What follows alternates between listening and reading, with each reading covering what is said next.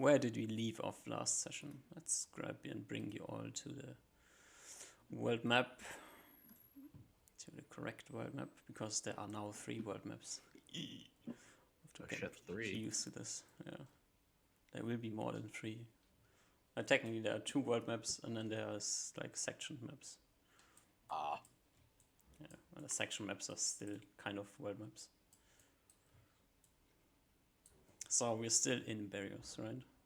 I believe so. I think we just kind of like basically we're like, okay, this is what we want to do. Like we want to go fence the Tiara and like sail to the place. I believe the mining operation like north of the wall or like east of the wall.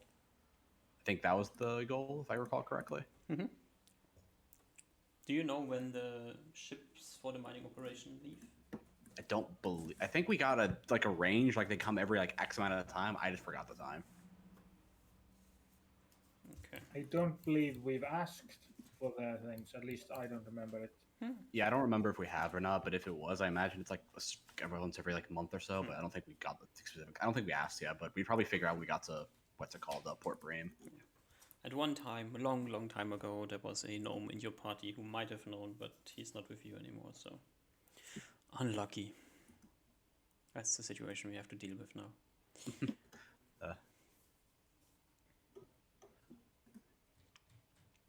Okay. Yeah. All right. I think it is morning time. There is some shopping that is happening, and Yeah, then I'm just gonna screenshot with the spell components I need, and you can tell me which ones I can get. Okay, you 'Cause I forgot cannot to ask get this earlier. holy water.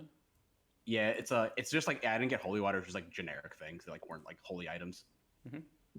Let me see. I'll just post this here. It's all this except for the things I already have, basically. Okay. Oh yeah, and augury, because I'm not getting. It's just the notes for me, but yeah, just Okay, except for the augury stuff. Yeah, except for the heavy. augury stuff. Yeah, except for the augury stuff. That's the only things that I would. This is more like just like spells that have spell components that I have access to at the moment that I wrote down. Son of Yeah, so Truth is a 2nd level spell, really? Yeah, I believe so. Let me check again. Isn't it a 4th level spell? It might be second for priest only. It's a 2nd level spell in 5e as well. Yeah, Zone of Truth, the 2nd level. Tome of Magic, page 62. Crazy. Yeah, I think you can get all the things except for augury. Yeah, that makes sense. I wasn't trying to argue for augury. It was more like I just had it in there. And I mean, phony emerald, ruby, or diamond is just basically colored glass, right? Yeah, pretty much. I imagine. I mean, I imagine it's just as long as people perceive it to be as long as they're like, oh, you can sell it off as an emerald, or someone's like really like uneducated on it. You I imagine can it get probably. it. Yeah. Okay. So, yeah, so maybe you can't buy it at like any random gem merchant, but you have. And probably go to like the seedier areas and like buy like something like buy that or something like that. Yeah. Okay. So, how much gold? I gotta like check the party because I don't have much gold on my person anymore. Does anyone object to me spending some of the party gold on this? Go wild. Okay, just making sure. So about roughly how much would all this stuff cost? Like if I want to get like if I like for like I assume like the garlic stuff is like really cheap, but like I don't know like how much like iron or mercury is gonna cost. Let's check if there's like anything written down. Yeah, let's check. That's a good idea. I forgot about spell components. Let's go down the line. And just remove like 3 gold and say that you buy like general spell components to make it easier. Some of this stuff I can just I have like 22 gold in my person. If you just want me to remove all that and just say I have like a good amount of castings, of like 5 castings of each things, I can just go with that. Save time. I mean, it's gonna be like the phony emerald is probably going to be a bit expensive. Okay. And like just iron rods probably not as expensive. Iron coins you can trade. You can probably get 2 to 1 or something. 2 iron for 1 gold. So the rest you can. Mercury seems to be expensive as well. So Let's see. Mercury is at 10 GP for a. How much? It doesn't even say on the thing. It just says Mercury / Quicksilver. yeah, it's probably like a bunch. Like a vial or something, a small vial. Yeah, so I only need like a drop, so that's probably like a good bit of castings. Yeah. Okay, let me just. So I think okay. like with the 20 gold pieces, you can get enough castings to last you for a while. Okay, I'll just spend 22 gold and I'll just write down what is it? Like 3 to 5 castings of each. I'm gonna like roll a dice, see how much I get of each. You can have like 5 castings of Sword of Truth, 10 castings of the thing that uses Mercury, probably more. Okay. Make it 20 castings of the thing that uses Mercury, Okay. and then the rest 10 each. I think is fine. Okay. It's fine with me.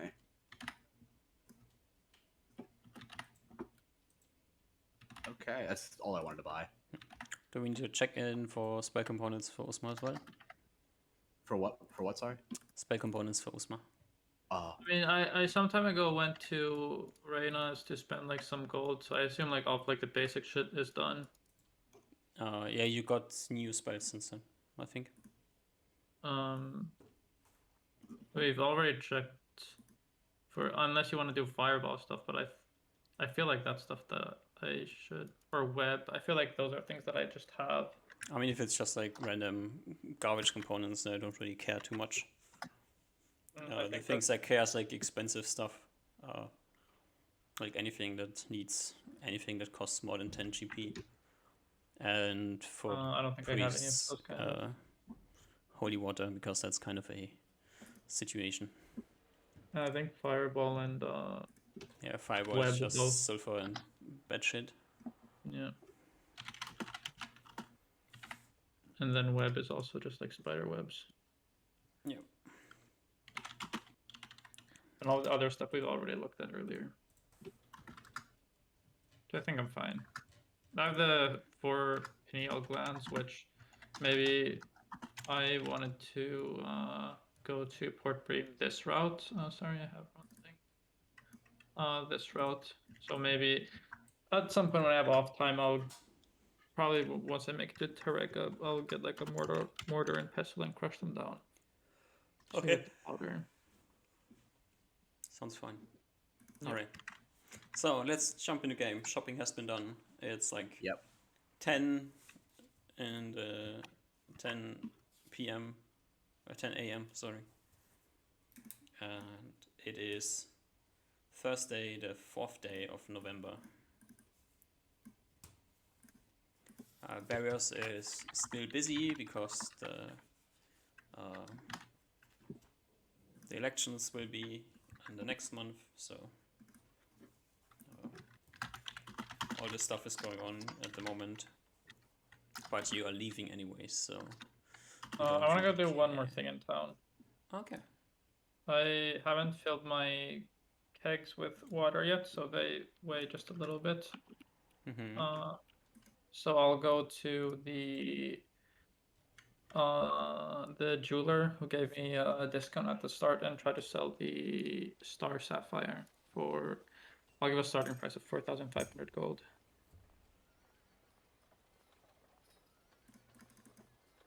The Star Sapphire. Mm-hmm. 4,500. Yep, the price was 5,000 GP, right? That's what I have written. Probably. Star Sapphire is from Bandits, right? Yep. I got it appraised at 2 different places, which both said 5,000. Yeah, sounds familiar.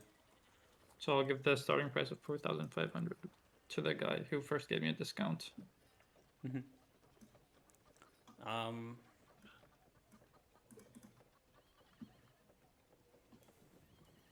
What's your reaction, Just? None, I think. Imagine not having a plus 2. Charisma check. You want to beat a 23.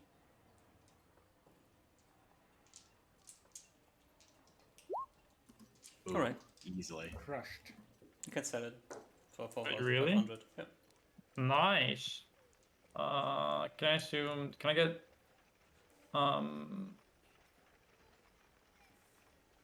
Wait. Let's see. 4,500. Divided by I'm 50 thinking about how rounds. much of that I want in platinum. Can I get like 200 platinum and then the rest in gold?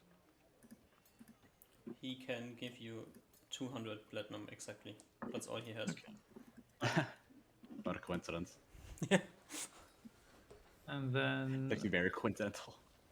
2,500 gold. Yes. Nice. Okay. Didn't expect it to go like that, but awesome. And I start in the shop just putting the golden bags into my bag. He will ask you if you want, instead of all the gold, some gems that are worth less. Oh no, I'd rather have the gold. Okay. And then stack a bunch of gold into a backpack and carry it like it's nothing. Yeah. So what's that? 2,500 gold. That is 50 bags. Yeah, I have 55 pounds in coins and 5.6 pounds in coin bags. 54. Hmm? Do you have still other money on you? Yep, I had some. No. Okay. Yeah. All right. Yeah, and then I'll go back to the tavern. Assuming that my party's there. All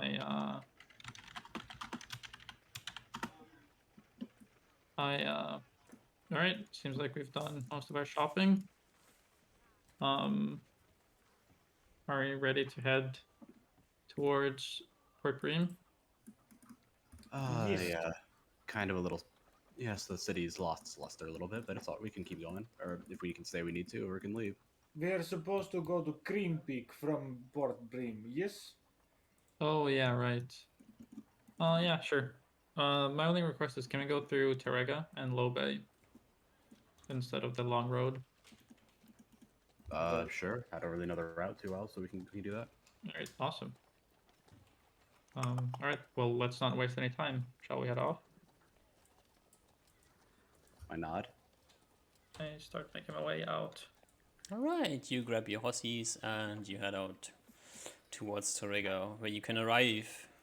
On our way to Towards the end of Terega, the I day. share my research notes on the insectoids with the party. Okay. Give us like a rundown and everything as like we're riding. Yep. Yep, I tell them about the antmen and the flying horrors and the rhinos and the goo slingers. Right. We probably The have a goo bit slingers. of discussion. That sounds a little far fetched to me. These Well- creatures sound quite terrifying. Sound like something out of a children's story almost. Well, I mean, I don't know what to say. This is what they've documented. I think we've heard of happenings. Oh, I'm not like discounting that it's real. It's just more so that it just sounds fantastical. I suppose. But I mean, I know I've never seen like an intelligent insectoid before. I shrug.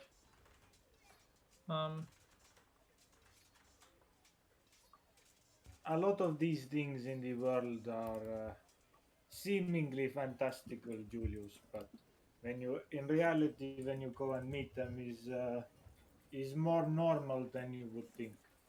When I came to the human lands, all of this was story tales for me. I wasn't even sure how you humans were a few months ago. You were my, as you say, childhood stories. I shrug. I guess it just depends on perspective. All right. So, in the late afternoon towards evening, you arrive in Torrega. Do you go to stay with Reynard or do you stay in the honeypot? Yep, I go to Reynard. Alright. Rufen, you stay in the And- honeypot? Do we or just you? Just want to make sure. Me. Okay. Yeah, I'm as long as I'm getting dropped off the honeypot, Reuben is very fine with that. I think Alright. Julius is just gonna like wander around town because it's his first time he's been in Tariga. Okay. At least not nothing like serious, just like look at this, look at everything. Anything Um, specific you're looking for, or you just... Nah, just sort of like seeing if there's anything unique about Tariga that he like finds. It's, oh, that's a little different or stuff like that. There is something different about Tariga. The city is much less centralized. There's a lot of people that live in Tariga, but they live on a very large surface area. Because there's a lot of farm area around Tariga where people live. So whilst the people technically live in the city of Tariga, they are 10 miles away from the city center, instead of like in the large towns where everything is kind of centered around the town area. I gotcha. So it's just like so people are like citizens of Tariga, even though they might not see the other side of Tariga ever. Yeah. Okay, I see.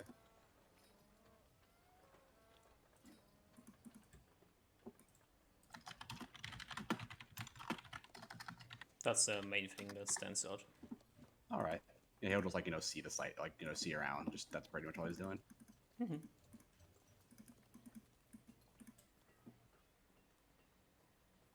All right. I want to ask Reynard if he knows knock. Did you not learn this already? I know this. I'm asking if he knows the spell. Or if he knows the spell? Yeah, not if he has it, but if he knows it. Huh.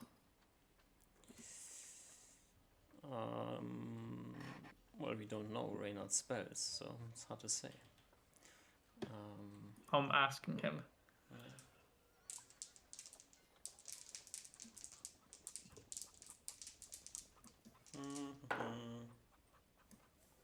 Yeah, he does know the spell. Right.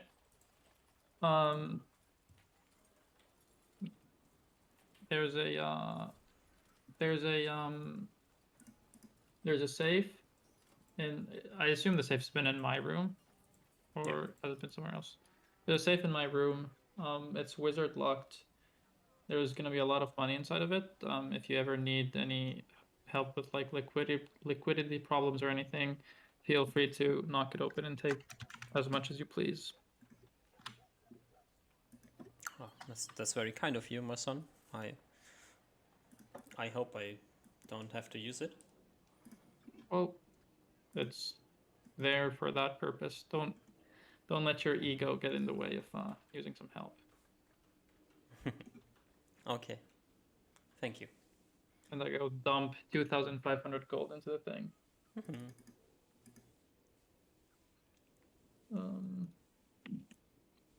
So this should now be.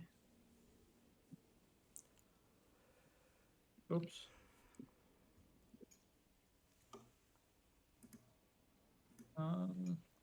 And I probably dump 200 platinum as well. Dump all the money. Hmm? Dump all the money. We're gonna like be out in the middle of the desert and be like, man, if only we had 200 platinum right now. The Yeah. meltdown. Sure. You need a platinum sword for something? You have no platinum with you. Maybe the Ant-Men only deal in platinum. True. Very true. Actually, that's a good point. I think Reuven has at some point now like takes at least one coin of each metal. So if he ever needs, or at least he has access to, in case, I don't know, he needs to bash someone's head in with a coin. Like a tenth of a pound worth of coins. Just one coin of each. I don't know if that's going to be effective at all, but we're going to take it anyway. Sounds like a perfect plan. Nothing can go wrong with it. Nope, nothing, never.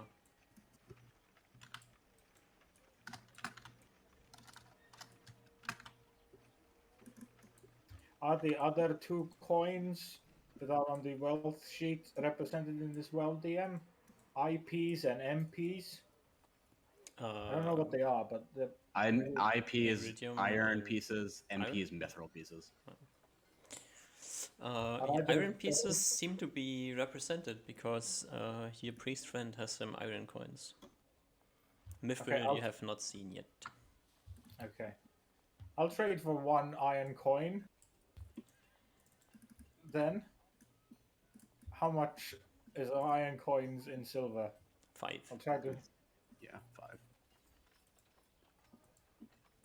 Cool. It's worth its weight in iron. So it's 5 copper, 5 silver. 5 silver per iron. Yes. Yeah, per iron piece. Yeah, gotcha. Half a gold if you want to do it that way. 2 for 1 gold.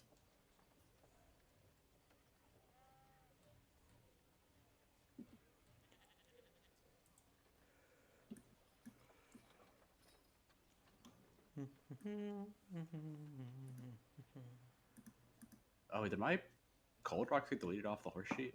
Yep, I moved them to the backpack of holding. Okay. If you Yeah. want to put them back, I can put them back. But Oh no, I just didn't know if someone deleted on accident. Yep, that's why I originally left it Backpack to- of holding. Yeah, I have like the bag of holding in my backpack. Mhm. So Did you? basically- Leather armor. Yep, it's also in the backpack. You might have put it in twice, so I put it in. Okay, yeah, works. We're good. We can chat about stuff because I think Julius is gonna have to carry stuff as well, unless you're like not up for that, Julius. With your I mean, insane he's strength? fine. He is. I mean, I don't think he's ever had it ever since he put his belt on. I don't think he's ever felt like not being able to carry something. He's probably fine with it. Cool. So probably Ruben will discuss some things with you then. We'll have to Yeah, get just you. let me know what to put on me. Cool. Really do wish that the equipment section was longer on these character sheets. Because I'm almost full on like both on like just like not from weight, just from like spaces to fill it in. Yeah. Wait, Start moving make stuff a elsewhere. spreadsheet. Probably will do that at some point, but for now I'm not going to do it.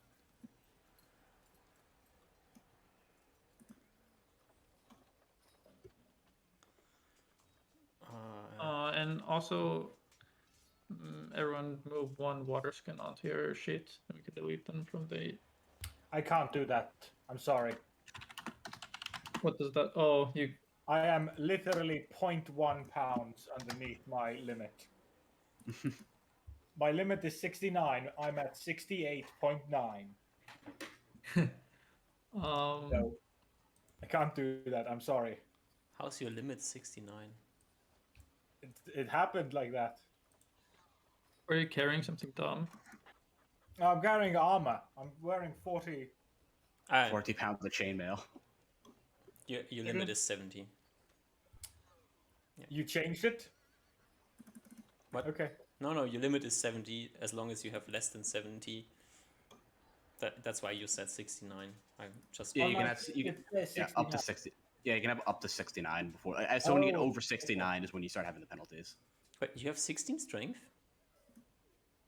Me. No, I think he's talking about the 2/3 movement. Yes, 2/3. Oh, okay. That's what I'm talking about. Oh, okay. Okay, well, I can carry a water skin for Ruben then. Thank you. Thank you so much. I like how Next me with the morning- strength belt is only carrying like 40, like 50 pounds worth of stuff. Next morning when we wake up, Ruben's going to probably take Julius to go to Usma's place. Oh, like his dad's place. Yeah, but I don't know if we are at the morning yet.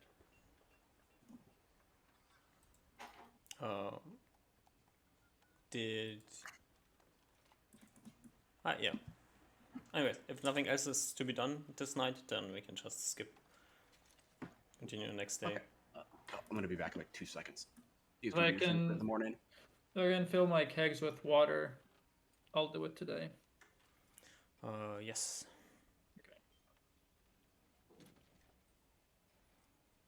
Uh-oh.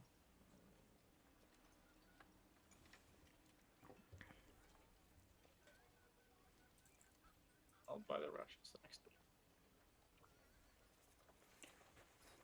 So you can fill the kegs with water. Just right now, to keep this in mind for the future, the water will not be drinkable. Oh wait, really? Yeah, water goes bad. Wait, really? Yeah, How long does it stay good for? a few weeks, Okay, well then I don't 2 fill weeks them or yet. so. Then I don't fill them yet. Is there a way to have that be? Does it change at all if I put my frosted cubes in the water? No, it's just that the kegs are not done in a way that is really friendly for food. Okay. The water just takes on the material of the keg. That's why it gets bad, Okay. and it goes stale as well. There's some ways like to prolong this by kind of putting some stuff in the water, but also I think if this comes up, it will come up in the future. You don't know this yet. I'm just saying it will come up in the future. Okay. But as I'm 99% sure that our priest has access to purify water, so it's not too much of a problem. And even at that point, if we're like in some serious trouble, we can drink off water. It'll be Yes, bad, we will get but- belly problems. Yeah. Okay. Well, I'll But just fill it's it not as late bad as at all. possible then. I mean, you just fill it, just keep in mind, like, so we don't have to go over this all the time, that once you leave towards the east, you will have to have purified food and drink at hand to deal with the water. Good thing I do have that. Yes. Good thing you have. Also, I'm back. Okay. All right. Next morning, we're hopefully assuming Uzma is like doing things, and before he reaches us after we've had breakfast, Ruben's gonna take Julius to where he thinks Uzma is. Mm-hmm. Uzma's dad's place. Mm-hmm. Oh, You've been there a few times, so you can find it. Great. It's also not too hard to find. Just go to the marketplace and then 3 streets down the road where the magic wizards shops are. Yep. yeah. So I just follow Ruben along. Yeah. Ruben's like this one. I believe is this house. Yeah, there's 3 shops in this town, so There's probably a chance we walk in in the wrong house, but Ruben just starts stepping in. I just follow him along. you end up opening the door to Terra's Homophagy, which is a different shop. Sort of look at Ruben as he's waiting Yeah, for him to initiate the conversation. There's an awkward like head whip around the area, like, hey, this is different. This is not like I remember. A woman approaches you from behind the counter and says, "Oh, welcome. How can I help you?" Are you new? I have not seen you before. Neither have I seen you before, but this is Oh, my shop. Excuse my friend here. We were looking for Usmar's father's place. Oh, Reynard's. It's down the street. Oh yes, I appreciate it. Thank you so much. Ah, yes. Sorry, I did not recognize building. Thank you. Goodbye. And we go again. Yeah, you go down the street the direction she pointed you, and arrive. I can read, so I can read the building name. Yeah, there's a building named. I like the other way. The way that she did not point. There's another shop that is called Devin's Den of Wonders, and then down the road where she pointed, there's Reynard's Altered Arcane Assortments. Yeah. Well, let's go to Reynard's, Ruben. Yes, You can Reynard. show me around this name. time. Okay, Ah, it's true. Yes. you head to Reynard's. You open the door to the shop. There's a familiar face behind the counter who looks up and says, "Ah, Ruven. Nice to see you Hello. again. You're looking for my son, I assume?" Yes. I am here to show our new adventuring companion, Julius. This is Julius. This is Reynard. I wave. I'm like, I go and fuck a handshake if we're close enough. Yeah, you can go and shake hands. You shake hands. Osmar, you hear the commotion going on. You head downstairs. I have a quick question actually. What? While I've been here, I'm not sure how long it took them to. I was wondering if I could have written some learning copies of spells. Ah, no, they came in the morning. This is even before you got to fill the kegs.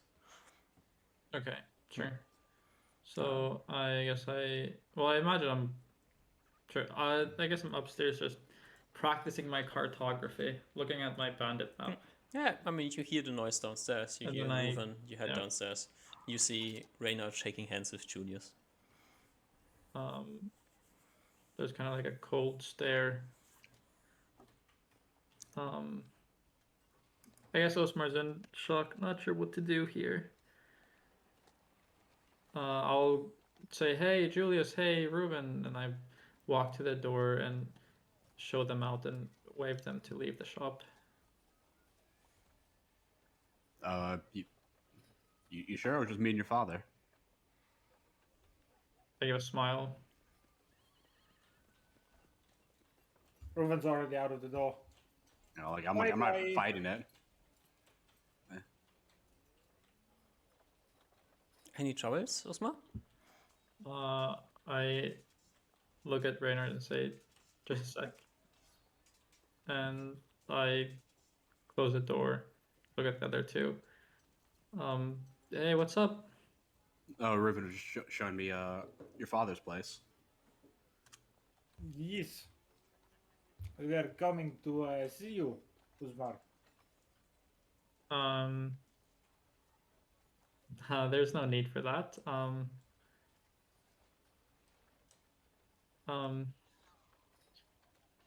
Is all okay? Everything's fine. I just yeah, everything's fine. I'm feeling kind of off right now. Could you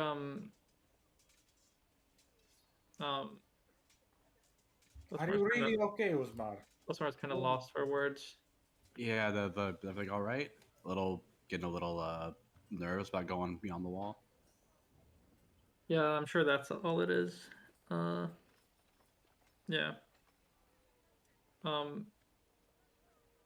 Ruven like kind of walks up to you like real close and puts a hand on your arm.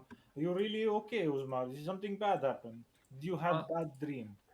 I'm fine. I'm fine.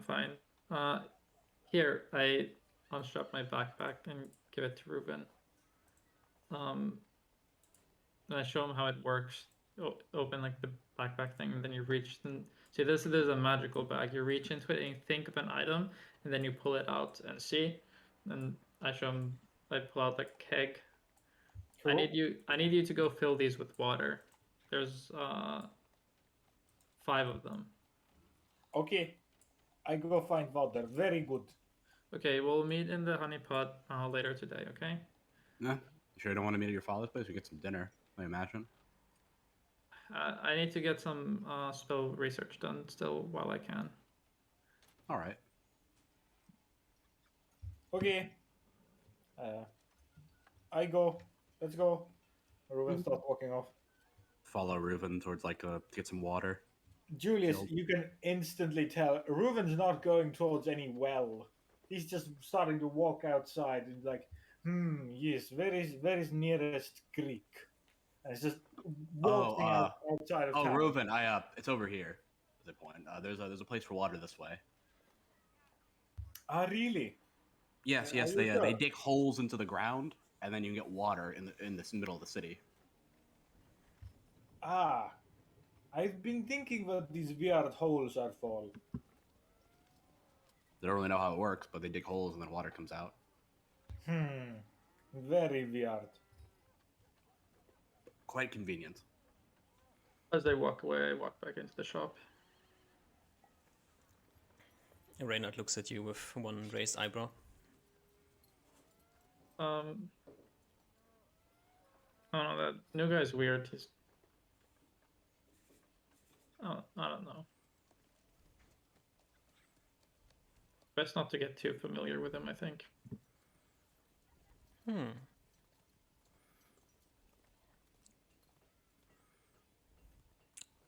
That's your choice. I will leave you with this.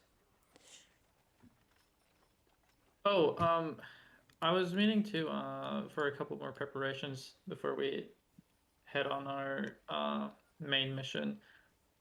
I was wondering if I could get some copies of spells to read on the road or read on the boat.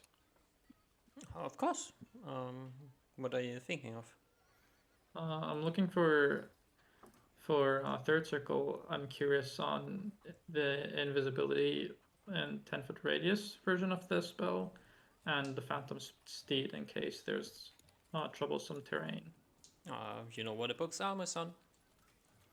I go to the books. Mm-hmm. Does Reynard have them? Yeah, let's find out. Give me some rolls. Right. First one is Phantom Steed, and second one is the other one. Both. Both, yeah. Yep. So I spend a couple hours, for however long it takes to make, learning copies of Invisibility and Phantom Steed. Mm-hmm. Takes you 6 hours. Okay.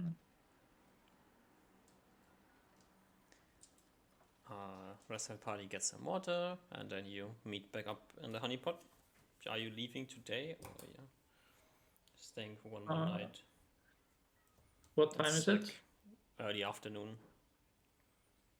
Let's see how fast can we go with. Are we going to where are we going next? We go Taffington? 24. Could we make it to Taffington today? Yeah, you can arrive at Taffington like late. Yeah, I think that's probably good. Yeah. I say goodbye to Rusmar's father. Hold on. We are at the honeypot. Oh, I imagine. I mean, I suggested to you if you want to go say goodbye to your father before we leave. No, I think we should make haste. You be sure? I don't know if we're gonna be coming back. You know, might as well say any goodbyes you want.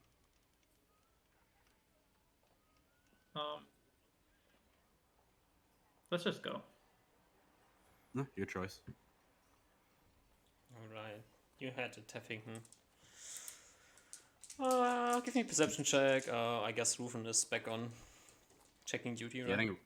Yeah, Reuven should have the best, I imagine. I'm Yeah, like pretty 9. sure he doesn't.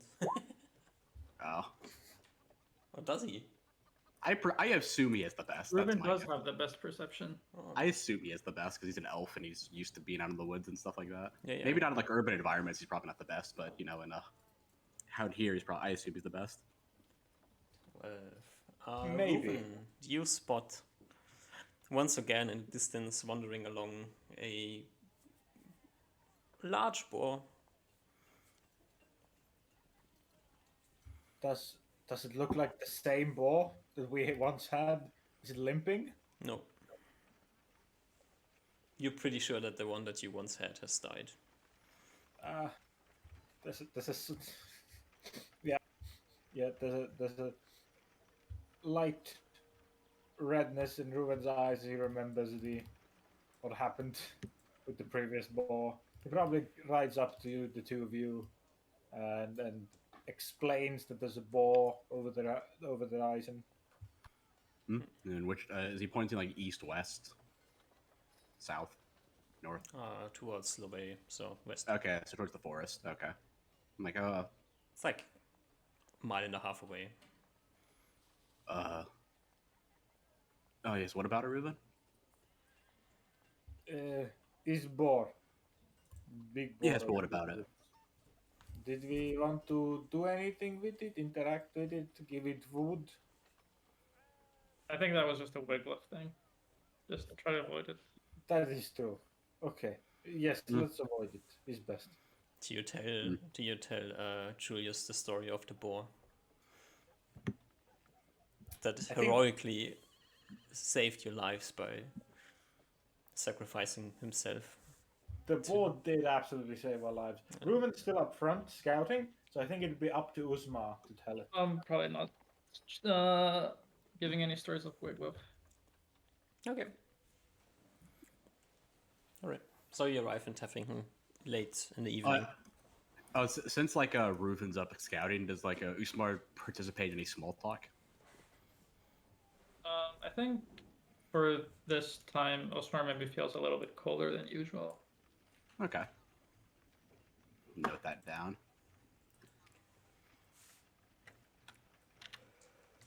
And I'll stop once you stop being like receptive, or stop trying. Yeah, I mean, if there's any point where you give small talk, I'll try to entertain it. Okay. But I just look a little bit off, I guess. All right. So, at evening, you're in a town again. So 2 people in one room. It was Julius and Ruven in a room, and Usma in a second room before. Do you still keep the same routine? I'm fine with it. I assume Usmar needs more study time for his spells. Probably less. So that's my assumption. like that. Unless like Usmar says like other things, they'll just that you won't object. No, I'm fine. All right. You go to sleep. No bandit attacks in the night, no raiding parties, nothing. So you wake up the next morning. Okay. I guess like during like the ones like we were all separating off, I'll like go to not Usmar, go to Ruven and be like, is Usmar always like this after he meets his father? See Ruben frown and think to himself, I don't think so. Last time when we come back after a long time of not seeing him, he seemed pretty cheerful, happy, and seeing his father again. It is weird. It did seem like he's a bit. It's like something's troubling him. Yes, that. Maybe it is going to a new, different land. That is, I personally know very well. It can be very, very scary. When was the last time you went back to your home, your family? There is like a distant look in Ruben's eyes as he rubs his forehead lightly. Well, I come here to these human lands. I don't know, but you say as you humans one human year, roughly, maybe. I'm not sure. It's been quite blurry past my time here, but I have not been in these human lands too long. Yes, it feels like it's been quite a blur since I left my, I guess, place of residence before. Did you travel much as you are in your youth? Not often. Maybe like once every couple of years.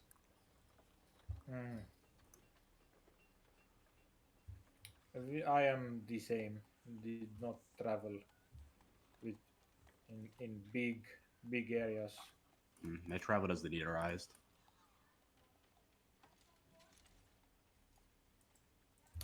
I think Usmar might be the same. He is, after all, these human lands are still, even though we've been traveling, but around we've only been, to from Tarega to Barrios and then Lobe and slightly into the well west of Lobe. We have not been maybe to Port Prim too.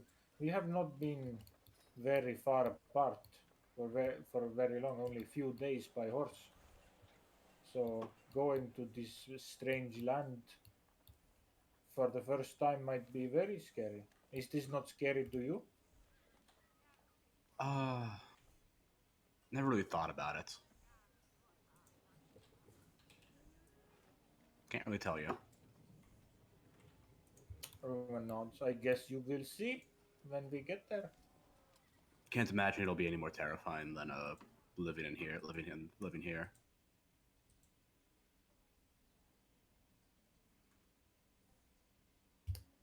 There might be a light reaction from Ruben from that. Like, yeah, yes, I can relate to going away from things you want to be near. But he seemingly stops the interaction at that and goes to like take a nap or goes to bed or something. Yeah, and I'll like rest after that. All right. So, sleeping time, and Yeah. let's go to the next day. Here in Taffing. Rufen, you have bought a spyglass. Indeed. Are you using the spyglass for scouting? I think when I'm on a horse, I'm not really too bothered by the encumbrance of 1 pound. I will ask Uzma for the hourglass to just try it out. Yep, I'll reach into the bag, think of the item, and pull it out and give it to Ruben. Great. All right. As you leave Teffington this day, you're trying out the spyglass, and I mean, it's so close. That's 10 miles away from the hill forest, right? So you risk a glance and look northwards with the spyglass. Yeah, of course. And once again, you see at the edge of the forest a group of humanoid creatures, roughly man-sized. What would it be other than hobgoblins? Probably as we're pretty close at the moment, still our group pretty tight. All of you, both of you see like Ruben kind of bare his teeth out in the open as he like is looking very clearly towards north. Those bastard weeds are growing again, getting impatient. I look in the direction he's looking at. Yeah, it's too far away. Yeah, I'm like, what are you looking at, Ruben? He like hands you the spyglasses. The hobgoblins. They do something to you? You seem to have quite a big hatred for them. Yes, they. You see Ruben's eye or right eye even kind of like twitch slightly as he like seems to recall memories that are kind of buried in his head, and he like just bares his teeth like a wild animal. They are monsters that should be all killed. I agree with the first part, not so much. I don't know how much I agree with the second part.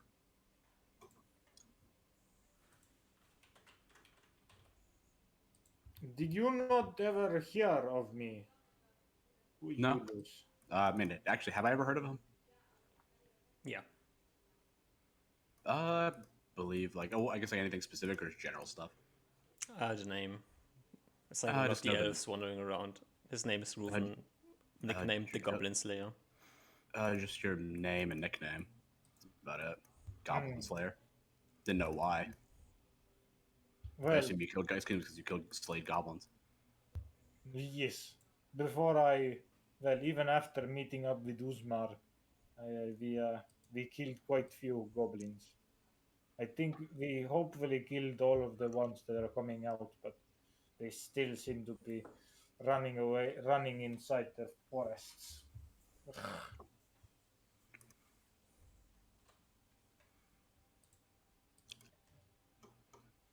It's your last chance, Ruven, before you leave east. You can still turn us around. Get the party to help you murder all the hobgoblins.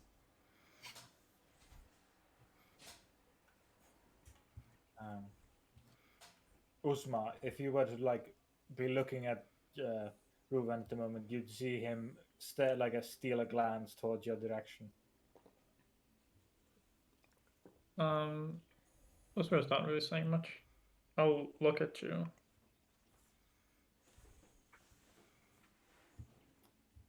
But with the time you have interacted with Ruben and been in close proximity to him, you can tell, you can read him enough to know there's desire in his eyes, especially mixed with the anger he's directing towards north at the moment. Are they close? Like 10 miles away, 10, 15 miles away. I shake my head. Too much of a detour.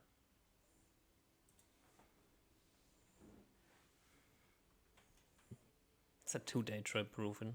Into the forest, kill them all, leave the forest again.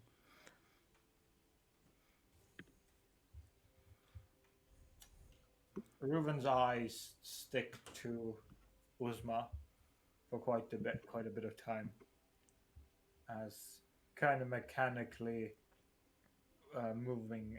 He hands the spyglass back to Julius and is like, "You can keep watch with this."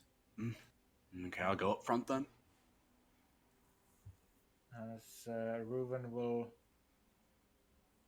ultimately not moving away, though the fixation on he knows he could just pull with his right hand on the horse and his great elven mount would just rush off to the north, right at a mere movement of his arm he'd be able to rush there, and he thinks even with himself he could kill them all as Reuven's right hand kind of flexes and the strength in his arm gathers. It ultimately lets go and he stays at the back of the party, his eyes for the most part seemingly peering at Uzma, and then staying quiet. We'll travel with the rest of you. Alright. We head towards Noli, or are we going straight into the forest and Tulaway? What's the plan? It's up to these guys because I don't know this area. I don't know the Traveling very well. Do we know? This is half a day, and then we could make it here in a day. Mm-hmm.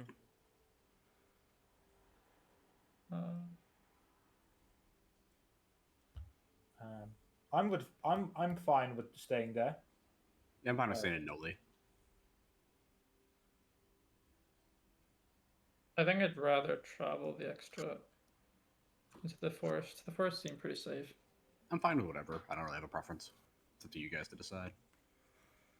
Yeah, the one problem in the forest is running into weird stuff. Yeah, but it's usually not deadly. Yeah. Also, all the weird stuff that you ran into was way more towards the south. Right? Except for the very there's wacky first thing. flowers. Yeah, wacky flowers. You Are they almost got killed by a group of wild pigs once up there. We did. I don't think I have encountered this, but I think Ruben saw some treants there. Or Yeah. something. Yeah, he saw some trees there, and he saw some trees somewhere else. That's true. Yeah. Yeah. Just because we're going into the forest soon, these are going to be my spells, just in case they come up. Yeah, I'll give you my spell as well. Mhm. With my new fancy colored Ooh. spell list, I did some conditional formatting. Aye, aye, aye. What's the condition? If it's transmutation, it's blue. If it's evocation, it's red, It's yellow. and so forth. Yellow is divination. What's enchantment? Green. What's necromancy? Dark gray. I don't have necromancy spells, so don't need to worry about that. Okay. All right. Julius, you have never been in Lobay Forest, right? I think he might have been in the slight north stuff. Because I remember before you said that I might have been to Lobay just for doing some odd jobs Yeah, every like to the couple town. years. Yes. Yeah, to the town. Oh yeah, the forest not proper. Oh, is there a pathway out of the forest to go to the town? Yeah, From there's the a north? road Okay. that heads into the Okay, then forest. yeah, he's probably never been in the forest proper. Then he's probably like seen it. He might have been like on the very outskirts, like near the city. That's about as far as he's gone. Like Alright. nowhere like in danger, potential in danger. See anything weird? I imagine. Do you know anything about the forest? Did this ever interest you that you looked into it? I mean, he might have looked into it a little bit when he first went, but he might have probably like maybe like an hour or two of looking into it. That's about it at most. So like maybe like the very brief overview of it. That's about it. So you chatted with some people probably. Yeah, it'd be like, hey, I'm going to Low Bay. I heard there's some weird stuff down there. 'Cause I imagine there's probably like some rumors about weird stuff in the forest. So that's probably about it. You probably got like heard some rumors about stuff. Yeah. Like 4 years ago or something like that about Yeah. rumors. So you probably remember that the forest is usually one of the safest places in the kingdom. Because the forest is protected by weird creatures that live in it and take care of it. The forest is originally cultivated with the help of elves. So the trees are different, and the flora and fauna of the forest as well is very different. Okay. Okay. All right. So you head over to Nolly. On the way to Nolly, give me a perception check. Julius, I guess it's me. Yeah. Yeah. You are on duty. Oh wait. 27. Nice. As you scout around with your newfound toy, Yeah. you spot like 200 feet away from the path you're going to travel a group of rabbits. Do like rabbits on like the Deer Low base see it? Does it or do I remember anything about that? Yeah, you're still in like away from the forest, so this Okay. is I'll on be the like, way to Nolly, basically. I'll just sort of like be like it looks like I got how many is a group? Is it like 10? Is it like 100? Like roughly? It might depend 6. if I'm gonna say anything or not. 6 probably. Oh, I probably won't say anything. That's probably just a family. And are they big or just normal sized rabbits? Like field rabbits, so Oh, I probably won't say anything then. They just look like rabbits. yeah. Okay. Probably the first time you actually see rabbits in the wild. You probably just saw similar- some in terms of getting butchered for food. Yeah, I imagine they're probably just like a family of wild rabbits, is my guess. Okay. All right. You continue onwards to Nolly, and then from Nolly you head into the forest. In the forest, the movement is slowed down because this is a dense forest, lots of underbrush, so the horses can't really make use of the higher movement, so you're slowed down to 12 effectively. Let me know when Reuven goes back to the front. Yeah, so that's the point here. Does Reuven take the lead again when you enter the forest?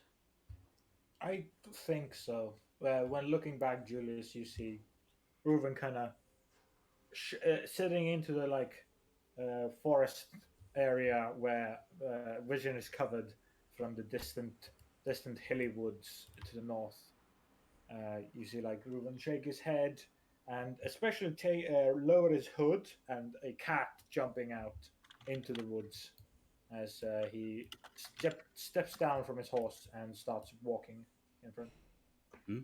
So we no horses here.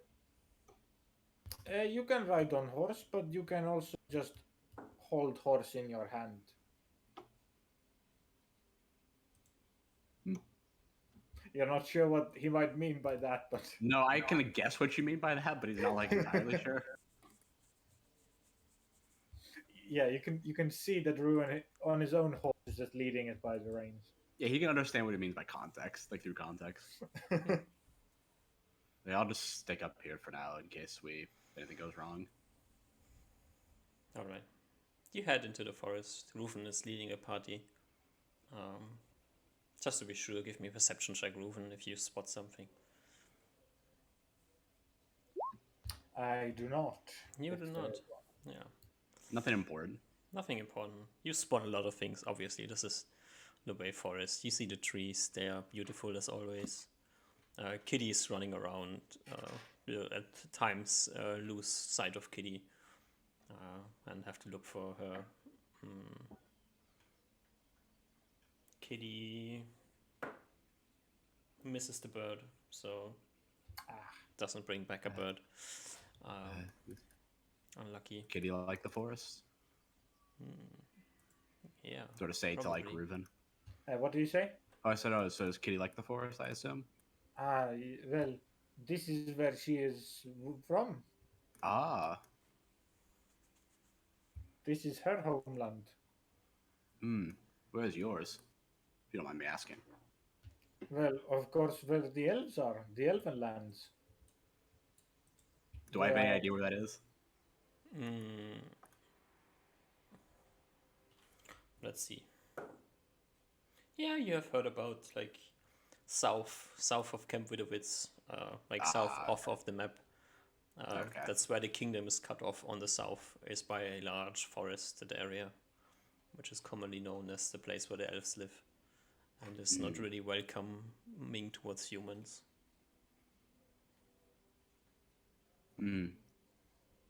Well, it's a miracle that you found Kitty here.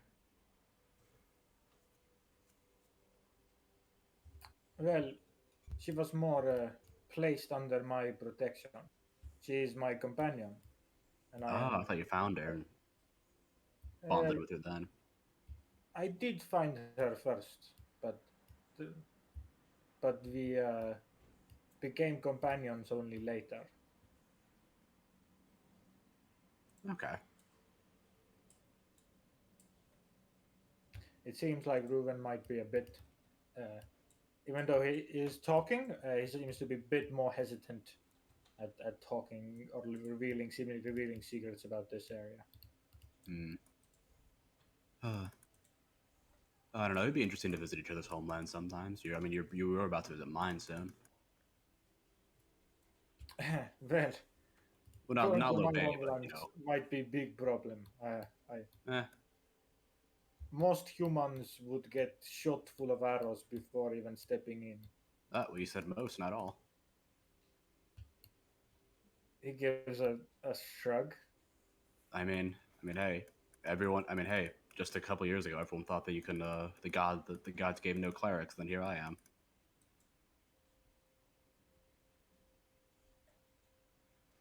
True story. Oh, what? Sorry. True story. Yeah. So what? I can't imagine that. Maybe not now, but maybe once we get back from the going east. Like I don't know. It could be kind of interesting to see what we could go down to meet some elves. See those tree villages you talk so much about. There is a hollow chuckle from Reuven as he seems to hold a bit of like.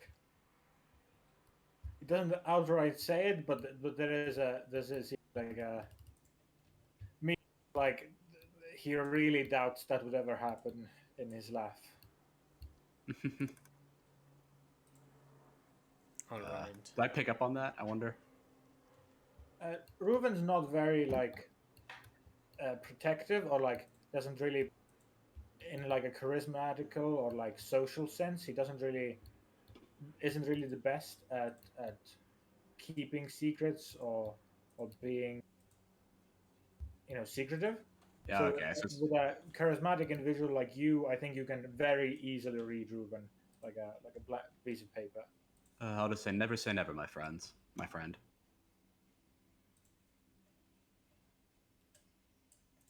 Yeah, probably even with you reading into it, you can even tell that there's definitely a light like sore spot when you were talking around the Elven Land area. Okay. You definitely touched a nerve, seemingly. Like accidentally. Hmm. Hmm. All right. I have Wait. placed you on a map. It was a night or dark or they're like is it night or day? Or evening or whatever. It's at the moment it's in daylight mode. We will switch this off soon, but you can Okay. find a place to make your camp. That's why we're on the map. Okay. I think this area seems to be okay. I follow Oh, it's just Ruben. pitch black for me. No, I do what Ruben says. Yeah, I'll probably fine. follow you. Is everything Follow your black lead on for you this. too? Yeah, everything's black for me, yeah. What? I don't see anything, just all black. It was for me as well, but Move yourself Yeah, and see if it so. changes. I can't see my token. I mean, I can select it, but I don't know where. I don't know. I think it's selecting me and my horse. So I'll move. There you go. I can't see where I'm moving, but I'm moving stuff. Okay, give me a second. Or maybe your vision isn't set. Give me. This might be a problem specific to you. You can refresh. And when you get done changing some, see if that fixes it. No, you don't have vision. That's the reason. It's Oh, there pretty we go. easy to fix. Yeah, there we go. All right, I'll move back over here then. Probably like all the horses on the right side, and then we'll probably set all the horses up on the same side. Yep, I pull the tent out of my backpack. Oh, the what out of your backpack? Sorry. The tent.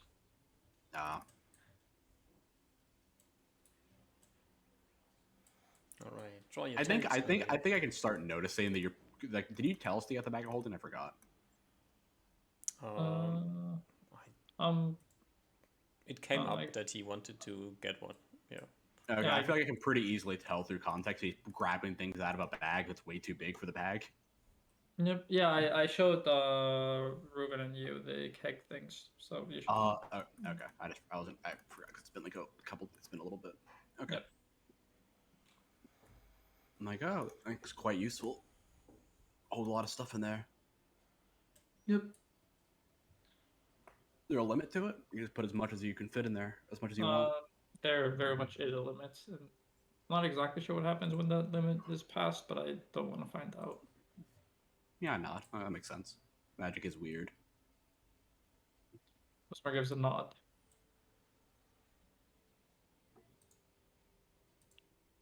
All right. Well, I want to remind you all of the whistles you have in case something happens during the night. I mean, we're not spread out, are we? I feel like it'd be better if we just, shake awake if we see something rather than blow a whistle. Yep, depends on the situation. If something's charging at us, then maybe whistle's better. Yeah, I nod. Okay. Yeah, I agree. All right. I'm back, by the way. Are we setting up our tent? Yeah. The tent is set up.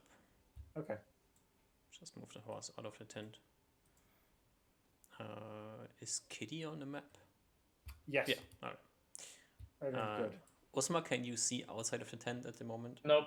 Nope. Okay, then it's working perfectly as it's supposed to be.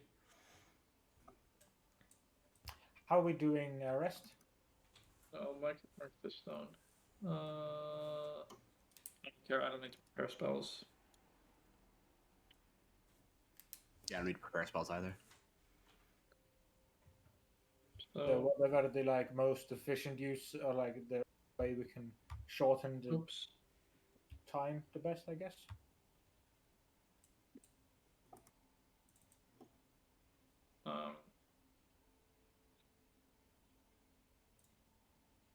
Like 3-3-3 then? Nope, I guess that works. All right, who wants to take first watch? If I it's can't not do that. if it's not super dark yet, then me or Julius. I think in either case, Ruben takes the middle watch. Yeah, he takes the one where it's like the darkest. I'll take first watch. Not very well. All right. Do you use any type of light source? I'll build a fire. Okay. If I can get my drawing thing. Select color. Build a fire like here. Oh wait, actually, do we not want to have the tent? I just remembered. Yeah. Okay. It's fine if we want to have it because we're assuming that the fairy dragon isn't here. But if we want, if we can, I guess also not have the tent in if you want. I am. It may be this best. I am of course is tent not that good or like. Yeah, I agree. We should wrap up the tent. Nah. All right. I trust you guys. And I don't build fire actually. No fire. No fire and no tent. Wait, but there's actually wild animals as well. Mm-hmm. It's not just crazy stuff. So yeah, never mind. There is a fire. Yes. There's Yeah, a fire's fire. really useful just to scare away a lot of insects, a lot of animals, stuff like that. There's a Sorry fire, for but no making you tent. build a tent, TM. I mean, I do have. Problem. Hey, to be fair, I do have I do as a nice thing. I do have charm person or mammal in case there is just normal animals that come out. I also have lightning bolt. Yeah, we don't have to kill them. We don't have to. He hasn't gone through the horrors yet. I haven't. You're right. I haven't. All right. So no tent. Do you tell Julius why you break down the tent again? Yeah, I'm You just sort of might- like. If he doesn't ask, I won't tell. I'll probably like allude. I'll probably like ask it in like a roundabout way, but like wonder why I put the tent down. While we were while Ruben was talking to Uzma, you hear the mention of a code word, keyword, fairy dragon. Hasn't lost book. I don't know what that means or how that sounds. It might just be insane person talk. Ruben insane person talk. Oh, so do you say the word fairy dragon, or is it like a Say code the word? word For fairy fairy dragon. Yeah. dragon? I've ever heard of a fairy dragon before. No, never. I'm like, okay, fucking weird dragon thing. Apparently, it's a fairy dragon. What does that mean? Do I assume it's just a dragon? Because that's what I assume I know what dragons are. Dragons are There's like no, like, I don't- things maybe out not of fairy specific. tales. Yeah, but just like really, I'm like, oh, that makes sense. It must be just like a dragon specific to like a fairy tale or something like that. Well, all dragons like are an elf. specific to fairy tales for what Oh, you. I guess I mean like an elf fairy tale, like a fae fairy tale, because it has the word fairy in it. Hmm. That's my because Ruben's also saying it, so it kind of backs up like his mental image of what his mental understanding of what he assumes it is. Mhm. I might like mention and be like, oh, that's a fairy tale from where you're from, Ruben. What? The fairy dragon. No. You like the other ones?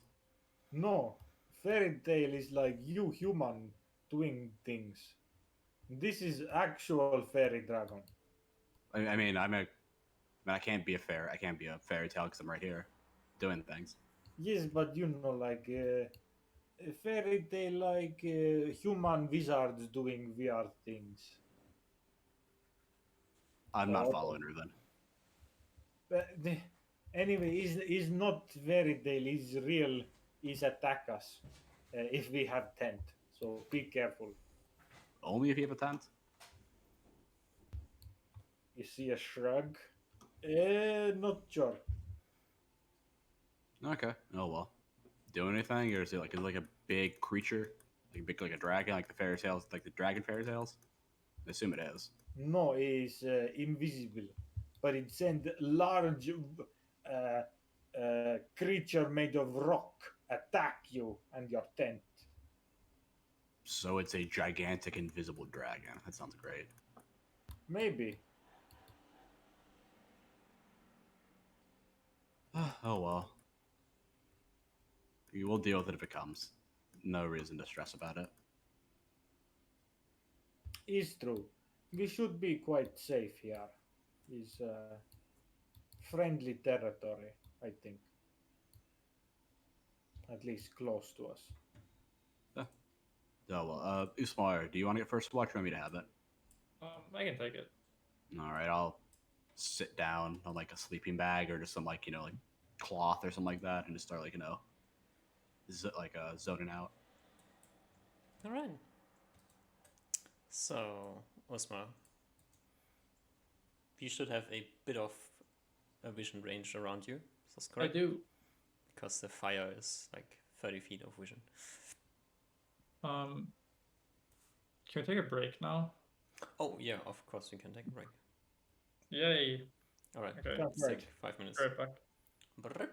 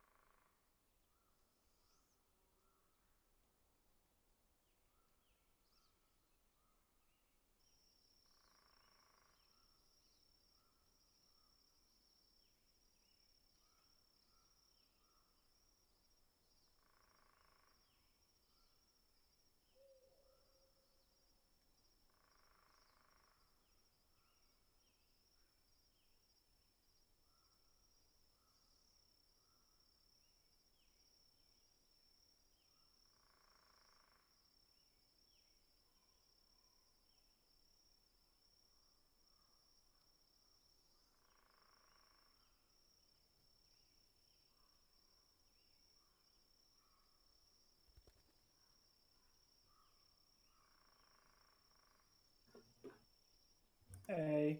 Hello. Ooh, I'm curious how this is gonna go out. Is either just gonna be a lot of tension building, or we're gonna find something weird. Hmm. Oh yeah, I Well- forgot to mention we need to not fuck with that merchant at all over here. Yeah. I feel like it would be really bad if we found out we had his tiara here over here. I'm honestly unsure, yeah. But to be fair, I'm feeling much better than I was before. Like, we were here level 1 in this world, and we were attacked by like a stone golem. Oh Jesus. Or maybe we were level 2 at that point. But it has been quite scary. Yeah, I first can imagine. interaction here in the woods, we were attacked. We got like 3 or 2 boars that attacked us. And our cleric turn 1 went down. 0 HP. Great. There was So, 0 boars, it was 2 wild pigs, okay? Is there a difference between a boar and a wild pig? Yeah, about 3 hit Boars are a die. lot bigger. Boars are a lot bigger.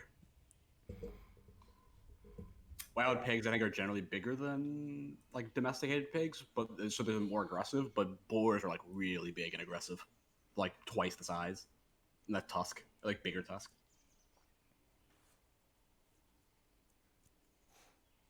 Also, generally a lot more of a pest, like real life. I just googled wild pig and boar, and it's giving me the same thing. I think there's like pretty sure there's a difference to them because like wild pigs are basically just like wild domesticated pigs. Like they're basically like the same thing roughly.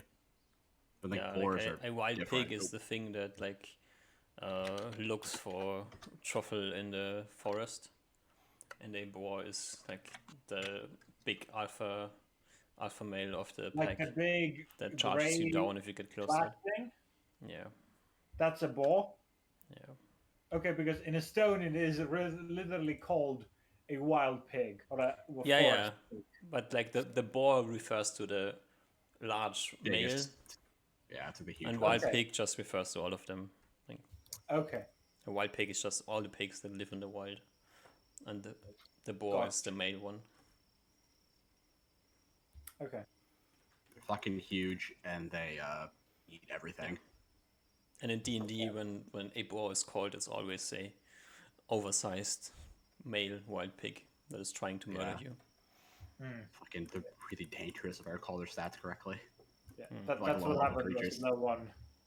I think they can do like a charge attack and do like 3d4, like 5d4 damage or something like that. It's really dangerous. Just don't get charged by a boar, okay? True, just don't. Just like dodge it. Yeah. Or kill it in one hit. Yeah, true. Do boars also have like the bear thing where they can like fight till negative HP? Don't think I think so. I forgot they have that. Yeah, they have like the thing where they can fight like negative 10 or something like that for just like. They basically just have 10 more HP while in combat. I like some of the more yeah, aggressive. -7. animals have that. Oh, -7. Hi, welcome back. Talk about boars. The boar. Alright. Are we ready Yeah. I am. for first watch? Who's smart? Sorted. You want a perception check? Oh yeah. Yes! Nice. Oh, nat 20. Nat 20. I also rolled a nat 20. Which is really cool for me. What is it, like a 1 in 400 chance for both of you to roll it? Yes. But unfortunately, there isn't really much of interesting happening during your watch, Osma. Nice. You can see some wild critters creeping around, like some squirrels looking at what the fire is going on, and the horses are making some noise in the background. You hear the trees moving. Like with the wind. Maybe there are moving trees. Who knows? I lightning bolt the squirrels. I'm just kidding. I go pet the horses a little bit if they're making noises, Okay. and then I go back. No, nothing interesting is happening. Okay. Then I go wake up Ruben. Go. I can't rotate my guy anymore. It gets blocked sometimes, Click if I on it recall and correctly. then E and more speed. Oh, I'm dead. You're dead. Insta dead. You shot yourself. What's the You shot matter? yourself. What happened? Why you dead? You fell in the fire, and I put a silent spell around us so no one could hear him die. Unlucky. Unlucky. You know, I accidentally cast it in sleep. Happens to the best of us, right? Yeah. Accidental sleep casting. Alright. Reuven. A duck. Yes. First, for like sleeping schedule for the future, I think Ruben's gonna, while watch, gonna be in full armor, so full chain armor, and for the night while he's resting, he'll put on his leather for like as pajamas, so he has leather armor on while he's sleeping. Okay. If you think so. Yeah, I think that's most comforting. Mm-hmm. Maybe not most comfortable, but it is comforting. And yeah, that's what I do. Now All right. I probably as normal, lightly like step on the fire to lightly, make it less Less fiery. exactly Put it out a less little bit. fiery. Alright. Technical term for it. Yes. That's a technical term. So give me a perception check, Reuven. Cool.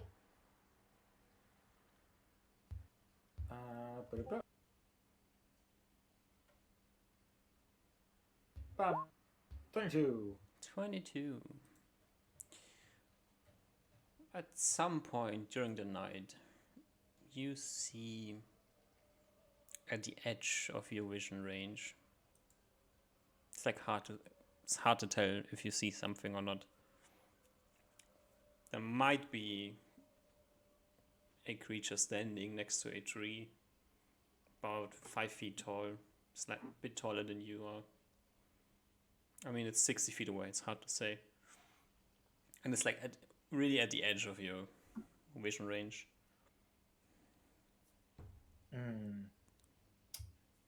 There is probably a moment where I make or semi-make eye contact, or like assume I've made eye contact, and then rise up myself, have my bow in hand, Mm-hmm.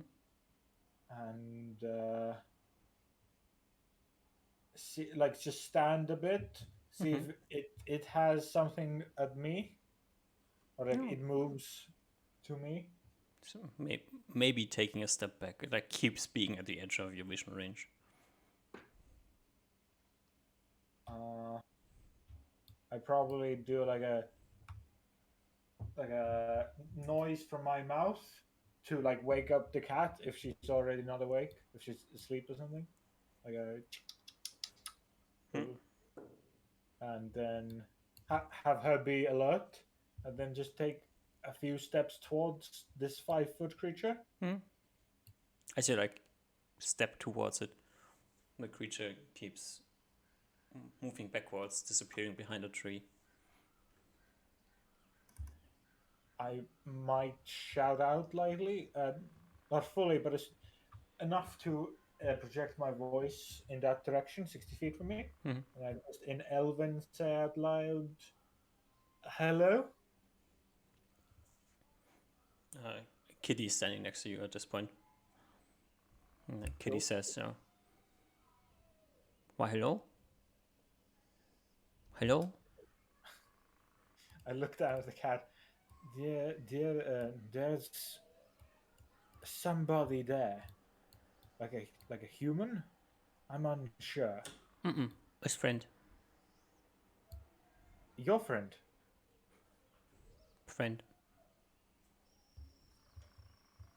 Reuven takes a moment to consider, like blinks slightly, and then kind of just nods at his cat and goes, "All right then. I guess we got nothing to worry about that. Maybe you'll even help us if we're in danger." And goes to sit back down. Okay. You sit back down.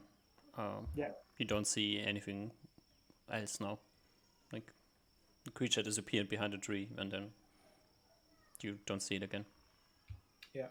I think Reuven takes himself as a guest in these woods, so he doesn't want to. He's already using up their space. So doing anything else would be rude. True. I think, yeah. All right. Nothing else happens during your watch. Cool. He goes over to Julius to wake him up. You mentioned any of what you saw to him? Probably, yeah. Hey, Julius, you okay? Am I okay? I just woke up. Just give me a second. Yes, I know. It can be difficult for your first time keeping watch. I'll change into my sleeping clothes. And he goes and exchanges his armor, comes back, hopes you're better now. Yeah, he's probably like fine. I'll just wake himself up. Probably have like a minute or two. There should be nothing really big happening. I think I saw some woodland creature of these woods, this protector of these woods up here. But He's like a from what I bear or something. understand, no, it's more like you or me. But It's a person. I guess. But should be okay. Is friend, as long as you don't attack. So don't do anything, burn down wood or be angry at wood, Can I go say hi?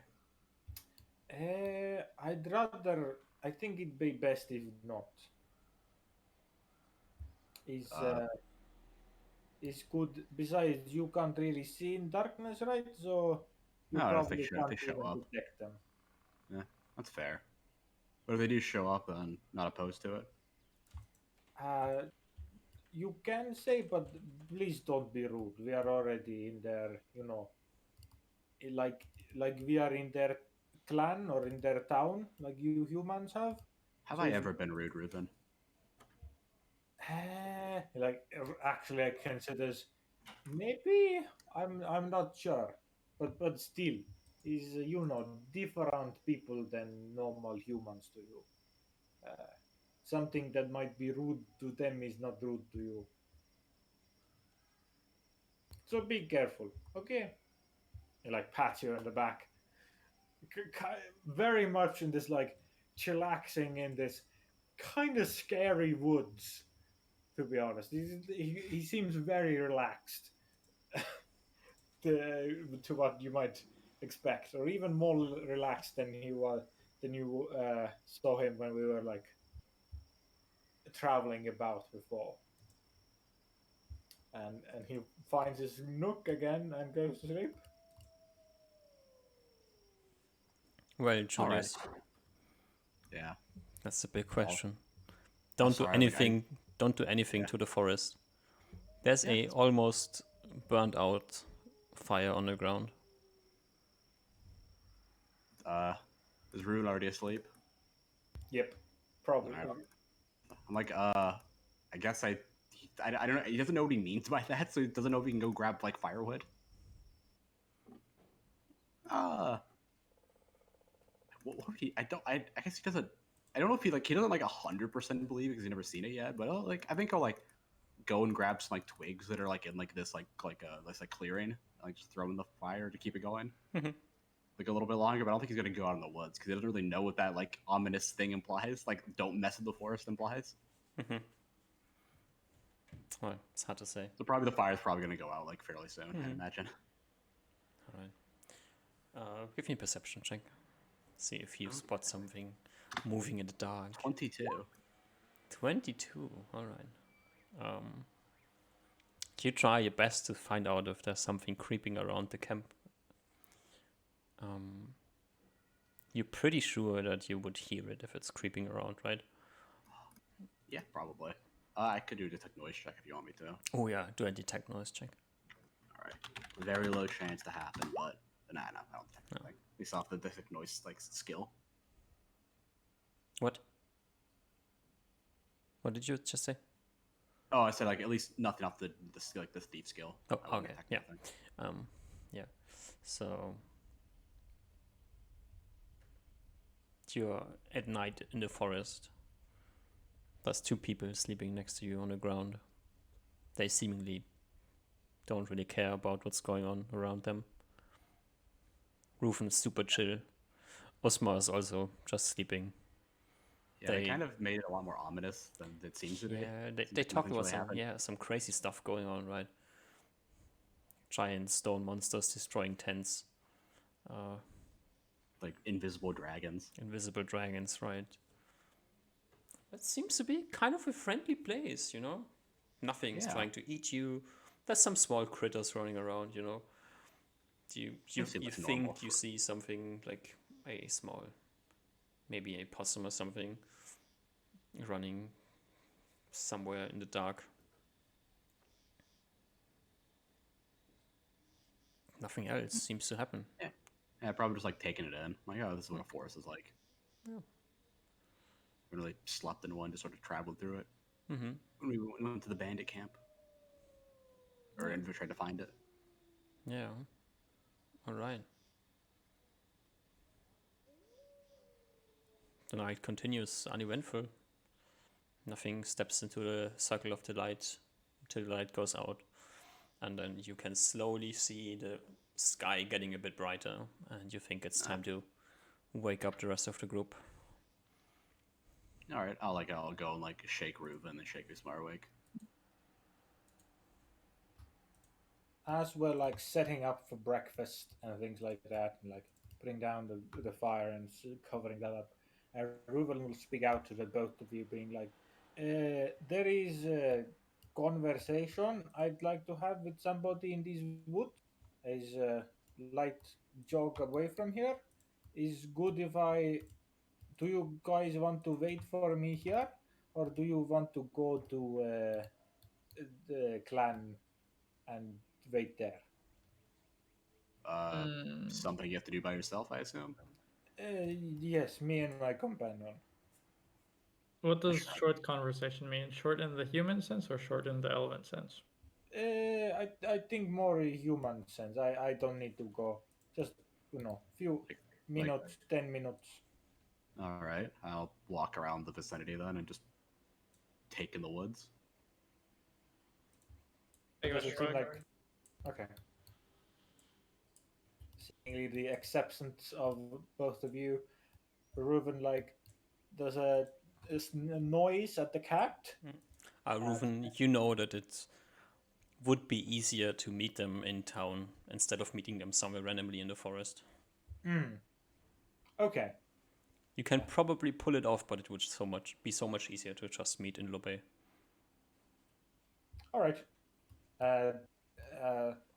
All of you see like Reuven squint. It's like actually, I think finding you two would actually be pretty difficult. Maybe we go with Kobe. Sorry, I brought it up. Okay.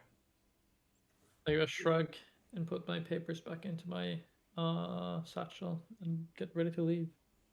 Did you two want to do anything, Lobe, for today, or did you want to move away immediately? I'm fine with whatever. I don't really have any business to do in Lobay. Yeah, I'm fine with either or. I think we just want to keep ourselves like not very noticed very much with by like I point to, like the bag with a tiara in it. Because of that. Ruben kind of nods, like, okay, I'll be quick then. I'll rush and have talk, and then come back as quick as I can, and then we can go to Port Prim right away today. It's okay. Okay. Well, good luck with your talk. Learn a good word from me with your friend. I say Alright. like jokingly. So let's get you two moving to Lobé first and then deal with Reuven later. Yeah. So is do you want Usmar? Is Usmar gonna be in the front or the back? I'll probably back.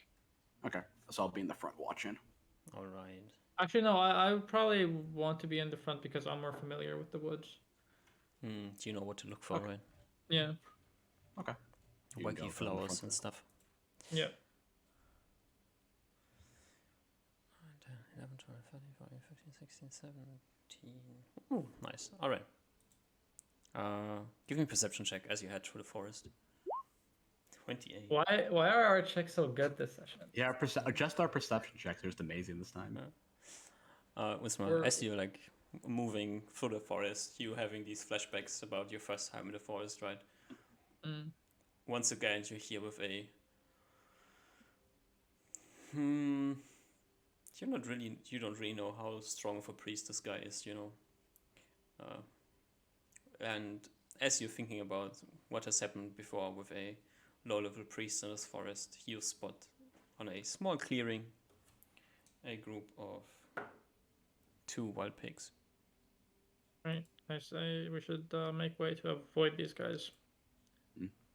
And I point them out and then start swerving around them. Sure, I'll just follow Usmar. Any reason? Just pigs are dangerous around these parts. Yeah, it's unnecessary scuffle to get into. Yeah, I don't disagree. Alright. Not really hurting for food or money at this point. I nod. Alright. You make a way around them and you continue towards Lobé. Arriving in Lobé, I think like around noon something, right? Yeah. Yep. I think we should, as like we're like approaching, as like it gets like in like vision, I'll be like, I think we should probably go to like a place where there's less eyes, like a tavern with less eyes. Sure, we should go get a room at the Honeypot. Or did you say lots of eyes or a few Less eyes? less eyes. Yeah, Less eyes where it matters. Then Honeypot is good, but I need to go visit one of the magic shops. I forgot something. Okay. You going by yourself? You need any company? I'll be fine on my own. Very well. Alright. In Lobé there are also 3 wizard shops. Have you been to one before? Nope. I have, because I bought my first Lightstone from here, I think. I'm not sure. Did you?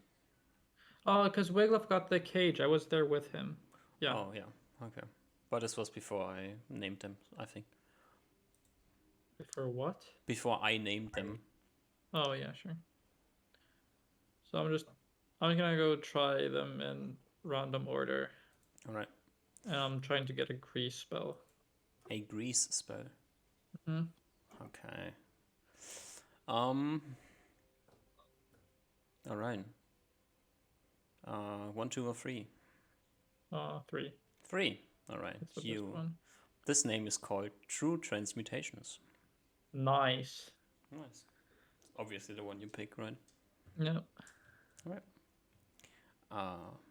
You enter the shop. The shopkeeper is a woman, once again, who comes over to you and says, hello, welcome to True Transmutations. How can I help you? Hi. I'm looking for grease. The conjuration spell. Oh, grease the spell. Okay. Let me check. And she goes to check her books. I reduce myself while she's checking. You cast a spell in a wizard shop. As the wizard's turning her back to you. Mm-hmm. Okay. What does this 86 tell us? Is grease a 86? transmutation spell? Nope, it's conjuration. Oh, is this opposed to transmutation? Nope. Yeah, you couldn't learn if it were, right? Yep. I think she does not have.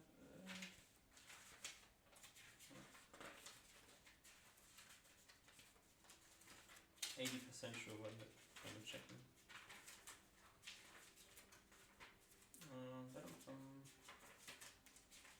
I have too many. I still have too many cameras. And I look at all of them and I don't see the one that I need. Great. I can't really hear you. I'm just blind. I was looking at the wrong paper. No, she does not have it. Now that I'm smaller, I'll in halfling say, oh well, that's a shame. I'll go check the next shop. She was going to her books, turns around, sees you like half size, speaking a language she does not understand, and you just leave the shop. Yep. Alright. Leaving a good impression. 1 or 2? 2. 2. This shop is called Curious Conjurations. Nice, that's a good omen. A good omen. Same stuff, or do you go in and say in halfling hello? I go in and halfling say, hello, do you have grease the spell? Once again, shopkeeper's a woman who looks at you and then says, excuse me, I don't speak your language. Do you have, then I say switch to comment, do you have grease, the conjuration? I would hope so. Yes, I have it. It's in one of these books here. Let me check. She goes to her books, pulls one out, says, yeah, it's here. I pull out 5 platinum, which is what, 50 gold, and then 50 more, 50 gold, so it's half in platinum and half in gold. I'm like, here, this should suffice. Yes. So going right. There's a table. You can take a sheet of paper and copy it for yourself. All right, I take a sheet of paper and then scoot my halfling butt up on a stool and start writing a copy. Yeah, you kind of have to stand on top of the stool to write because you're kind of small right now. Okay, I do that then. I empathize with the halfling experience. Yeah. As you continue writing, like after what, 25 minutes? Yeah, something like that. Yeah, like after 20 minutes of writing, you grow in size again. And then I go, and then I sit down and continue again. Yeah. She kind of looks at you slightly.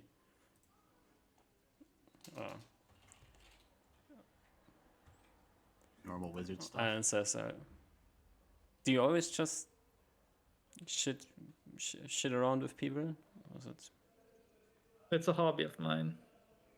great hobby you have there? Thank you. She It's like one of kind the- of shakes her head and goes behind her counter again. One of the few things wizards can do. She ignores you. Good. Now I've achieved my absolute peace and quiet to do my spell. Mm-hmm. All according to the plan. All according to the plan. Perfect. All right. You continue doing your stuff. Julius, what are you doing in town? Probably just adhering to his own advice and just laying low. Lying low, all right. And then let's quickly check in with Reuven, who has Split the party. behind. Split the party. nothing Die in bad the ever woods and no one happened. will notice. Nothing Yeah. bad ever happened with splitting the party, you know. The last time we split the party, I almost died. Thank you. Mm-hmm. Good thing it's an almost. Yeah. But you have never seen any troll stuff in Lobay Forest, so chances are pretty Yeah. low, you know. Exactly. Feel much better. So, what's your plan, Reuven? Reuven starts heading to the Dryad Grove. That's at least what he called it in his mind. Yeah, you Got it. you think you know where it is, right? So you're trying to get there. It'd be interesting. Charm person actually works on dryads. Be careful, you might be charmed instead. Be a charm off. A charm off, right? All right, you head towards where you think the Dryad's Grove is. Give me a. Do you have direction sense? Yep. Give me a direction sense check. So see how quickly you find your way.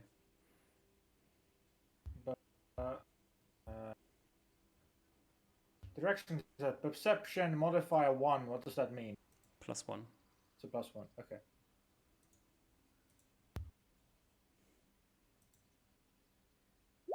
+23.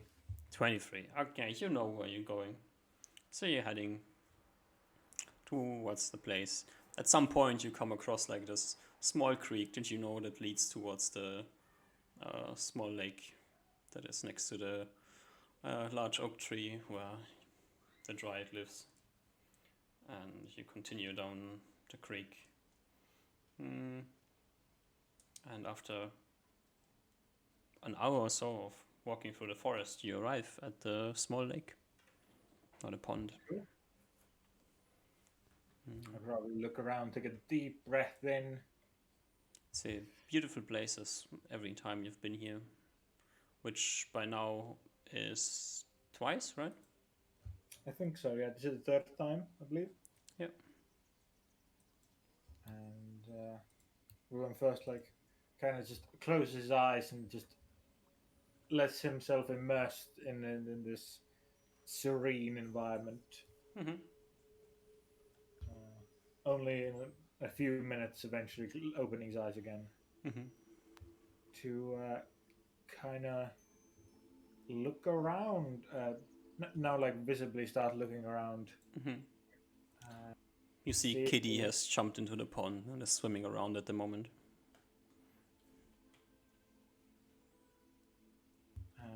He probably like walks to the tree line that his friend the Dryad has. Let me look.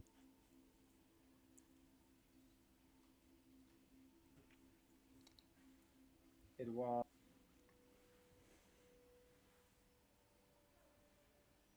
my Arya is the name. yep. Yeah. This is Seemingly my thingy doesn't want to work very well now, but okay. Alright. It's fine. He probably walks towards where he's seen Arya like meld into the woods before, and then does like a light bow of the head, like in Elven, saying, "Hello, I have come to greet you and give my thanks." You speak to the tree, but you don't see any reaction. Ooh. He probably waits slightly, just stands around for a bit, maybe waits 10, 15 minutes, see if she returns. Mm-hmm. Give me a perception check. Okay. No. Yeah, you stand around looking at the tree, waiting. You hear Kitty like splashing around a bit. What's Kitty's perception? 14? I 12? believe so. She was a natural one anyway, so doesn't really matter too much. Kitty's probably looking for fishes at the moment.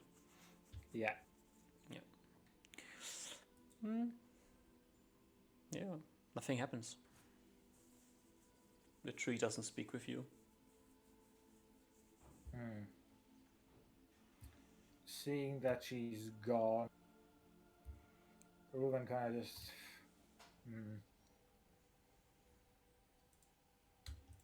I think he's gonna go and find like a stick from the ground first. No, yeah, a stick. With a fallen off branch or stick, and then look for like a muddy area where he can like seemingly write in the dirt with. Best place probably like on the edge of the pond. Yeah, that seems fine with him. Mm-hmm. And he's gonna write in Elven in the like dirt, mud in Elven. Essentially just saying, hello, I came here to greet you and give my utmost gratitude for helping me find a teacher and giving me direction. All right. And then also writes that he'll be going. He and Kitty are gonna start leaving, and they're gonna head to the other land, to the the other land to the east. That's what he calls it, and that he might not return in a while. Okay. Finishes off with a flourish in the mud of his own his own name. And probably waits until Kitty is done and then refreshed and satisfied with swimming. Gives a final gracious bow towards just the woods and says thank you out loud again. And will take his leave. Yeah. Kitty will manage to catch a fish and will drag the fish onto the land and start nomming away. All right.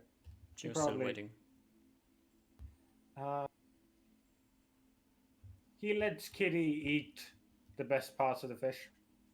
He probably doesn't want to stand around too long because otherwise the peeps are going to wait. He probably doesn't want to spend more than an hour here. But you know, he's kind of loose about it, so he'll wait until Kitty's more or less done and go. Yeah, Kitty will just eat for like 5 more minutes or so, and then look at you and say, "Take fish." Reuven nods. Yes, yeah, we can take the fish, absolutely. Yeah, Kitty will grab the fish into her mouth and climb up your back and sit with the fish in your hood. Great.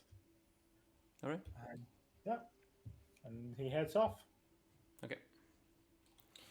As you're moving through the forest, give me a perception check as well to see if you run into interesting things. That is a failure. Give me a d20.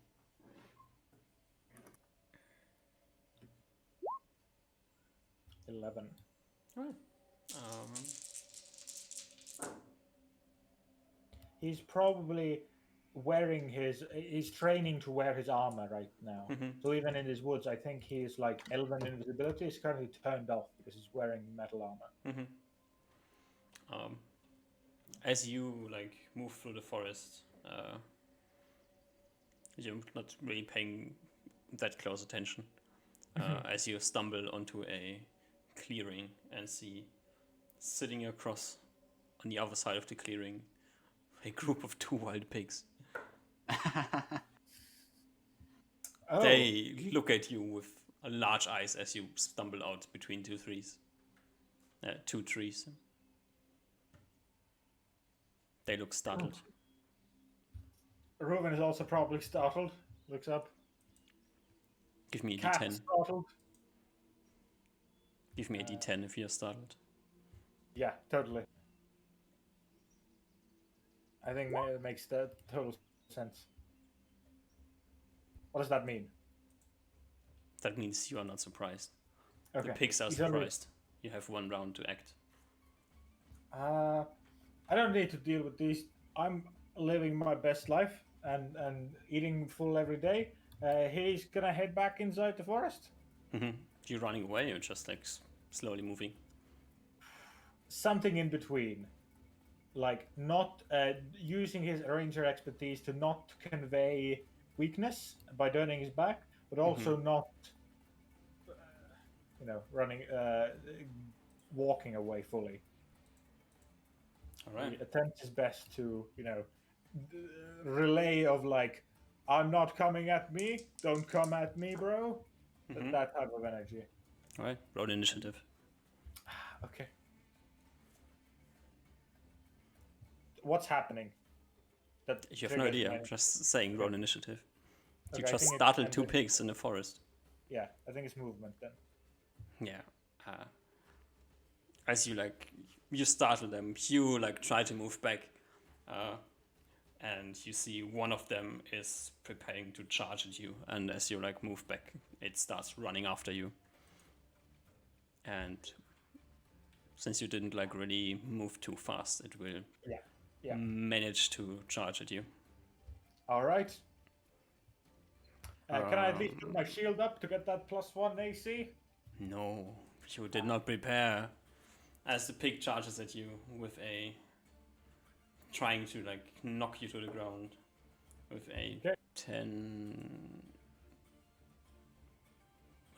Where's Feko?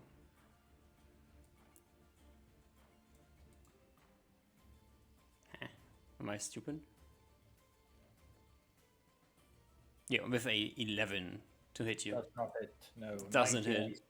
The pig charges at you, and at the end of its movement, almost reaching you, tries to knock you to the ground as you had enough time to just slowly step next to a tree, and it can't really get to you, but it's now next to you, and it's your turn. There's a deep sigh from Reuven as he knows he cannot run away from a 4-legged creature with wearing this heavy metal armor, which means he's gonna have to take him down. All right. So you draw your blades and I attack. draw my bow. You draw your bow. All right. Yeah. Draw your bow and shoot at it. Yep. 8. This is. Initiative 8. Oh no, it's your turn now. Oh, sorry. Then I guess it is delayed then. Right. So I delay my initiative to instead I shoot my you bow. delay to the end of the round. True. Yeah. You grab your bow, and the second pig also will charge at you. Okay. Seeing its friend trying to defend its homeland, it will also try to do the same. With a natural 1, as it fails a saving throw versus death, and on the way to charge at you, accidentally brushes onto a tree and stumbles about 50 feet away from you. Okay. I just now think of another way to do this. I have my ranger ability to calm animals. But I These think animals are not going to be calmed. Yeah, how it works is that it brings them 1 tier down, so instead of being outright hostile, they'll just be aggressive. They'll still be probably fighting though. It's meant to do if they're unsure if they're fighting or not, then you can calm them down. well, Yeah. I'm shooting at the end of my turn anyway, so I get all my attacks right now. Yeah. All 3 of them. Yeah. Bow out with my normal D6 out, I go for the one guy's prone. Or One just, guy like hit his shoulder on a tree and is like fallen over in the middle of the way and is currently getting back up to his feet. Okay, I'm just shoot the one right next to me. Yeah. That I'll hits. just do 3 attack or 13 hits, I think. 7 damage. 7 damage, you kill the first pig. Shoot the others. Shoot the other Alright. one. Actually, it might not be in 30 feet. It's not within 30 feet, and also it's Okay, so- effectively still on the ground, so -2 from that as well. So a +8, so a 12. You need to roll a 11, so I think that's still a hit. 3 damage. 3 damage, it's not dead. A pig very squeals. Third shot, 19. That hits, 4 damage. and it stops squealing. Arrows come. I would like to do my thing and start to take out, to see if there's any good arrows left. You can try to recover your arrows, yeah? Yeah. They are all good arrows, so. Roll 3d2. Mhm. 2 is good, 1 is bad. Mm-hmm. Recover 2, lose 1. As you like just grab your bow, shot 3 arrows, Kitty looks up from behind you and says, "Why Piggy's dead?" The piggy attacked me. Oh no. I'd rather it. I tried to run away, but these pigs are way too fast for me. Where Piggy not fast enough for me. I always run away from Piggy. That's Piggy's true. slow. You're the fastest, my companion, as Mm-hmm. you put the hand down to scratch her. But does Piggy I also picked up arrowhead, learning from my teacher. does Piggy taste good?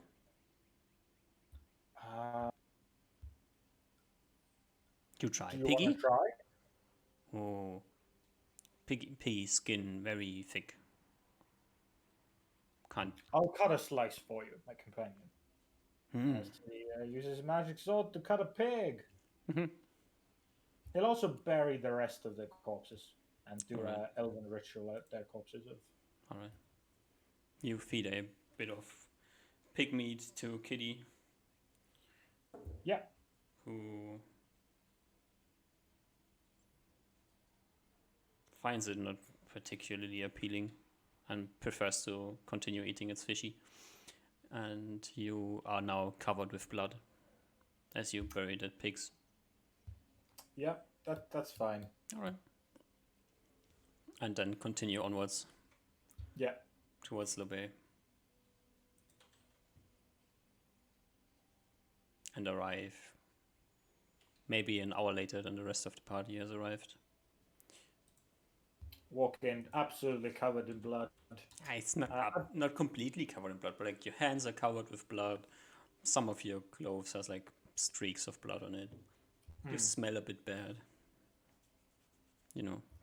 He probably usual. goes to the honey pot or what Yeah. the LLL. Yeah, the He doesn't know LLL. the Yeah. difference. You head towards the LLL and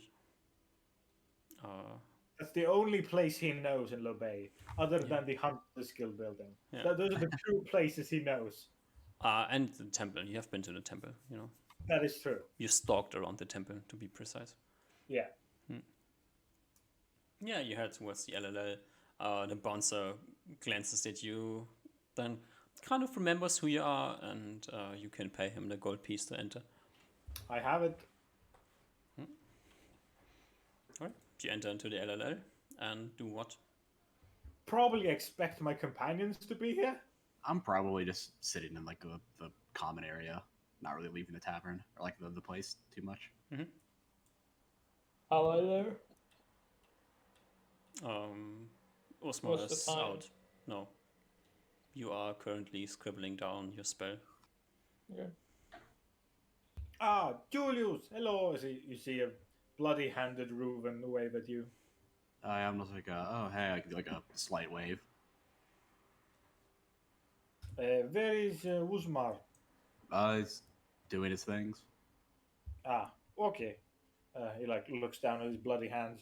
I need to go wash this off. Oh, okay. You know this place better than I do. Is quite easy. Okay, I How'd go. your, I'll be back in soon. okay. And Ruben goes has a nice wash. The LLL, to get you up to speed, the Lobay Luxury Lounging, is the equivalent to the Honeypot in Lobay, just has a different name. It's more or less the same thing, slightly fancier. Oh, fancier. Nice. All right, they have the elven wine here. If I come back and Ruben Usma still hasn't returned, I'm buying us elven wine. Do you have enough money? The horses are here, right? I imagine so. I don't think it was. Universal horses here. Jeeves. Yep, the horses are there. That means we got a shit ton of money to burn. Do we? I don't think we still have that much. We have like 200 gold. 200 gold for wine is quite a bit. How much does the bottle cost? 75? Well, I'm only drinking two glasses, you know? Okay. So that's 10 gold pieces. Okay. I'll mark that off. Alright, you buy 2 glasses of elven wine. Let me double check that I'm not giving you the wrong price. Not that it matters too much, but I want to be on the up and up. Have I written it down in here? Did I already move this? Maybe.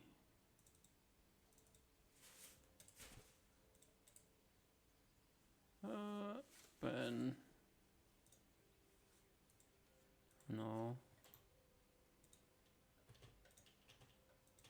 No, I have not. Okay. So you get a glass of elven wine. Like, Reuven has told you about this before? He's mentioned it. He's mentioned, yeah. Give me a grub skill check to see how good it is, and you can roll it at advantage. Advantage. Mhm.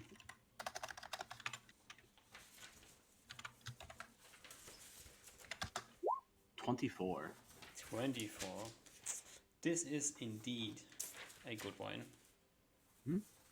It's a good wine. This is probably the best wine you have tried. Yeah. I'm drinking it. I'm like, oh. Yeah, this lives up to the expectations that you set for me, Reuven. See, is much better than, human-made wine. I've been trying all the human-made wines in the world, but it's quite good. How'd your we get done talking about the one, so how'd your friend's meeting with your friend go? She was not there. At least she did not show herself. But I wrote her a message. Oh, didn't know you know how to read and write. Was it I guess maybe you're doing Elven. It like looks at you and was like blank stare. Of course I know how to read and write. What do you take me as? Oh, I just didn't know you knew how to. I didn't know you know how to read and write Common. No, of course, human is such a weird language. Is very weird.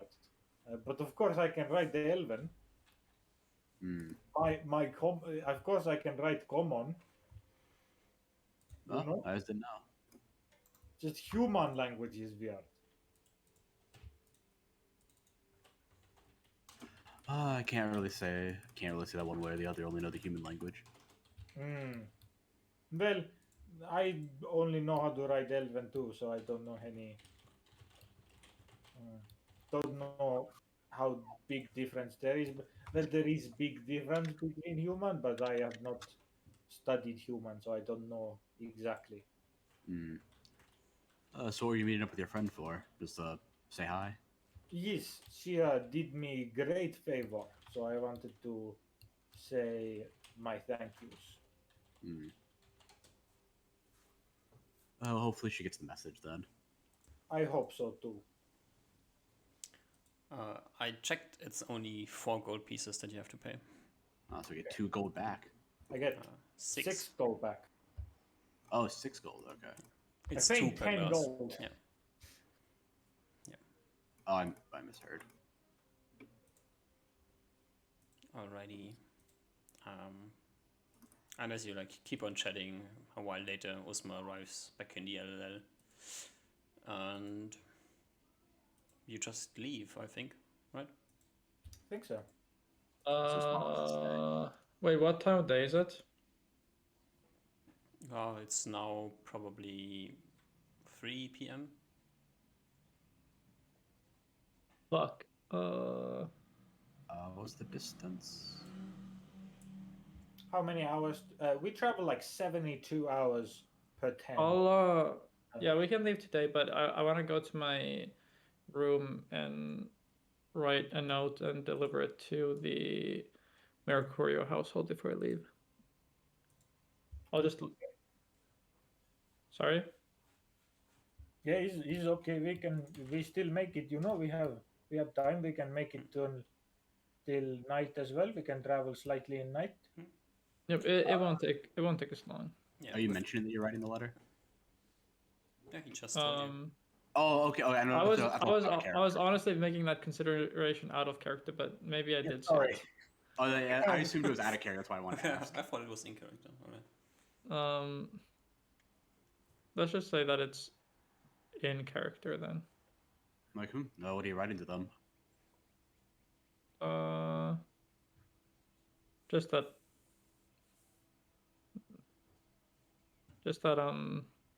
that we're heading east now.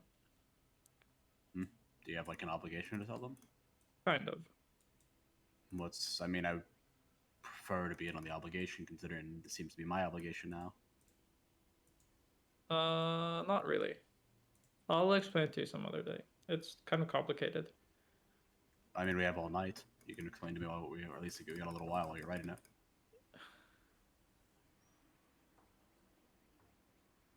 Why kind of wouldn't you?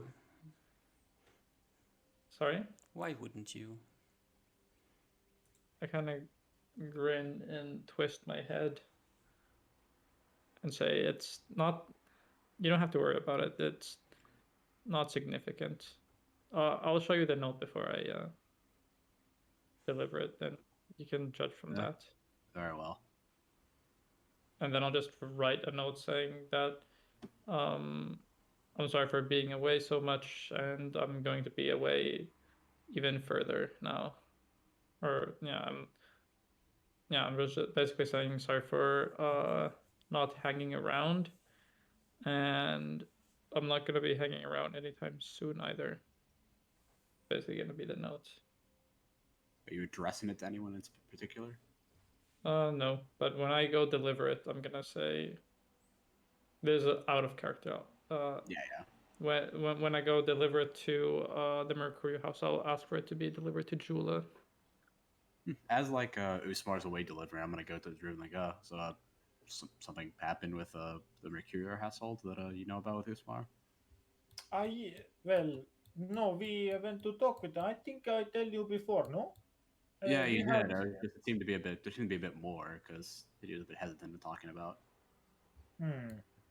I do not know. I do not know if we have spoken to them before. If we have spoken to them second time, we only spoke to them the one time. They wanted us to do some job, but it seemed pretty boring. Yeah, it just seems a bit strange considering I'm pretty sure Usmar said that you guys had a bad relationship with them for the most part. I don't know if we have bad relationship. We just seemed we told them of people like you. What do you They mean, people seem like to me? not know about it. What do you mean by people like me? You know, like VR Spellcaster? magics. Ah, I see. Wait, so he's aware? We did not see this man. We see woman.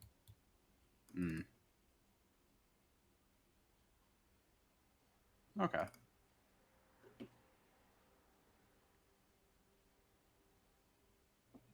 anything unique about this woman, or just a noble woman? I'm not sure. She seemed very like a leader human, but at the same time did not seem very strong or skilled. Hmm. Nothing very impressive. I see. That's all you. That's all the interactions you've had with them. Yes, he's meh. You see Rubens kind of dismissive about them. He's like he very much meant it when he said he was kind of like did not think of them as very skilled. That seemed very like a good way that Reuben seems to look at individuals. It's Yeah. like All right. skill and strength. All right. I'll say one more thing then. Why would you think Usman wants to write a letter to them? Well, I guess we did promise them to do this job, and we have not done this job, so it means we are. Which job is that? Like Scratchy said, they want. I think they said something of they had traitor in their house, Hmm. and we needed to find this traitor. But see. I'm not sure. It seemed pretty boring, human politics stuff. Yes, well, if they want something done and we tell them we're not going to be getting it done for quite a while, I can't imagine they'd be quite happy about that. So we should leave quite soon as Usman gets back. Yes, but they also didn't pay us or anything for it, so it's not like we owe us them anything. But we did, I guess, break our promise lightly.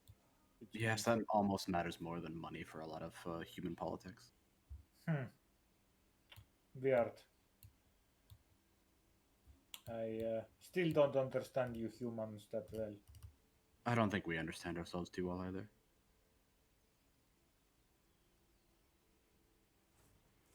Quite a statement. Osmar, as you head to the estate, do you want to talk with anyone or just dropping off the letter? I'll just drop off the letter. All right. I guess yeah. Yeah, go drop off the letter. All right. I'll write what it says more precisely. Yeah. But I'll essentially drop off the letter. Just Then we can let me know after a session what exactly is in the letter. All right. Anything else that needs to be done before we leave toward Port head Bream? towards Port Bream. All right. Maybe I would have done this before heading back to the LLL after getting the spell. I would have just went quickly to Tanner to inform him that we killed Rachel in the bandit camp. So I'm not sure how that's gonna affect their how that's gonna affect them. They might be more active or less active, I'm not sure. But maybe something to consider is that Rachel was killed in the bandit camp. Mm-hmm. But yeah, that's it. He congratulates you to once again getting rid of a bandit. Nice. I can't get my 350 gold again, I presume. You have another head? I wish. There has to be a spell that can do that. Duplicate object or something. It's only temporary if I recall correctly. At least unless you get cast permanency on it. Temporary is good enough. I mean, when I mean temporary, I mean it lasts a couple hours. Yep. Duplicate head. A new 4th level spell. Specifically duplicates a separate head. Yeah, it's just for one reason only, to cash in bounties in 2 different places. Probably not worth the making of the spell cost ever. Never going to recoup that money. Costs like 10,000 gold with cat to probably research it. Alright. And you continue towards Port Bream. You will be arriving really late now. Since you added in our trip in between. So it's gonna be almost 10 PM when you arrive. Yeah, I think I'll be making small talk like, oh yes, going back to my place I was born. You were born there? Yeah, born and raised in Port Bream. I can't say I'm surprised. What does that mean? I give him a look, expecting him to know what I mean, and don't elaborate further.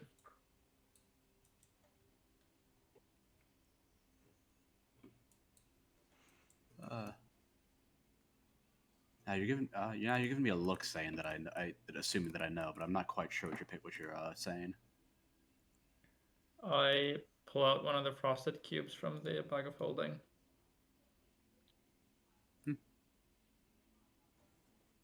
Oh, I think I'm picking up what you're saying now. Yes, I picked up quite a bit of mercantile skills in Port Brame. I give a painful smile and put the cube back into the bag. Yeah, you always have to know where to look to find the good deals and the good items where you want them to. I don't say anything, I just nod. Let's quickly check if you come across the caravan. Don't think so, but let's be sure. No, you don't come across the caravan. All right. So you arrive in Port Breme. It's like sun has already set. You head to the honeypot. What's the plan? Yeah, I think so. Do we want to ask when boats come? We'll do that tomorrow, Ruben. It's Yeah, they're already probably late. not. They're probably not open right now. Okay. I mean, you can ask random people. You can ask in the honeypot. Yeah, we can ask in the honeypot. Knowledge Keeper would of course know of the clan. Probably. Yeah, that's probable. Or you can wait till the next day and ask then. Is it still part of the plan to head to Green Peak? Oh, right. I think so, right? Ruben seems to be like, oh, I guess we could send a letter to Green Peak to say that my teacher can just, cut off the skin as he wants and just leave half to me and we'll pick it up when we But we'd want have to go get the half anyway. Or do I survive on 2 for a trip? I mean, I can't. I mean, how far away is it? Is it be like a 2 or 3? I mean, it depends on how. Let's see how long the boat's gonna take, and we can determine after that. I think So we get.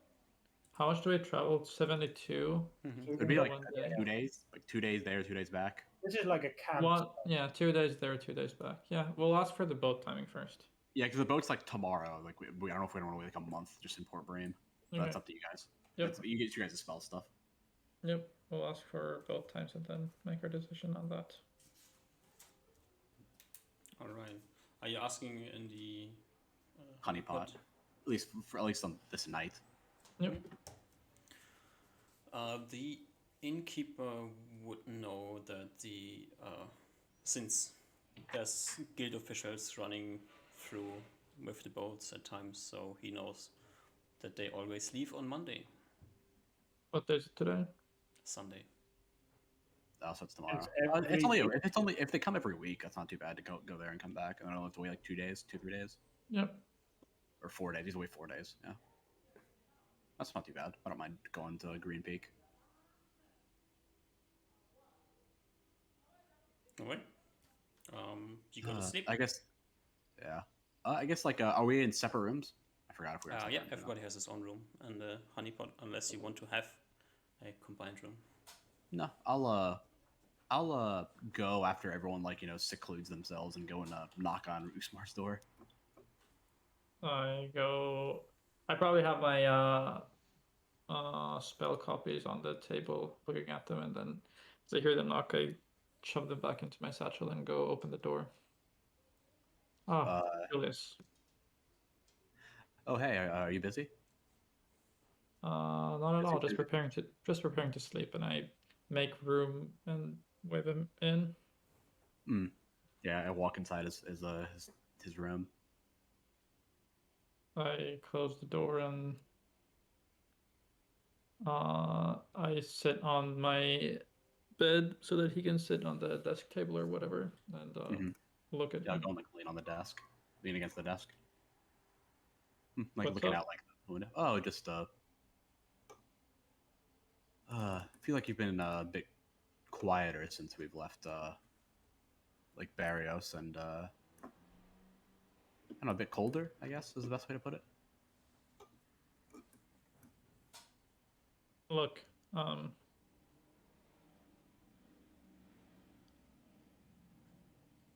I know what you did. And what is that?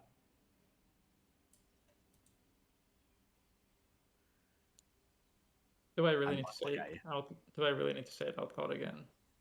I mean, I feel like you do. I'm not entirely sure what you're meaning. What you're implying by that? You acquired these items, and I pull out the frosted cubes. Yes. There was some news uh, during the same period. Oh, we're Now, talking about the merchant who tragically died in a shop. mhm. Now these are quite the rare items. I've not been a wizard who can cast a spell to create these. I've not seen a shop where you could buy these.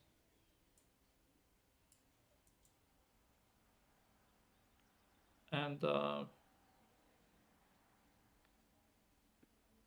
everything points to the fact that these two events are linked. You acquiring these and the horrific happening in Barrios. I mean, we can just chalk it up to a coincidence. Someone stole it. Someone stole the rocks, sold it on the market, and I bought the person who they sold it to.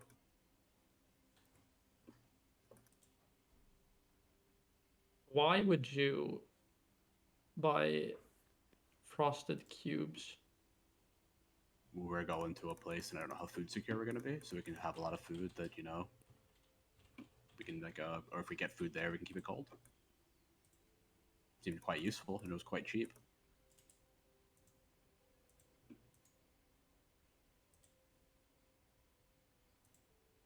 You know, And worst comes to worst, we can just pawn it off somewhere else. I I think I could believe that if there wasn't um, other evidence also pointing to my hypothesis. And then other You evidence is. you said that you acquired information through through channels about the bandit whereabouts. Mhm. I was I here know. I was here presuming that you asked your deity and they somehow helped with this. Now, I this clearly indicates that you spend time in certain crowds. Yes, that's how generally one gathers information. It's spending time in crowds, knowing people. Yes, but the types Is of it? people I that don't think it's illegal to spend time with crowds and gather information. I agree, but I think if this kind of information is available to you, I think that speaks of your character. I think it just speaks to the characters of the people that I know, or Yes, the but who? people that they know where they got the information from. I don't know where they got the information from. Yes, but as we see, um, people are determined by the people they spend time with.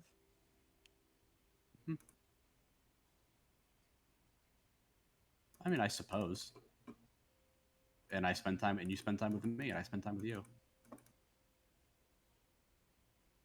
And I mean, what's the harm in it all? I mean, we that information helped us get to the bandits, helped us gather information. That in particular is good, but it suggests to me that uh, you were involved in the acquiring of these cubes. I mean, I guess if like they were his cubes, then I guess I was involved with gathering them, but I don't know what you're implying. Like I don't know. I guess I'm involved as much as the person. Like I guess a little bit less than the person who bought them from the person who stole them. Like if you can prove that these were his cubes, then I guess I would have to give them back to whoever owns his estate now. Do you mind if I cast a spell? What spell is it? What does it do? It eases the burden of me interpreting your words. I feel like that's a breach of trust. I agree. This is why I offered. You don't have to accept. I mean, I don't expect. I mean, I'm not here probing your mind for information, so I don't feel like it'd be nice if you probed mine. That's fair. Even though we both have the ability to, it'd be a little strange if we did it. But I am also not here lying.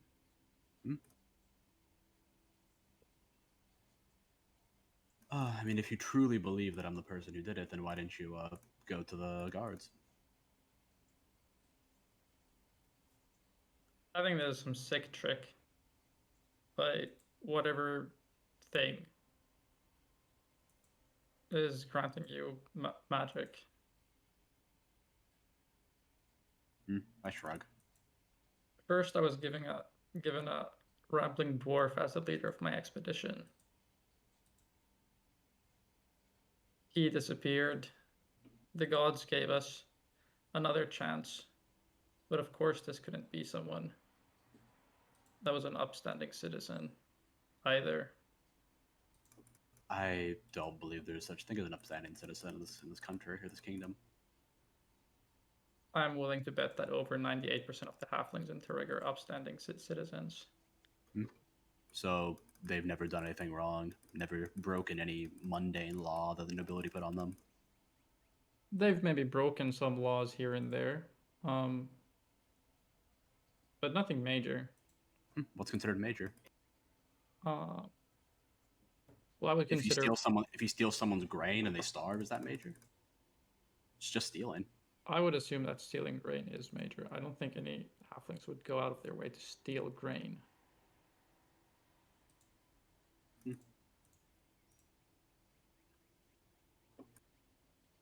But anyway, it seems that you're implying something very major to my character, and I would at least I would at least appreciate if you could back it up with some evidence rather than just something circumstantial. And if you truly believe it, then I mean, we're in a major city. Go to the guards.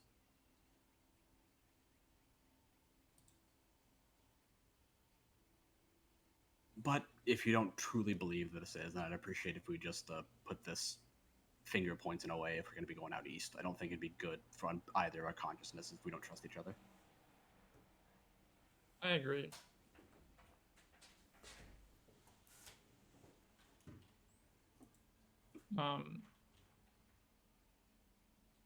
I have no intention of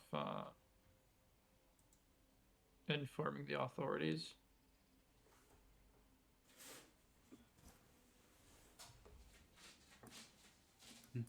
You don't have to worry about that.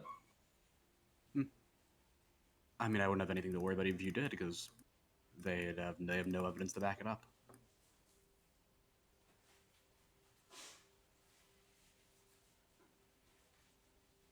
Possibly. You know, there's a spell that lets wizards see the last dying moments of any person. Mm-hmm. Someone could cast this on the corpse. Perhaps. But then that goes up to the word of a wizard. And how many people around here don't trust wizards? I feel like the trust of wizards is pretty high. And but if only one person can see it, that person could, have something in the background. Maybe someone wanted, pay that person to, just get it over with. Get the I crime agree over if there was one wizard, but if there were multiple, and it was their word versus yours. Perhaps. How many people care about it though? Did anyone actually care that he died? After did you hear about it the day after, or did you hear about it the week after, or just the day after? We left Paris very soon, so yeah. I'm obviously not the one to hear of the happenings. I'm just going to say one thing, like before we end this conversation, is that someone wanted him dead. He was going to die anyway. I don't think it particularly matters who kills him. The person who wanted him dead is just going to brush it aside afterwards.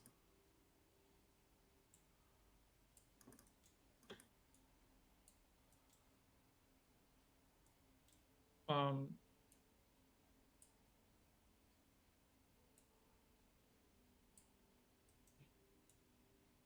So I think it'd just be best if we just forget about it and just keep moving forward.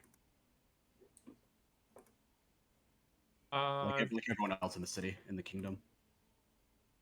I've not been the one to bring it up at any one point. No, it's you seem to have been treating me differently ever since, and so it'd be best if we just you don't have to start treating me differently now, but just not with so much distrust. Sure.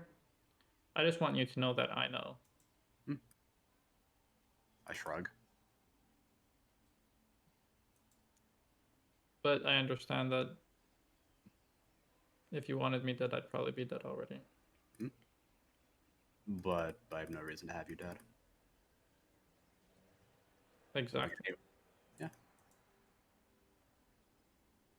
Perfect. Well, anyway, But it was a good talk. Before we end, I must note that if you happen to acquire any further of these missions, make sure that these missions don't happen in Tarrega. Tarrega? I don't really have any reason to go to Tarrega or do any missions over there. Thank you. Then I would have a personal problem. Also, just as a note, that was the potentially, since like we think we're on the same page here, so that was the price for the information we got for the bandits. Osmar kind of furrows his brows. So, if you want more information like that in the future, that's the price that is most likely going to be paid. So, think of it as we're in this together. We both mutually wanted the same thing, and we both got the information that helped us.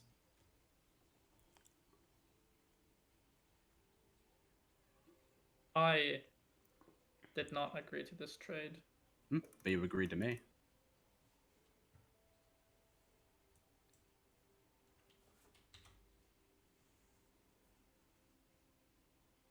Osmar kind of ponders.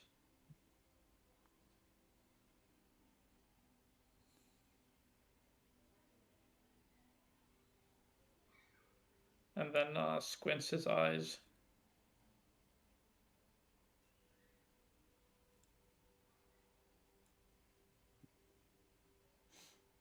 I agreed to you before any of this news happened. I suppose I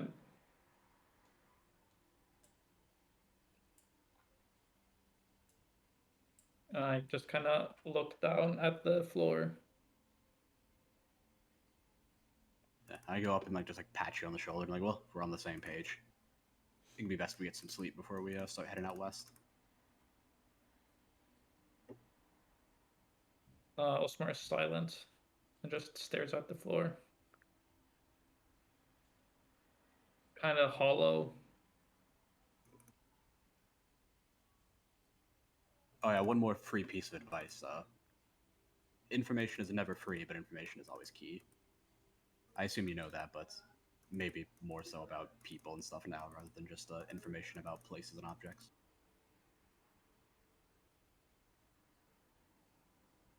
I looked at Julius and then looked back at the floor and closed my eyes. No, I'll leave out and close the door behind me.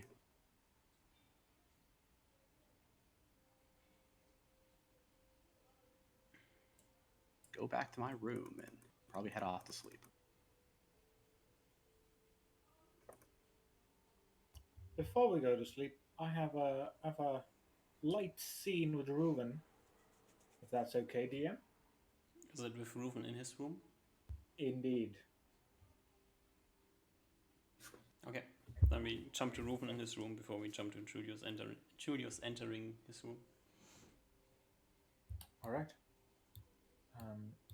Reuven is there in his room. He has one of two maps in front of him, especially with the light part that is of the wildland or the wastelands to the east. And he's stolen a piece of paper from somewhere, and he's writing down in Elven all the information he got from Usmar about these bugs, like frowning deeply as he's deeply concentrating on this new mission he's about to embark in, and it's very visible the amount of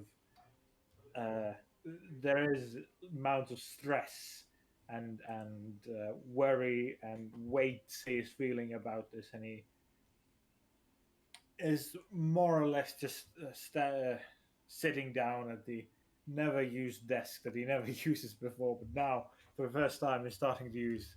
He's writing down, scribbling things in Elven, crossing things out, looking much more like Usmar than he would like to admit, with a frown on his a furrow on his brows.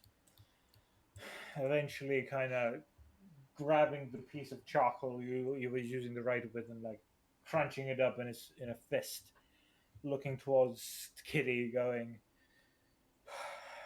"We aren't my companion. We are stepping into many dangerous territories, and we are not anywhere near strong enough to make sure we are safe. So, from tomorrow on, we're going to begin training. Okay?" As he looks at his kitty. What training? I am going to learn from you on how to move. And you are going to learn from me how to fight. And together, we'll make sure we survive and also our friends survive. We're starting right now. As he like throws down the piece of charcoal on the table, stands up, and is like, "Okay, show me how you move." One problem. What? You only two leg bad. I understand Four leg that. much good. I understand that, my companion, but even us two-legged somehow have to figure out a way to fight and be good at moving. So I will figure out my own path, my own way. And that starts with moving like you, my friend, my companion. Then move with four leg. And Reuven will go on essentially four legs. He's gonna go arms down, and he's gonna start practicing yoga with his cat. And then you move one leg front, and then second leg front, and then third leg goes where first leg was, and fourth leg goes where second leg was. Yeah, and he, with absolute dead seriousness, starts imitating this cat in his room. They've like put out the bed as like a treacherous terrain and start moving about. As DM, I would like to use up my non-combat proficiency and start a tumbling proficiency gathering. Okay. All right. Yeah. That's what we do for a good part of the night until eventually go to sleep. All right. Okay.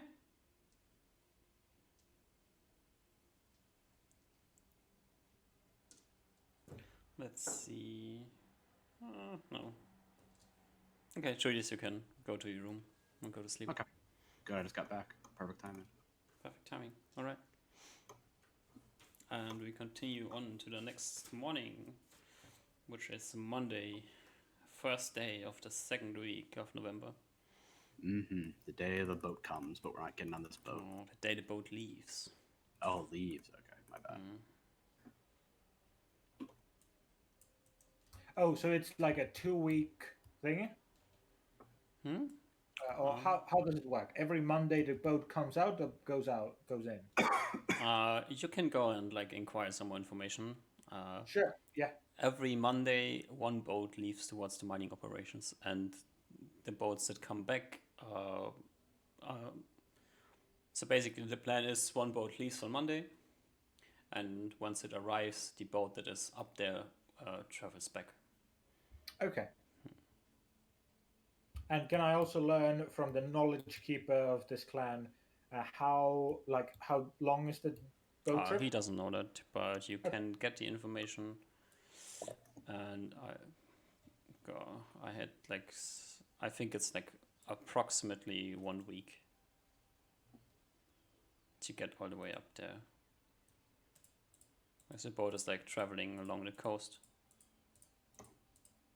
and depending on the weather, it takes you. If the weather is good all the way, it's 5 days. If the weather is bad at some points, it's longer.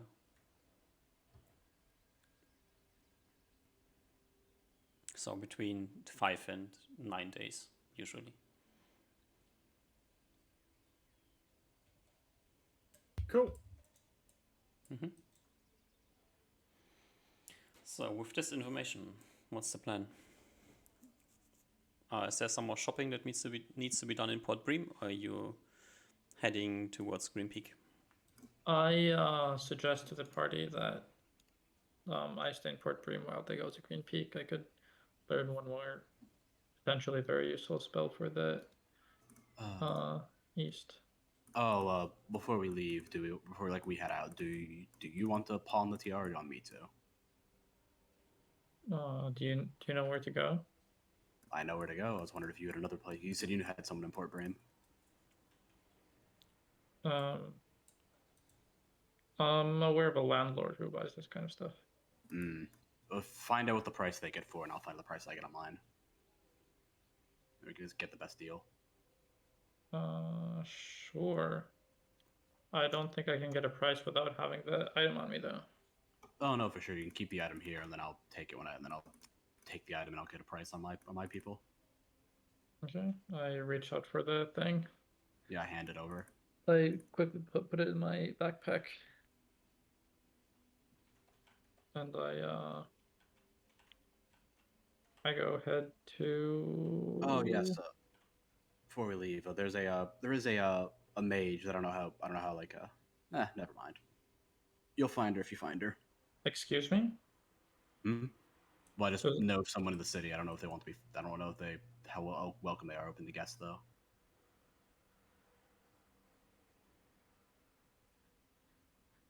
Smart thinks, and then turns around and leaves. All right. Oh, Riven, let's head out. Let's meet your master. Okay. All right. So let's quickly see what Usma gets up to, meeting a landlord as he described it. Yep. Last time they pretty much let me walk in, so I'm gonna go with that assumption again. Yeah. I'm just gonna go waltz on. This time I don't have Wraith from Moraine was prepared. Ooh. Unlucky. Oh wait, I would have prepared one more level 1 spell. In case this might make a difference, I'm moving the acid and oil from Uzma's horse to my horse. Yeah, I also have a vial of acid and oil on my person as well. Okay, I don't know if this is gonna be relevant, but I'll learn my spells. I only have to use 10 minutes, but yeah. Alrighty. I go. Okay. You head over to the place where you know to go. Let's see if... Yeah. You see a familiar half-orc standing outside of the building. I wave him. Jorman. Hello, Usma. I have more business with the boss. Do you think I can get through? Let me check. He turns around, knocks at the door. speaks some words inside and says, "Oh, you can come inside." Thanks. I walk inside. And I hope to go meet Farah. Yeah, she's sitting there on her desk, as you would expect her. Looks up and says, "Well, well, well. If I it regret. isn't a certain person who has trouble selling things." Indeed. I'll cut straight to the chase or to the point. I pull out the tiara and place it on her desk.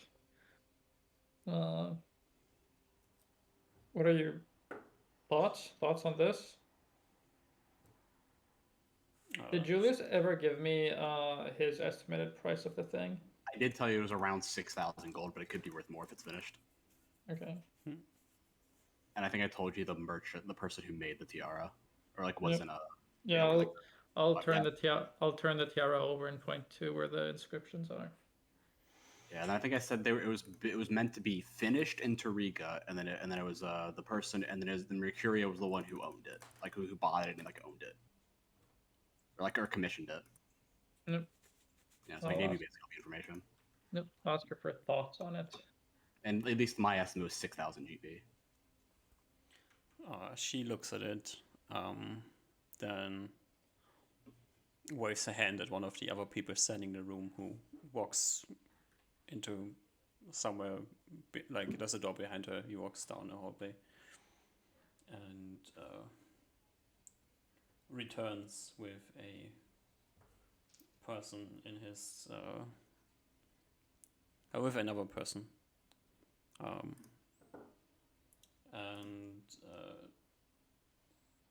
the person that returns has like seems to be wizardly in making.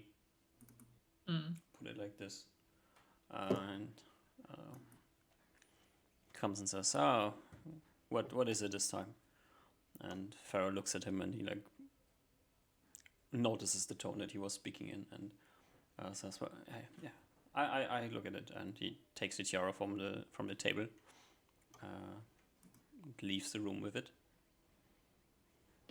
Back into his room. He takes it and goes back to the door.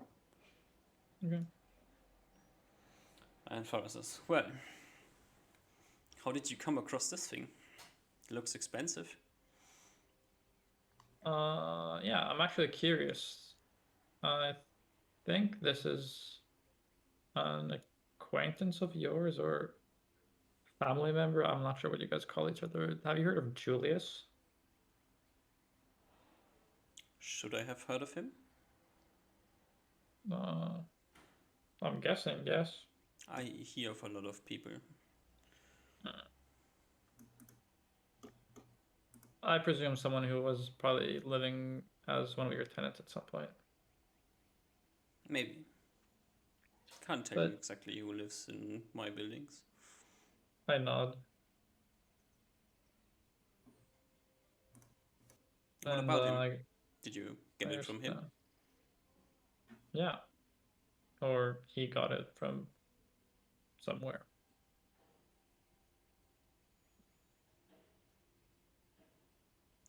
That's all? You got it from someone who got it from somewhere? Yep. This is, well, there's a bit further information, but we'll withhold that for now. I don't want to influence the appraiser. I mean, the appraiser is in a different room. He's not getting influenced by us talking. I don't know, maybe he hears it. I saw the seal. It's from... what is it? Gareth? Back in Barrios? Yep, the finest craftsman of them all.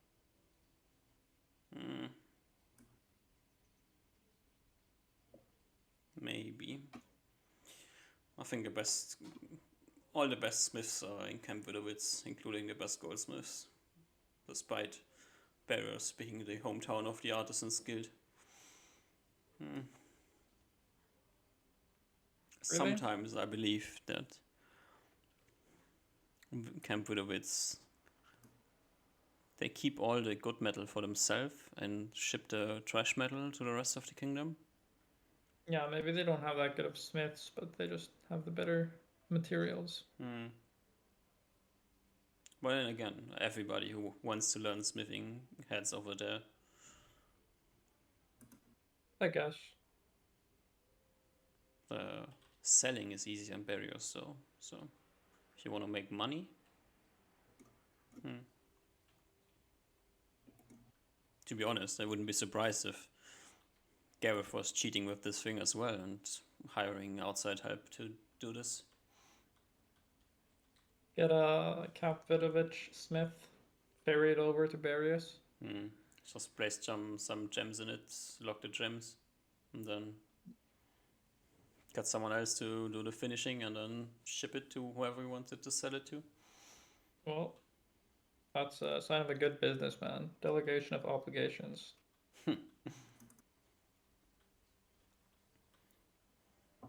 Also makes you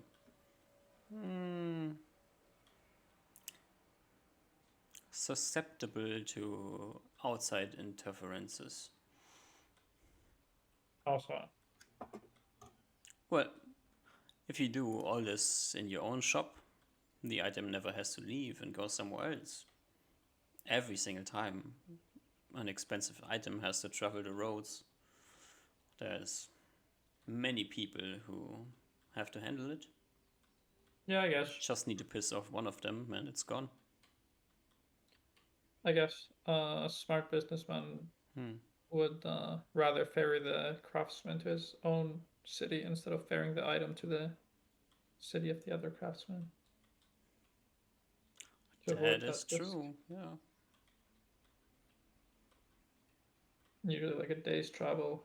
I guess from Camp Vidovich to Barrios would be a bit longer. The appraiser comes back from the other room, puts it back on the table, and then kind of silently says something to Farah, and then returns back. And she says, well. My guy told me that this thing isn't finished. Is it clear that it's not finished? Is it like missing gems or something? It is clear that the gems are placed in some sort of pattern that is not understandable. Okay, so I guess I just pointed. Well, yeah. Actually, yeah, that's true.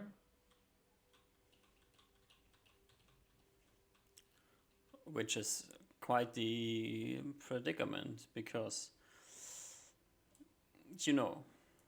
selling a unfinished product kind of hard for me. Yeah, I know. And the amount of work that already went into this thing would be kind of silly to destroy it for its parts. Yep. You'd have to find someone that's willing to work with unfinished products. I agree, it's not ideal.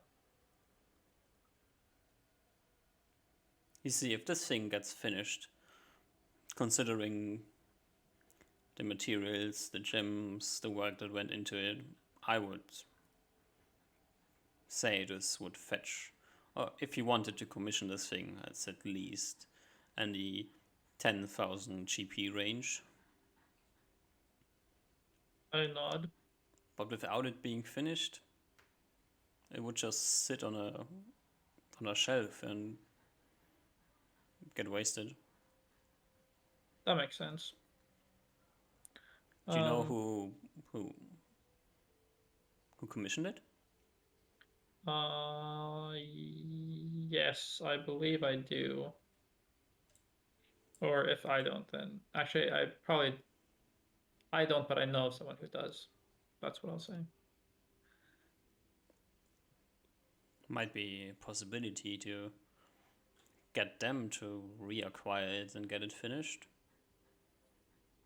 Yep, makes sense to me.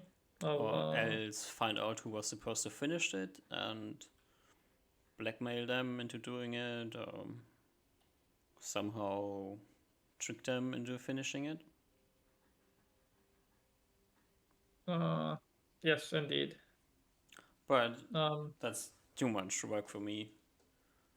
understandable. I'll get back to you once this is once this problem is solved. Yeah, do so. Maybe we'll see. Maybe someone else buys it first. Maybe. I mean, this is a hard to sell item, so Yep. wouldn't really mind too much if it doesn't end up in my possession. I nod and I go take the thing and put it back in my backpack. Mhm. And yeah, I give her a smile and a wave and head out. Interesting backpack you have there. Not for sale. Worth a try. Have a nice day in Port Bree. Thank you. Try to not get robbed. I'll try my best. Bye. Bye. As you I assume from a backpack of holding it would be, or a bag of holding, it's hard to rob, since you have to know what item you're reaching for. yeah, you have to reach into it and you have to know what you're looking Yeah. for. Unless and, you get it and turn around and Yeah, unless you dump shake, it. shake, Yeah. shake. Yeah. Um, Chillin'. as you head back through the city, give me a perception check. I feel like I don't get robbed as a threat. Or a warning. Jesus Christ. Oh, look at you. Jesus Christ. Good roll. Not you're a looker today. Do you remember when the last time you were in Port Bream? You talked with Farah and then you went back through the city. At some point you had this feeling of somebody staring at you from behind. Well, I don't remember that out of character, but I guess Osmar does. But it was this one person who was looking at you from across the street, and then you. I remember noticed her looking something. at you. Someone was looking at me when I walked in with horses. Yeah, because you moved the horses there, and then when you returned back. Yeah. You get a similar feeling as you walk to the town, and you glance around a bit, and you catch somebody looking at you and then turning their gaze as you move through town. Do they look like super hooded and stuff, or do they look like they're trying to blend in with the normal crowd? Person looks like a normal person standing at the side of the road. Okay, I'll keep my gaze on him and try to see if I catch him making eye contact again. It's a woman. Okay, with them. She, as you looked at her, she turned her gaze away and then starts moving down the road. Okay. I think the thing that stood out a bit was the fact that she was standing there looking at you. Yeah. Alright, head back to the honeypot, I guess. Mm-hmm. And try to learn a spell. Yep. I start studying in this 10-foot radius. Give me 3d2.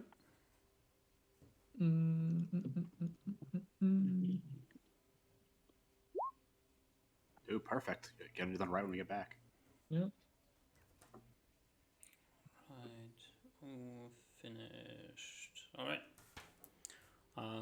So Reuven and Julius, do you want to take a break here for a few minutes? Or continue? Sounds good. Right, Sure. Let's take a break for a few minutes and then see what happens with the both of you. A brip.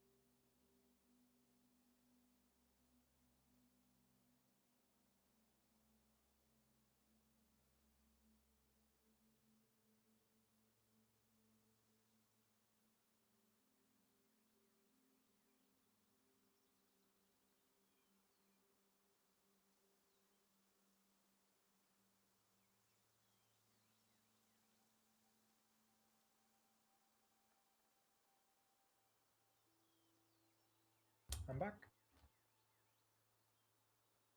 Welcome back. Think we're gonna fight any trolls out here?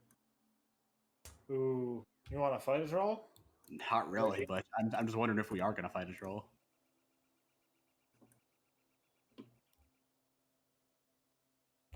We've killed 2. There shouldn't be that many trolls. Honestly, I feel like my best bet for fighting a troll would just be to like wrestle it to the ground and grapple it with my strength belt, rather than actually Ooh. fight. Right? Because I feel like I die if we were actually just fighting like melee to melee. Back Yeah. as Well, well. I only have like 27 HP. Oh, welcome back. All right. So, since you're here, we can continue. Yeah, I Alright. just got back like a minute ago. As you head towards Green Peak, leaving the city bright and early, Mm-hmm. Yeah. you head up the road. We're gonna make Towards- small talk with Ruben, being like, oh, yeah, I feel like I got good things coming soon.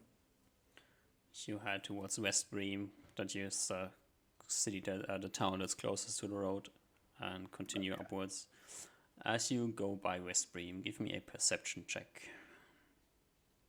One or both of us. You can give me one. Okay. This is this town, right? West Bream. Ooh, a little bit better than Ruben. Alright. Who has the spyglass? Probably Ruben, unless otherwise stated. Hey, you'll take it. Okay, I okay, I'll have it then. Yeah. Okay, so as you have the spyglass, you can see a bit clearer in the distance. And you see, like, at the edge of the hills to the south, a group of large humanoids. Well, not giant size, but like larger than humans. Oh, like 8 feet tall or so. Yeah, 7 feet. No, it's like about a head or 2 higher than a human. Yeah. Okay. It's sort of like oh, Ruben, there's some like big people over there. Like, I hand him the spyglass, like right up to him and hand him the spyglass. They are hairy. You can see them pretty decent. They are armored. They have weapons with them. And where do they seem to be? On the road? Off the road? On the hills, down near the hills. Do they look green? Oh no, These look. I reddish think I fur. encountered these creatures No, before. yellow, brownish fur. Like Yeah. Were these the guys that were ripped apart by the second troll? no, the troll ripped apart August, didn't you? Oh, ogres, right. Hmm. I don't think I ever met these guys then. You have. You have stalked a group of them through the forest. Oh, right, I did. Yeah, yeah. Did I ever get a name for them from my teacher? You didn't come across them. You didn't describe them, so no. Okay. I'd probably say that they're big and mean. I mean, and we don't need to deal with them. To Julius. there's like one thing that you have picked out about them. They are kind of related to goblins, you know. They're like Probably like loosely. the large cousins of hobgoblins.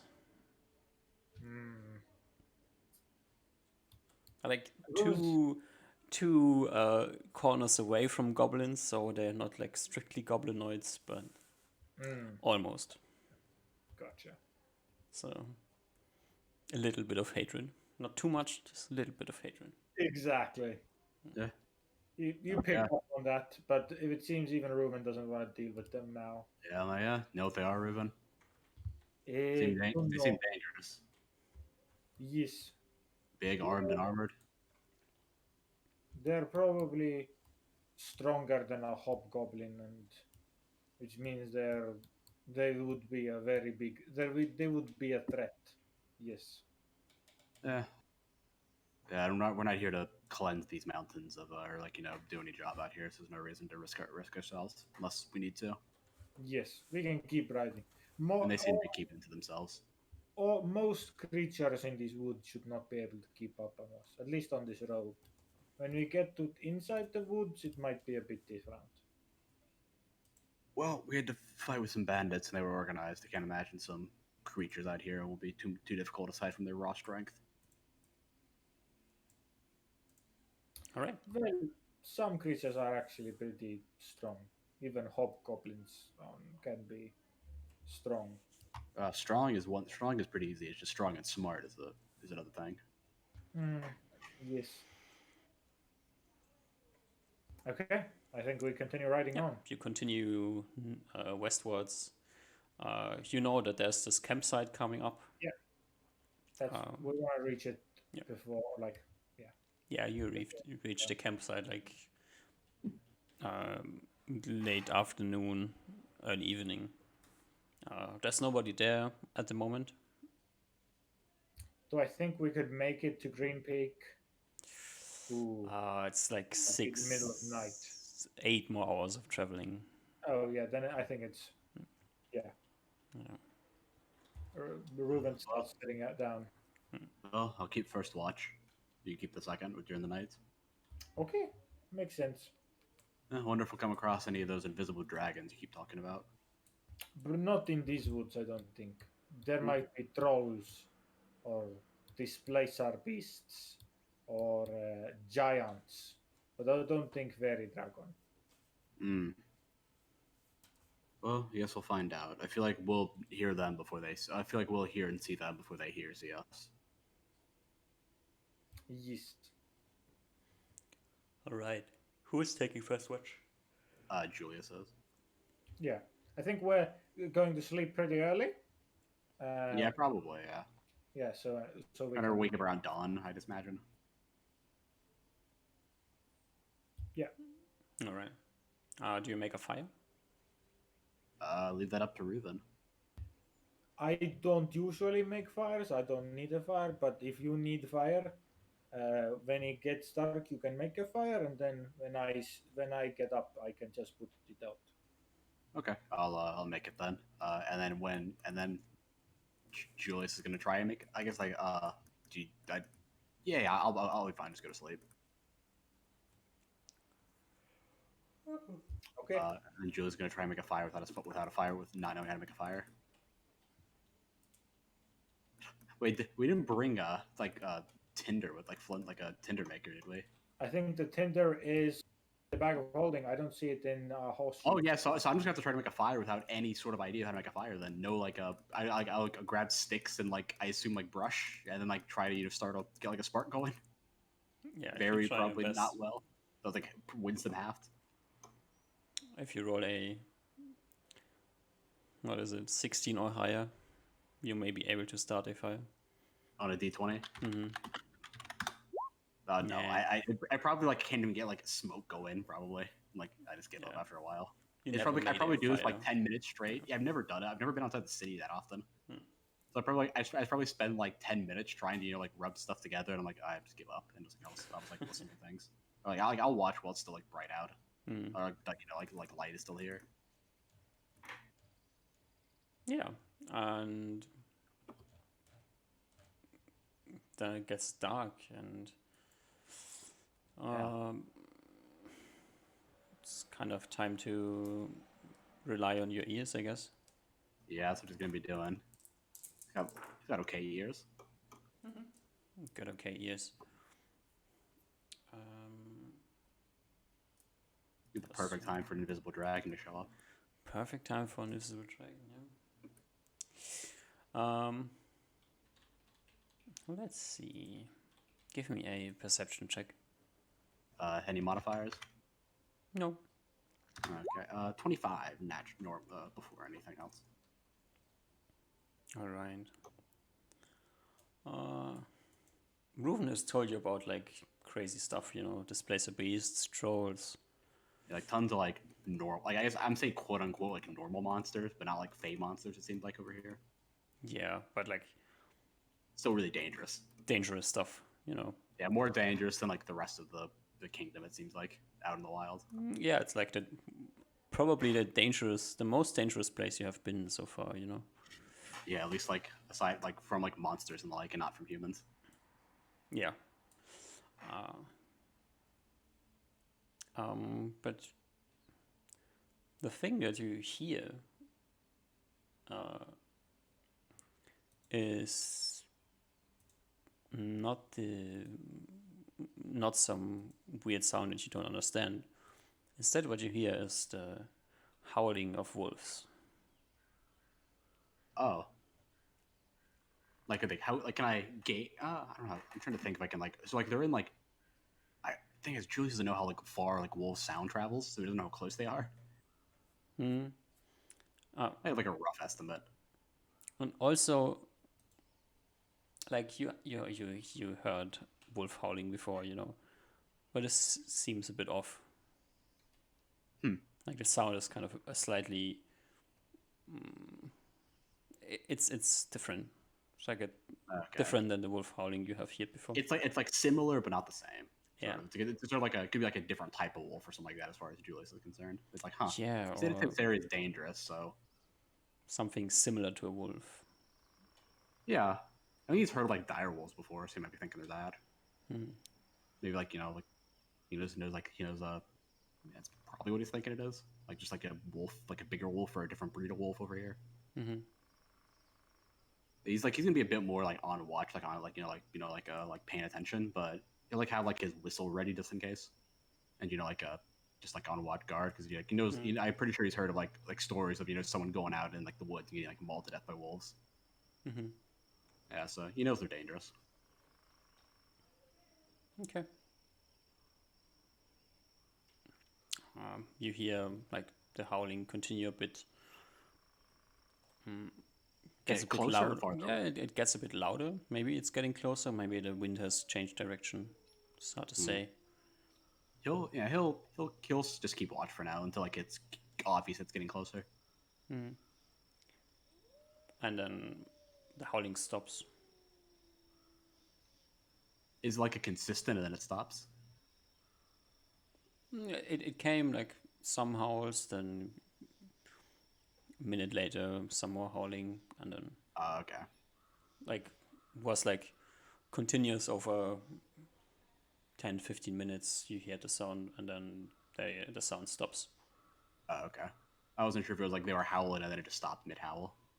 Okay. No. Yeah, I think he'll just keep watching, not wake Ruben. Yeah. By now, your best guess where it's coming from is somewhere from south. Okay. The camp is on the north side of the road.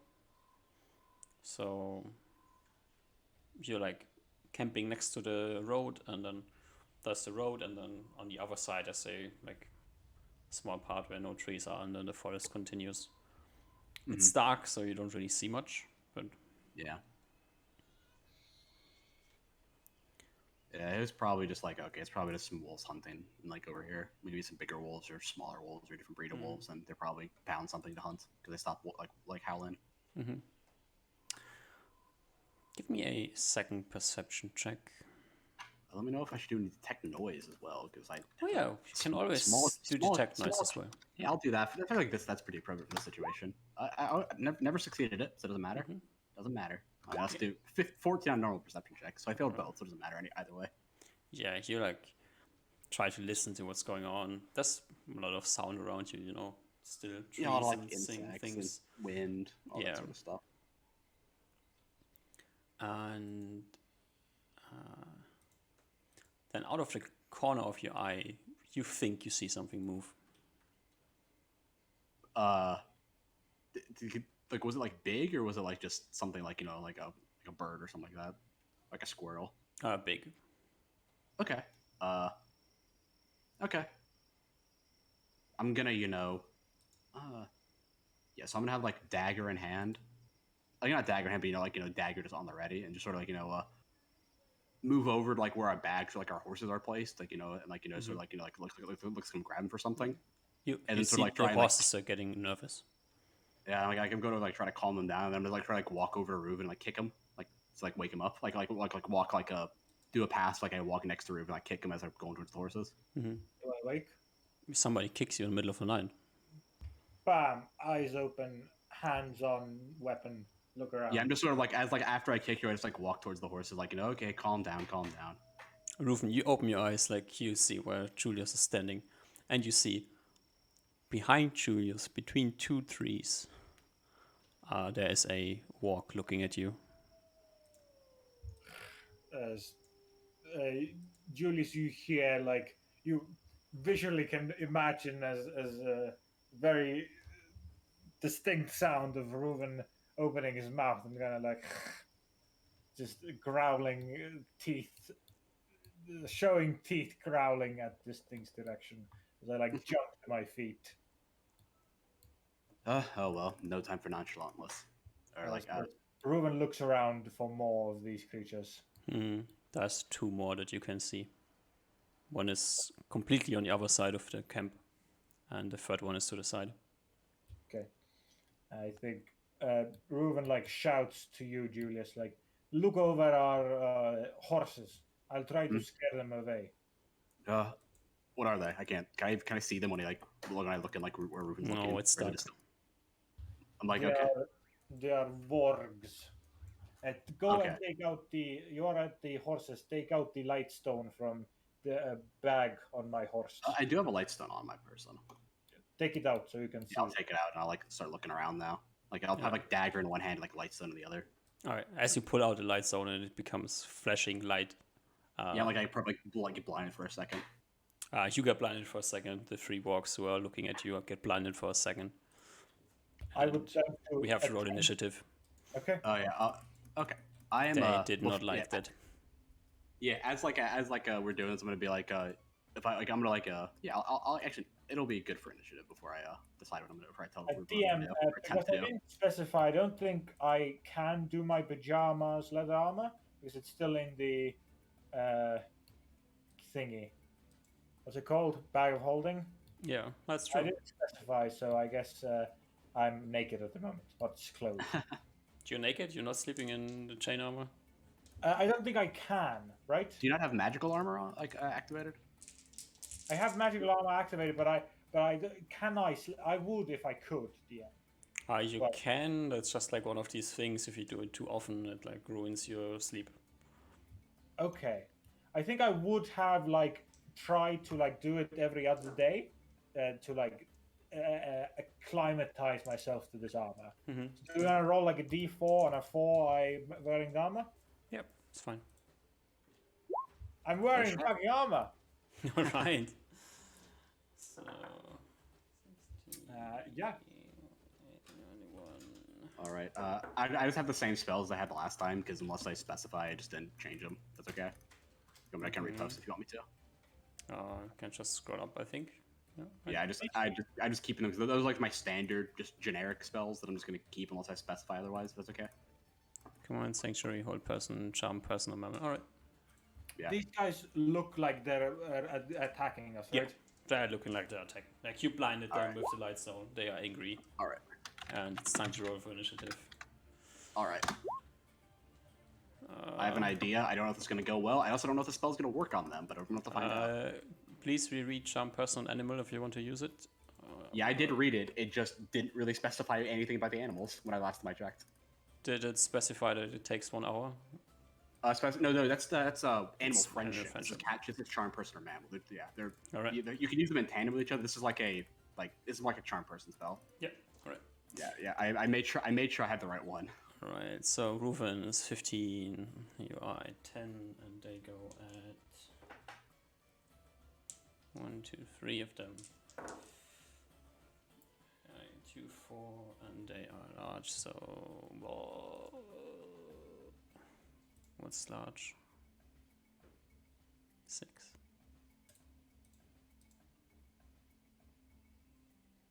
So first one goes at 8.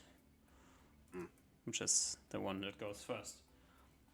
This is the one that is. Let's see which one it is. That's the one that is on the opposite of Julius. So this one is coming for Reuven Let's as go. he runs in and tries to bite you. They are 60 feet away, so they can do so. A natural 17, which hits you Yeah. in Definitely. terms of your armor class. Of your armor. They only have like a Dealing- +1, which I They doubt. should think they have like +5, 3 or 4. or Dealing something 2 damage, Reuven. like that. Please don't It's forget to main remove damage. it from your armor as well. Yep, I'm doing that. Alright. Do they have more than one attack? Let me double check. I think not. Oh wait, I hit the wrong damage roll. Let me check. 3 damage, sorry. Okay. Yeah, one of these walks runs up to you, bites you in the leg, dealing 3 damage. What's Kitty up to, actually? She's up unless she was still, because I didn't specifically shout for her. No, Kitty was sleeping. She So- probably woke up when you jumped out of the sleeping position. Yeah. So maybe Kitty takes a turn to sleep, to like wake up, or I can roll initiative for her right now too. We didn't specify, so she's currently waking up, not really knowing what to do. That's great. There's large wolf-like, large dog-like creatures in the mix, so she's probably going to jump into action pretty soon. But Yeah. here we are. The next walk goes at 10 at the same time as Skits goes, and this is the walk that is trying to bite you. Okay. I'm gonna. Yeah, I guess I'm gonna. Okay, so this one's trying to bite me. I think my plan was to try to charm the biggest one. Now realizing this one's coming after me at the same time, I'm just gonna try to charm that one. I don't know if this will work, but I'm gonna try it anyway. Charm person or mammal. Charm person. This is like somewhere else again. Yeah, it's really long. The first like paragraph is just about humanoids, so you can skip that one. I mean, it's not in the player's handbook, it's in a different book. Oh, yeah, no, it is in the player's handbook, page 258. Second level pre-spell. Let me see if it's in the It's player's just handbook. charm person. At least on the fucking Neil's. Oh, it's just charm person on the thing, and then it's charm person or mammal if you click on it. Oh, okay. One person or mammal creature then regards the cast address to be heated object and person includes any bipedal human whatever. Blup, blup, blup.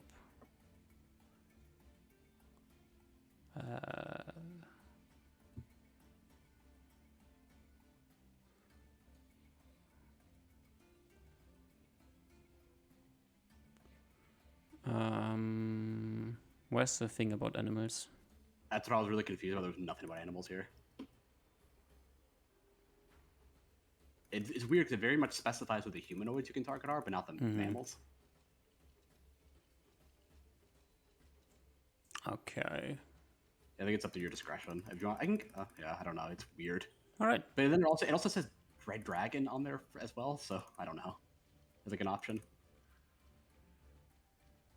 Really? Where? Yeah, it says on like the second paragraph. Let me see. Something. Thus, a charmed creature would not obey suicide command and must bleed the creature if assured that hold back the creature would try to hold back a red dragon. Oh, I see. Okay. Basically, just not a suicidal command example. Yeah. All right. So you cast this. Is there a saving throw?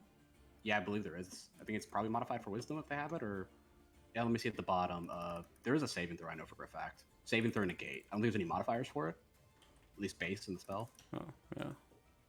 So you cast the thing on the creature as the creature is also trying to bite your leg with a 11 to hit you. That does not hit. Oh, a 10 to hit you. Oh, a 10 still doesn't hit because I had leather armor on while I was on watch. All right. The creature tries to bite your leg and bites into your armor as your spell goes off, and the creature rolls a saving throw, which it passes. Okay, so nothing happens. Okay. Yeah. Oh well. All right. I tried to spare these beans. Yeah.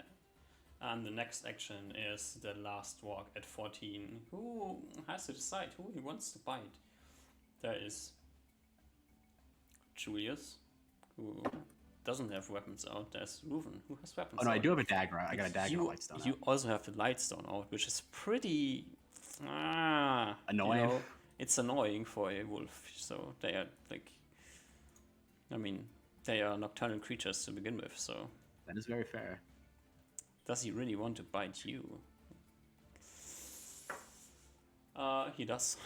He's Okay. pissed off at the lightstone, and he tries to eat the lightstone, which is in your hand, Oh, coincidentally. coincidentally, and he runs over to you and tries to bite you with a 5 to hit.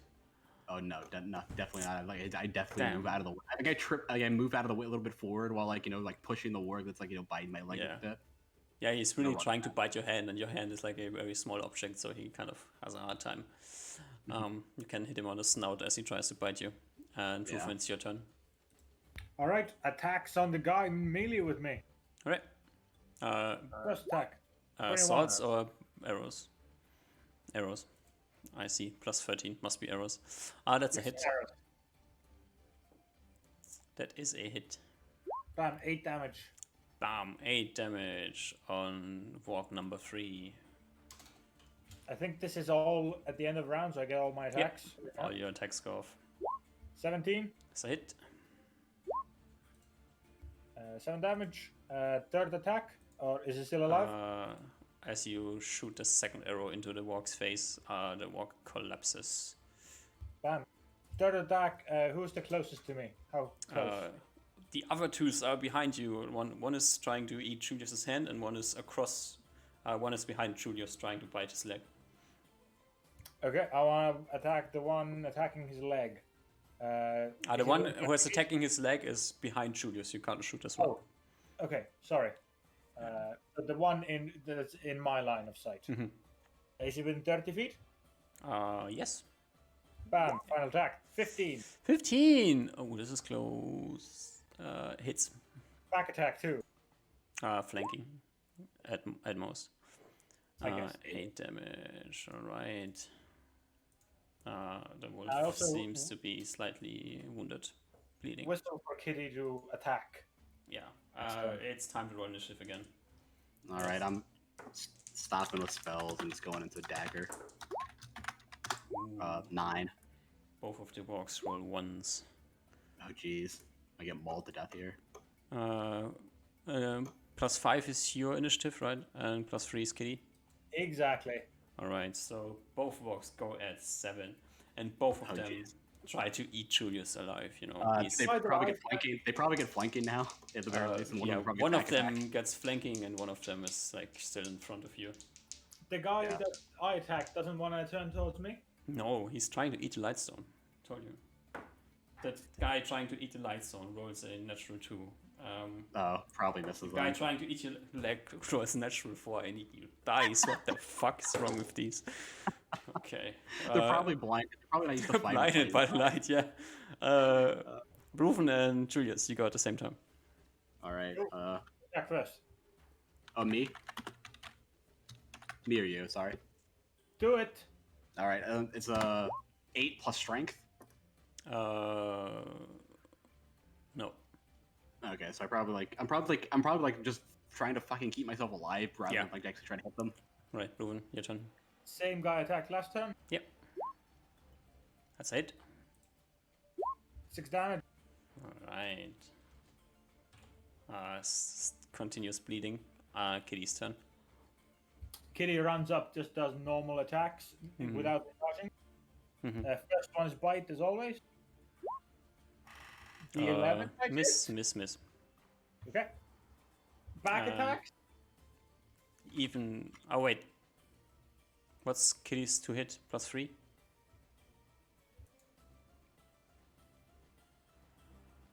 Sorry, I'm in D20 on and roll 20.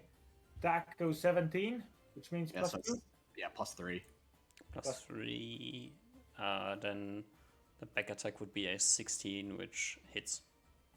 Think D2 damage on a claw. Yeah. 2 damage. 2 damage. Murdering. Not murdering, but trying to murder the walk. And your second and third attack. Same guy. That's a hit. Third shot is alive. After the second shot, the walk goes down. But you can't get the third one. He is behind Julius. That's fine. And Move, Julius. Little tough. yeah, so you would have to move or shoot into melee. That is one option you have. I'm not doing it. Okay, so you can move to get a shot next round. That's great. I'll absolutely take that. And it's time for initiative. The last walk, still trying to bite your leg Oh, off, I go on a 3. goes at 15. You go at a 3. Nobody can beat you, so just stab him. Yeah, I'll go first. Probably missing the 7. You miss again, yeah. Yeah. We have 2 attacks this round if that matters. Yeah, second attack goes By at the the end end of of the it, round. yeah, by the end. Yeah. Next up is Ruven. Give us your My first attack? shot. Yeah. That's a Oh, crit. shit. Yeah, nice. That is a crit. Doesn't feel 5 like points of Doesn't feel like a crit. doesn't feel like a crit, no. It's like the lowest damage roll so far. Alright. Kitty. Kitty attacks 3 times. First is bite as always. I think that's all. All misses. Yeah. Kitty rolls about as good as the walk. Who tries to bite your fucking leg off, okay? With a Let's see. 16? 16, that hits. That Unless hits? there's any negative malices. No. Okay, That's that no hits. malices. It's actually Okay. a 17. Oh shit, it definitely hits then. Definitely hits. With a 17, the walk finally manages to grab your leg, dealing Find some flesh. 2 points of damage. Alright. I want to see the replay of that. Oh, It just like barely pierced through like the leather and it's like with like it's like the tips of its teeth. that stream replay was amazing, Duck. Just the hands on the face. Great. This is like, Alright. oh god. As like it's biting into my leg, I'm gonna try to plunge this knife into it with I haven't rolled above a you miss as well. So Oh god. please end this God fight. damn it. I can't deal with it anymore. 21, It's a hit. Oh, 7. 7. Oh, let's take a last shot. End it. That hits, I'm pretty sure. I think Hits you told exactly. one to miss him. Yeah. It's another Yeah. 12 damage. Yeah, you were unable to not kill it on the last shot, so Okay. Well, don't worry. third I'll walk. maybe still having his teeth slightly embedded into your leg, crumbles to the ground. Oh, it does? Oh, okay, I didn't Yeah. hear that. Okay. Oh my god. Thanks The for that, walk had Ruben. 4 HP left, so Oh, Ruben Yeah. deals I'm at sort of least like- 4 damage. I couldn't have rolled worse. 4 HP was. I do 4 at minimum. I sort of like go and like once like I know it's dead, I go and like use the knife to help like pry it off like my leg. It's just like locked into position. Yeah, it's still on your leg, yeah. So I go and like try and like cut its like jaw like muscles so I can like pick it up easier. I go around collecting my arrows. Same deal as always. Mm-hmm. 1, 2, 3, Get 4. 4. Yeah. Straight 4. Is things common around here? I believe hobgoblins and Wait, beard Ruben, goblins. how did you end up with 8 arrows? I shot 8 times, didn't I? I think you shot either 9 or 12 times, one of the two. 3. Oh no, you forgo one attack. Oh yeah, that's right. Yeah. Sorry, my bad. No problem. There's 3 dead walks on the ground. Just slowly cutting it off like my leg. So I can unhinge its jaw. We can take these with us if we want to eat, but well, they do smell of blood, so it might be bad for us. Surprised you want to eat something the goblins use. Well, nature is nature. Even if plant is a weed, if we can eat it, we eat it. You know. I guess. Anyway, you want to help me cut this warg's jaw off my leg? Yes. He takes his magic sword and does his best. All right. After it's done, I think it's like the first time you see it, he goes and like like inspects his leg, realizes like it definitely took damage. He's gonna cast Cure Light Wounds on his wounded leg. Mm-hmm. Let's see. Oh, full. I roll well on this. When I only Get 2. 4 HP back. I gain my HP back. Sort of as like you see like this dark, sickly light, sort of like stitch it back up. Still the hole's there, but it's just gonna be annoying. I guess we throw the corpses just slightly away, or do we want to move away from these corpses? I'm assuming. Yeah, it'll probably just attract bigger things. How much of his watch has gone past Ian? 3 hours. Oh, most of it.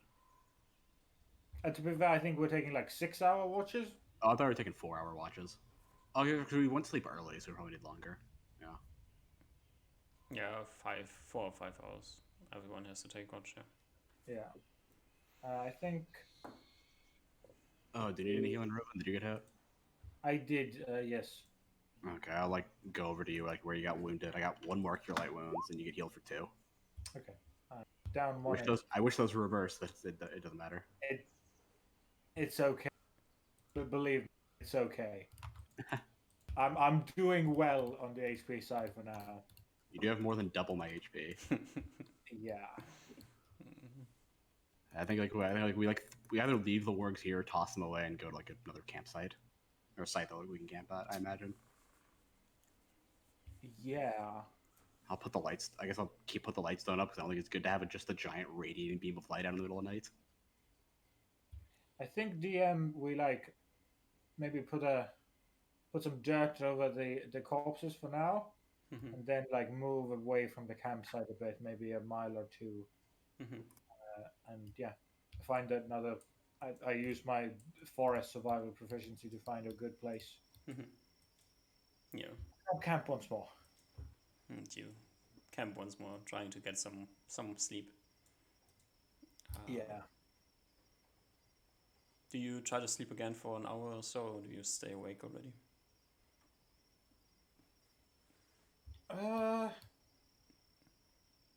We want to move during light anyway, and it's going to take like 10 hours of night till light comes, right? Hmm. So, Reuven allows himself another extra hour or two. Possible for 2 things to fight us in this woods in one night, right? Possible.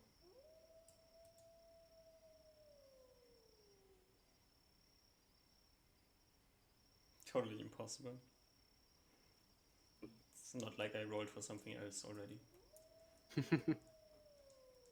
Yeah, I think Jewel is just like fucking Christ, like just something with big ass wolves attack in the middle of the night.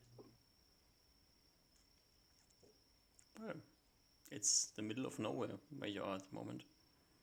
Yeah. This is crazy country.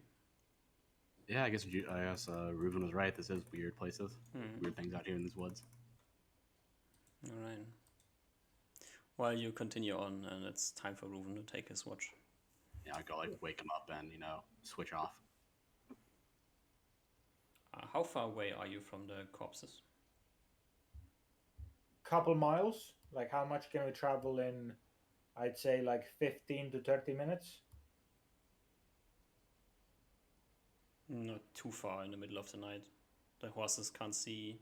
The only person who can see is you, so... So not very much. Yeah.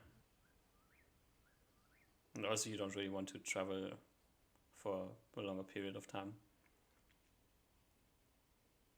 So we traveled like as much as we, can at this. Yeah, so you had like 10-15 minutes away. Yeah, that works. All right. That is... Yeah. Something. All right. Too far away to hear what is happening. Reuven, give me a perception check. Cool.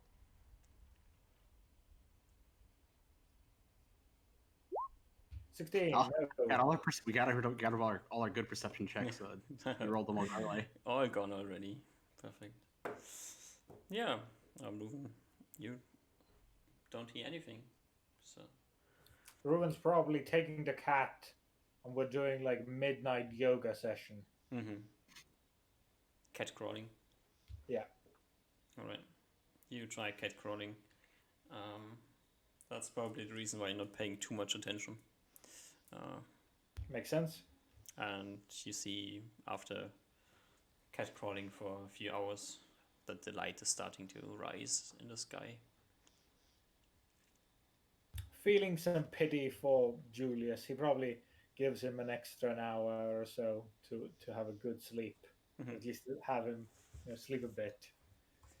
he knows it can be tough for a non-adventuring person to get climatized to this, so he gives him a bit of a extra sleep. Mm-hmm. All right. And then you wake him up. Yeah. I'll mark down for last day on our horse sheet. We have dirty rations that are kinda on the edge of their shelf life. Mm-hmm. So I think we're eating those for now. But after our trip is done, we're probably throwing them away. All right. I'll mark down 2.5 today as well. So I'm just marking down 5. Mm-hmm. All right. You head back to the campsite and then go to the forest, or you're trying to get from the angle that you are at now?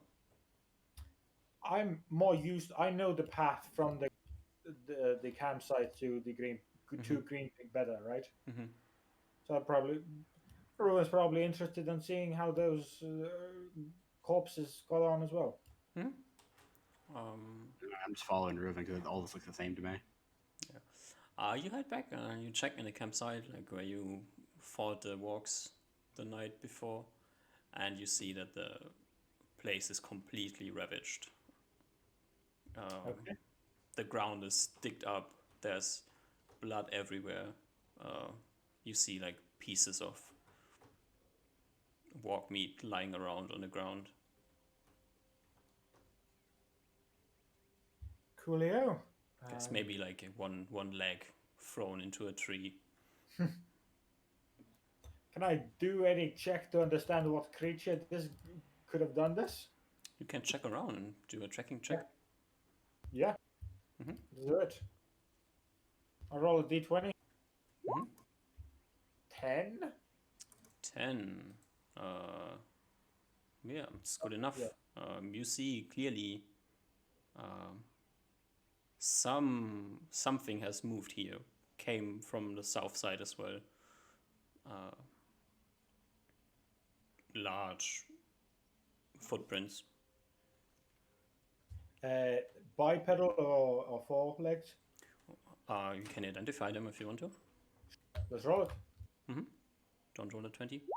Or don't roll a 1. Yeah. You see the footprints. They are slightly uneven. You also see next to the footprints these drag marks on the ground.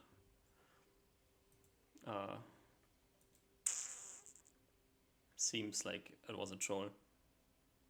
Ooh.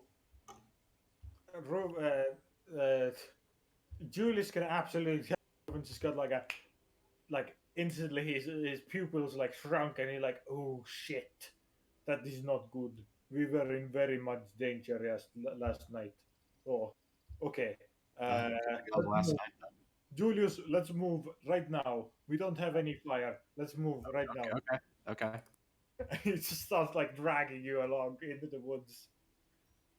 Just kind of randomly from this campsite just into the woods. But he seems to know where he's going. All right. You head over to Green Peak. On the way, roll me a last perception check to see if you come across something.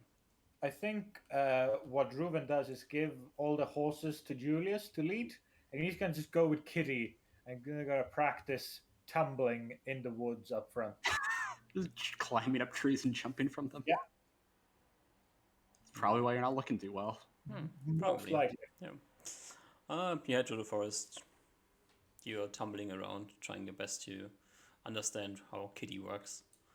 Yeah. And I do enjoy that you could just ask me to help you tumbling, but you don't. Oh, exactly. That's actually a good point. Sometime afternoon you arrive in Green Peak. Nothing tries to murder you on your way. Once we get into once we get inside, I imagine like we slow down. I'm like, oh, Ruben, what are you doing with the trees? Jumping from them. I am trying to reach a new path of strength and skill and ability. I believe my movement is not as good as it can be.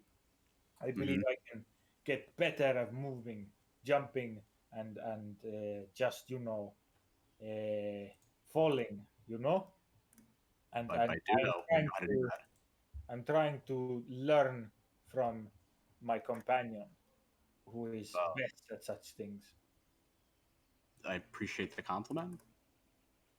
No, But you never asked. my cat. Oh, okay. Uh, Is she a good teacher?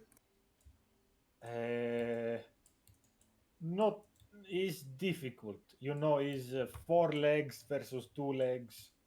I have to try to, change many techniques to work on me. It's very quite difficult.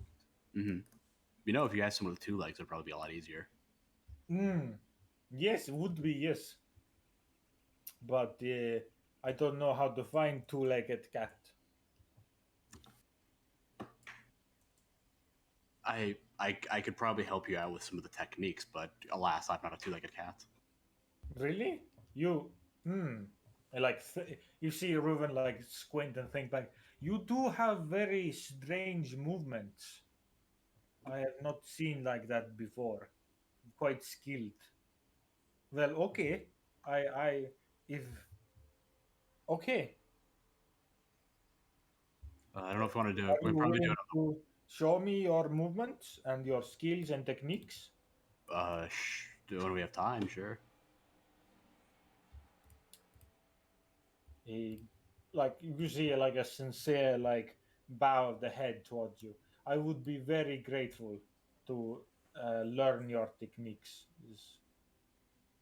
I wouldn't necessarily describe them as mine, but yeah, they're techniques for sure. Okay, All right. we can talk about that later. Let's go meet this infamous master of yours. Hmm. Yeah, you get to Green Peak. You can find Aaron's office. Yeah. It was like an actual town. Yeah, Green Peak is a town. Ah, okay. I'm like, oh, didn't even know they had towns this far out here. Yeah, we did just stumble through the woods, absolutely randomly for many hours, and then and just bam, there's a town Yeah. without any clear road to anywhere. I don't think it's just like splash in the middle of the woods. Yeah, I'm like, must be hardy people here. Well, Is something called something about beach houses. I didn't really understand, but apparently the humans, much of the golden thingies come here. Uh, Didn't really understand, but human things. oh well. Let's go meet this master of yours and get that thing that you wanted. Okay, yeah. yeah. I think Reuven like slightly bangs on the wooden door, Yeah, come in, it's open. steps inside. Aaron is sitting on his desk and he looks up and sees you and says, "Well, Reuven, nice to see you again." Reuven like very politely like straightens up his body and does a courteous bowing gestures like, "Hello, teacher. I am back." Well, I'm not teaching you at the moment. I think we have saying of is once teacher is always teacher. Well, you came to collect your skin? Yes, I gave the troll heart to my wizard friend. He is very happy about it. But I also said about the skin, and he says not really needed. Apparently he doesn't need it much, so I don't need the whole part like we said before. Okay, so we go halfsies. That is okay. Yes. Great. Let's grab it and cut it in half.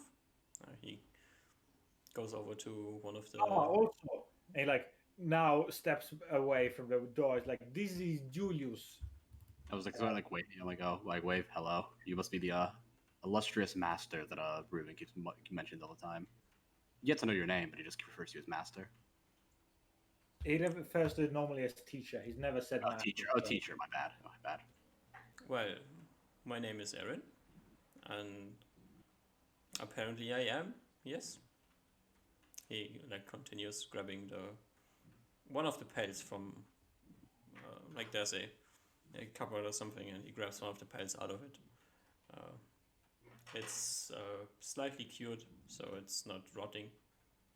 And he puts it on the ground, throws it out. Julius, this is the first time you see like this pelt, you know. You heard that it's a displacer beast hide, right? Yeah, I believe so. You have no idea what a displacer beast is. No. The pelt is like 12 feet long. Oh, jeez. Yeah. Yeah.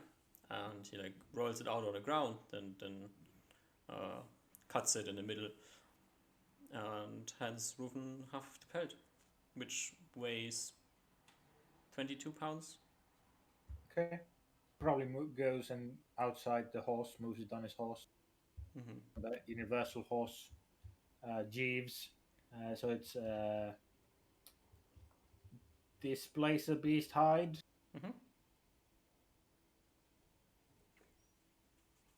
22 pounds. Yep.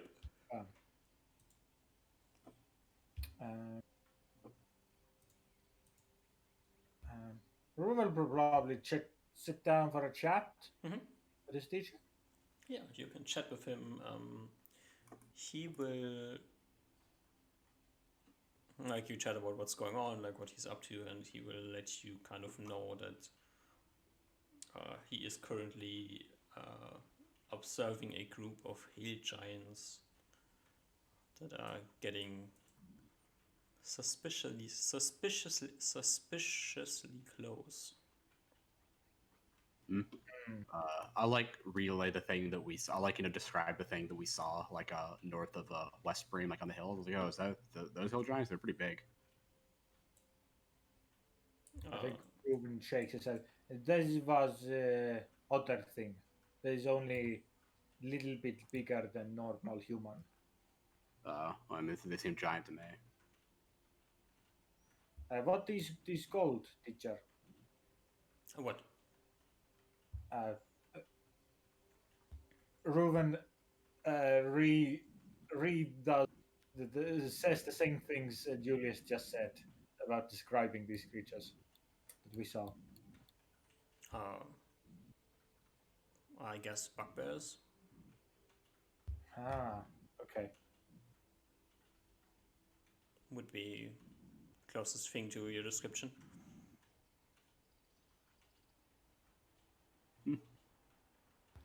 Reuven will also talk about what he saw and the tracks he saw at the campsite up north. At the troll, yeah. Well,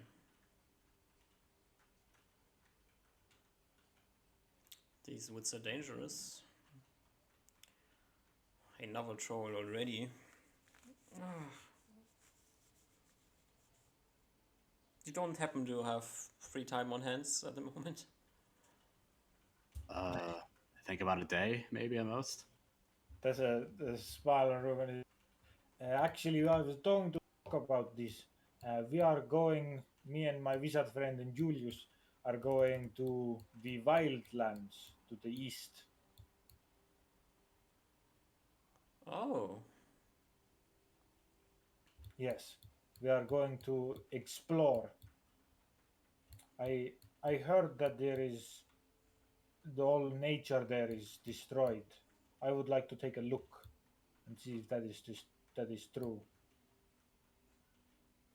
Yeah, that's what I heard as well. I've never been there myself. Yeah, you always come with. Sadly, I have my duties here. And with another troll roaming and those hill giants, I have my plate full at the moment.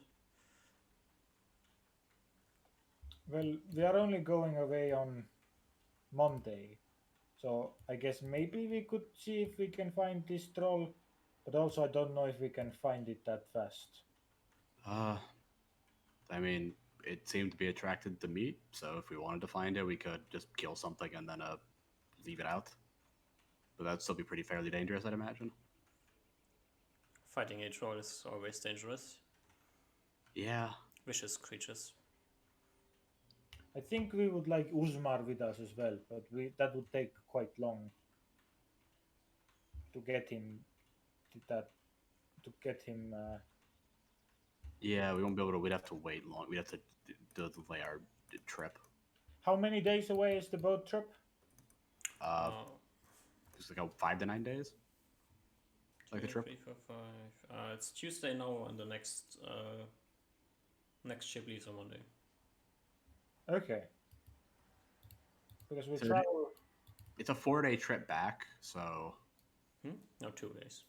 Oh, 2 days. Oh, that's right. 2 days there and 2 days back. So to get there back, that's right. Yeah. So we'd be back in 2 days. So we have like. So we might days be able to to make it. We'd probably, if we want to be safe, we can only spare like 2 days here. What time is it right now in Green Peak? Early afternoon. And it takes us like half a day to go to the campsite and then full day spot dream. Yeah. Well, I'm unsure, teacher. If we have to take our wizard friend from Port Bream, then would take. Oh, we might be able to make it, I guess. Is this very? Do you think this? I think the bigger issue is that Usmar doesn't know that we'd be hunting the trolls, so then he might think we died, or something came up. Yeah, yes, I would say we go to Port Bream right now and then bring Usmar back here. But that would mean we wouldn't have. We wouldn't have time. We'd have to wait another week then, at minimum. That's assuming we do it on the day of we get back. We hunt the trolls as well. I don't think Usmar would like that very much. No. I also wouldn't be. I don't particularly want to hunt trolls, but. Well, realistically speaking, if the troll is that far north,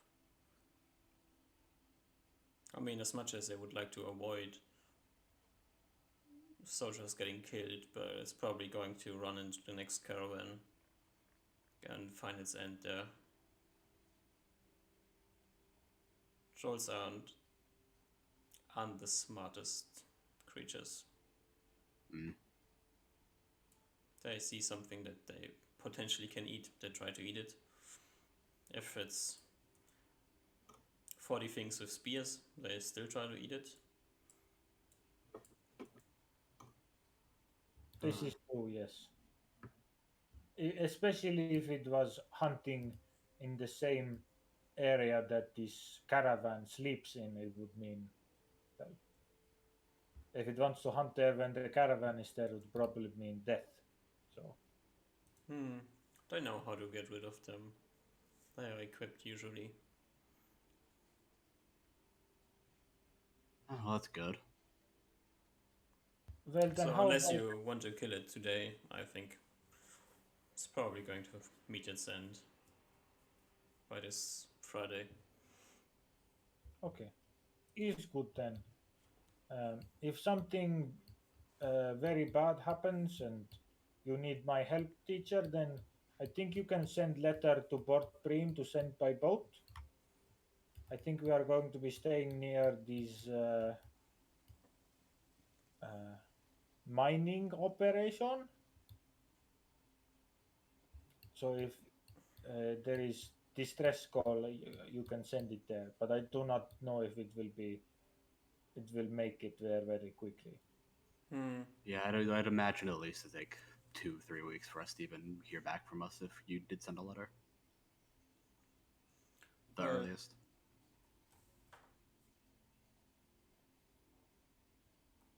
But thank you for the offer. Ruben notes. Turns to Julius says, Julius, I think we stay here for rest of day and go tomorrow, because tomorrow I think we can travel to campsite and then still make it to West Bream and then sleep there. Is this all? Is this what you wanted to do? Is this all you wanted here? Yes, I also wanted to talk to teacher. I think we still have half day. I mean, you can stay as long as you want, as long as we get back on time. Or not. There is the sleeping place. I can show you. I think I can find myself. I think I can find my way around town. Anything interesting? I talked to any place you recommend to hang, like to sightsee? Teacher of Reuven. Well, the most interesting thing around here is the creatures of the forest. If you wanna sightsee a few ogres, A little too interesting for actually my see a taste. troll with your own eyes. Maybe another time. Yeah, just other than this, Green Peak is kind of a chill place. Most people live down at the beach.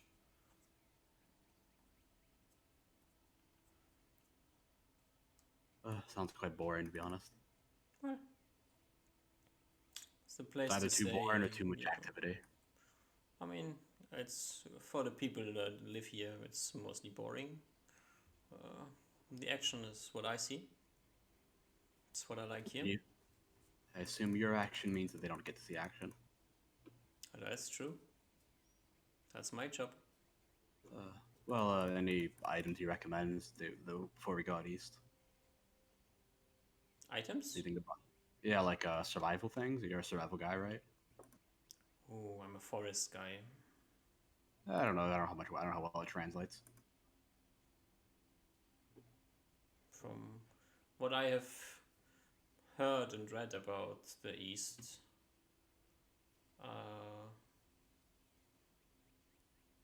water might be quite scary to get there. I have an okay idea how to get water. We can find any sort of water, will be fine.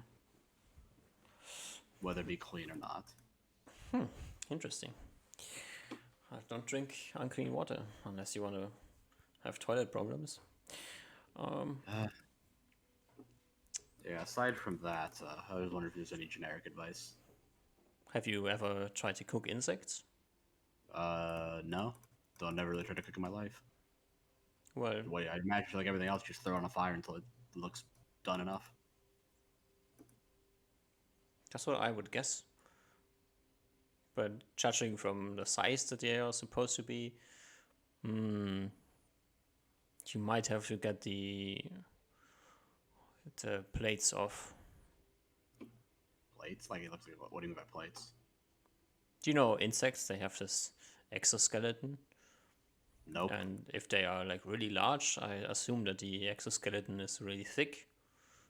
And Hard to break. you're just like grilling grasshoppers and stuff. They are crunchy, but if you want to bite through the appropriate sized plates on these insectoids, I guess you're gonna need new teeth pretty quick. That's a good idea. Oh well. But then again, I don't really know how the insides of insects work. So if you cut the plates off, does the rest just flow out? Do they have? I have no idea. Well, I like Pat Reuven on the back. Reuven here can document it for you. Okay. Have you ever tried coffee? Pat probably. Hmm. Have I? I don't actually know if I don't know. Probably not. I don't think so. What doesn't come to mind? What is it? Ooh, it's like some interesting brew that they make from.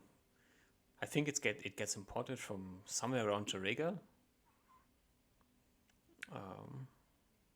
It's expensive. It's black. It's bitter if you like bitter, and it's just something new to try. Don't know if we're gonna be going to. Well, if I come across it and like, if any of those miners have it, I'll try it for sure.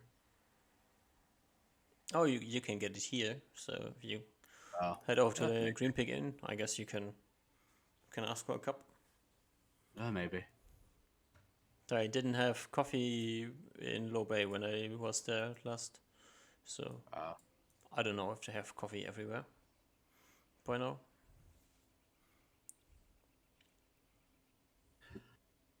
Well, I appreciate the recommendation, and Ruben, I'll leave you with your teacher. I'll go parade around town. Well, have a nice day in Green Peak. I'll try. All right. Yeah. Ruben's gonna stay for basically the whole day chatting with Yeah. Aaron. He's gonna tell him about his aspirations to find better techniques, get stronger. Because tell him about his probably a slight stressfulness of going to the east, but also the excitement. See if he has any tips, any helps that can help. No. All the things that he knows, he has just told Julius. It's not much more. Bring enough arrows. Since you are not able to make arrows yourself. Yeah. Which is still something that you should learn.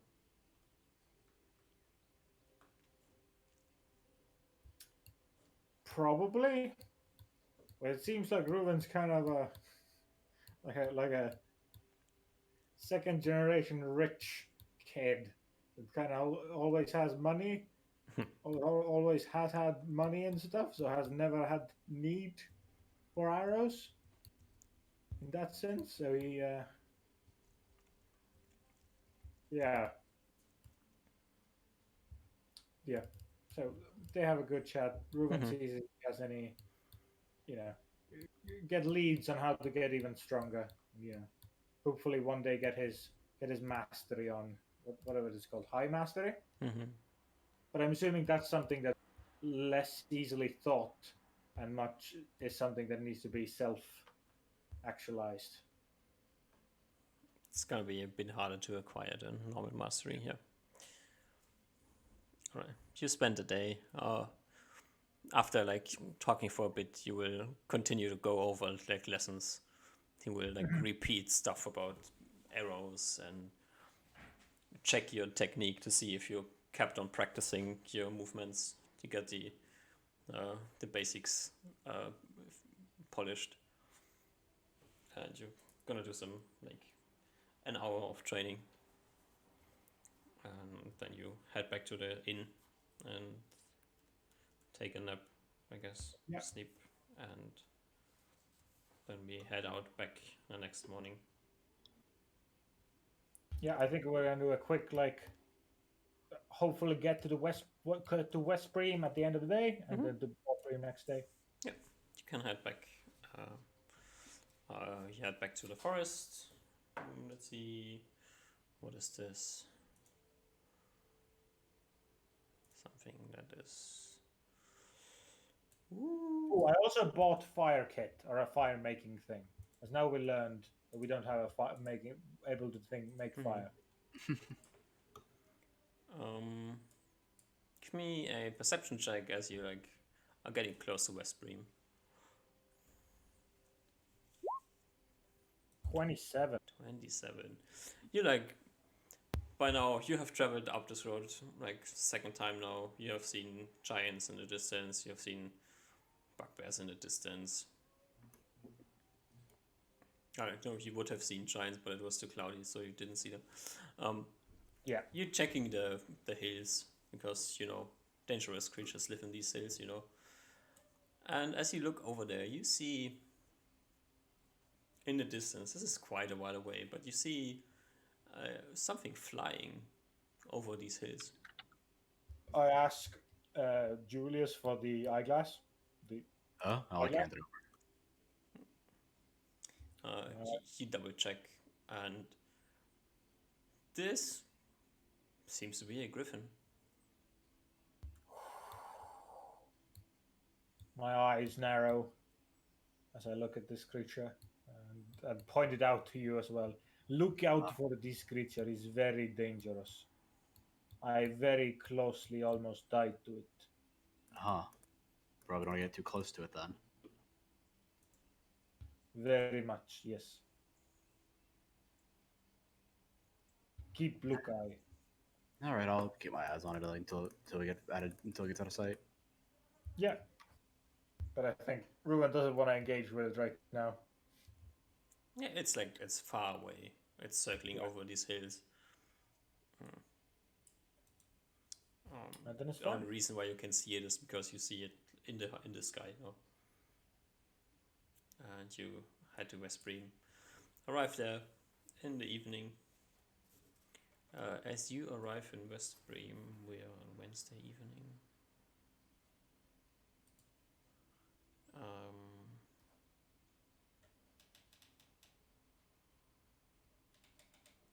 Nope.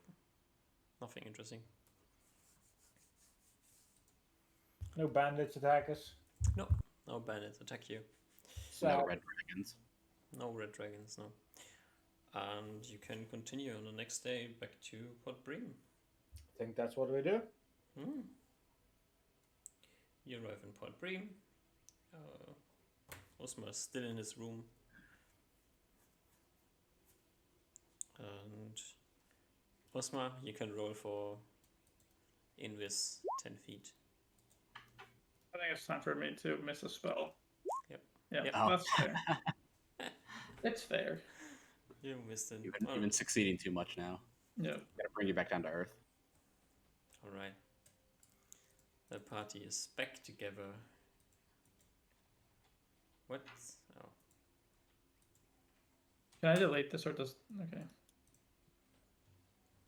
Party is back together in Port Bream. It's Thursday evening.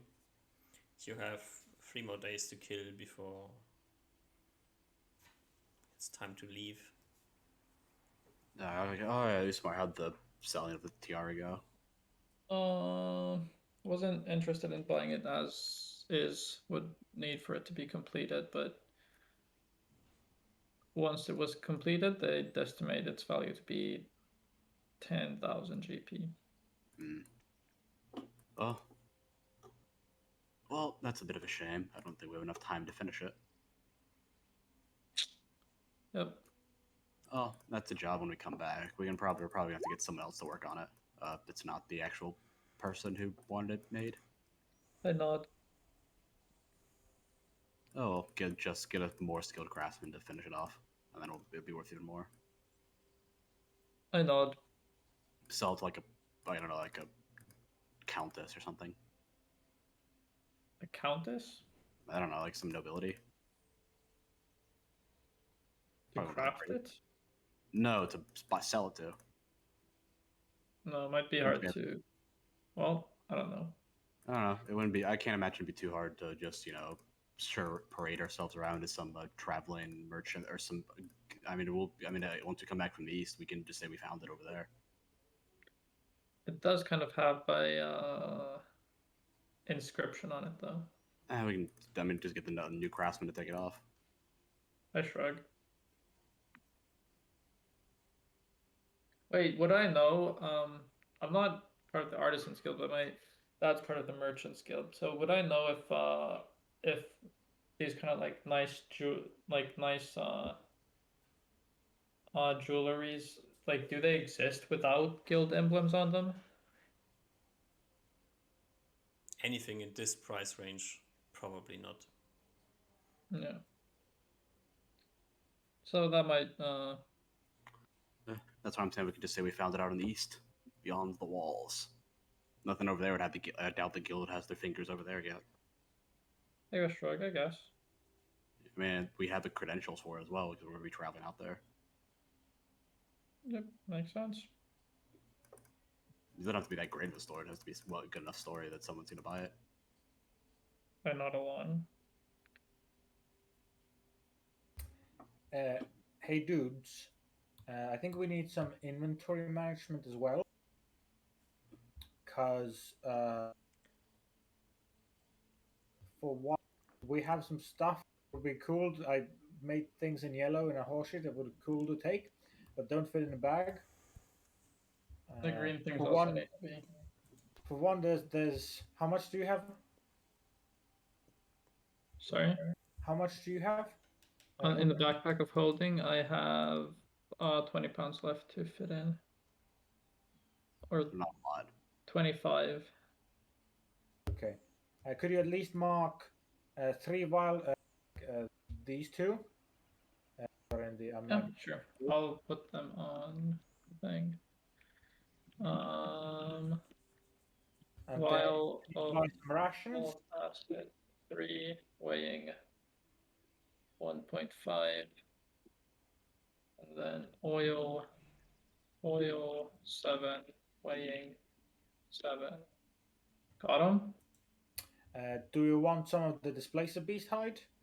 Oh yes. We also probably need to buy some more new rations because these ones are going soiled. I think we Yeah, I already bought new rations. okay.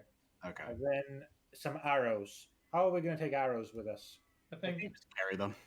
I think good idea would be to have like a whole stockpile that we take to the mining area, and there we can restock from yeah, I ourselves. think Mr. Strengthman can carry them. Yeah, I mean, I'm only carrying 50 pounds worth of stuff right now. Or How much what, can you? 49.5. If I have, I think like we estimate, at least the last time I checked, I was around like 18-50 to 75 strength. So let me see. Let's get the minimum. So I can carry about 140 more pounds at the minimum more. Yeah, so you can 135 carry. So you can pretty much carry everything that we've marked here. Yeah, that's before like I have to worry about encumbrance. Like 135 more is about what I can carry before I start getting encumbered after that. So I can, if I want to go to 2/3 movement, I can probably carry like 100 more pounds. I can Like, even add the salt into my thing. So DM, I think I'm gonna for one thing, past 3 days, I'm gonna go through all the arrow shops in Port Bream and buy like all the good arrows I can from there, like just open baskets of arrows they have. Mm-hmm. Go through Port Bream and get all of them. There's no open baskets in Port Bream. Sorry, can you repeat that? There's no open baskets in Port Bream. They only There's sell none of bundles. those that kinds of. Okay. Then, ooh, that's actually a bit, yeah. So there's only like the cuddles, like Yeah, they only sell bundles of 24 arrows. okay. Well, how many arrows do you think we need, boys? We have that's like you decide. You're the one who shoots the most. that's true. I mean, how many do you have, and how many do you have? I guess is the bigger thing right now. We have roughly 100 normal, 120 normal, and 50 silvered. I have another 20 normal on me person, so that's. We so have roughly 200 altogether. I think, I mean, the silver ones we're probably not going to use too often, so I think we're probably going to like put those in a different category. So I heard like 150 that we're going to use constantly. It's fine. DM, So I think if you want more, we'll get like 50 more, and I think we'll be fine because like, then we can just, I mean, unless we're planning on having like tons of combat without like coming back, and we're going to lose all because we expect to have half the arrows you shoot, you can be able to get half back. Yeah.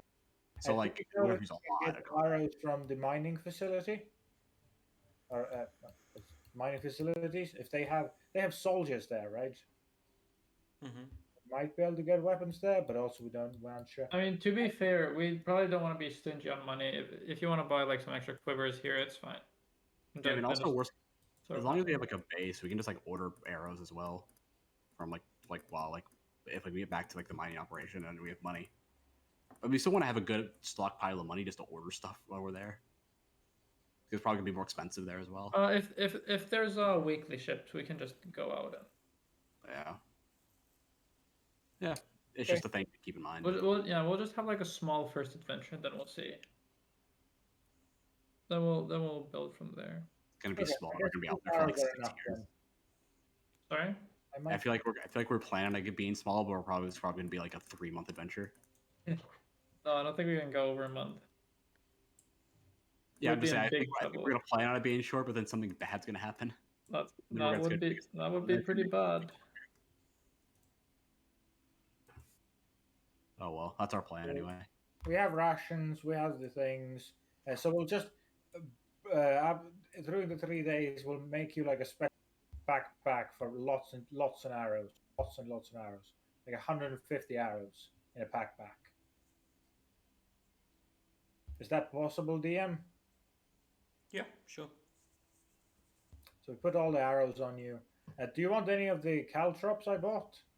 Do any of us want that? I bought 4 bags of caltrops. Do you want to take those with you?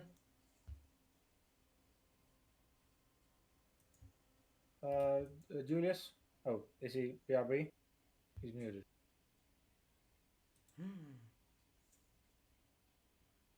Why is he muted? Julius? Maybe he did leave or something. Emergency BRB. No. Right. The easiest way for the arrows would actually be to buy them in quivers and just have a bundle of quivers so they are packed away and they're not poking anywhere. Okay. But I don't want to put a quiver bag into my, because they can fall out or something, right? I think it's easy. I think what we're doing is like putting like a good basket or like a like a bag to like stop the arrows heads and like soften the arrowheads. I guess. I think it's just easier. Julius carries them, so I don't have to worry about it. Yeah. But I'm just saying. I think we can pack him even more thoroughly if we don't have the quiver. But we can also buy quivers. If we find that quivers are the best way to do this, we'll just buy a bunch of extra quivers to him. Yeah, I mean, the quivers will deal with the poking part, The best. They are like made of leather. They are supposed to stop the arrowheads poking through it. If you just buy like a normal bag, the chances that the fabric just gets ripped open by the arrowheads. So if the inside the bag the quiver like falls upside down, then they would fall out, right? Potentially, yes.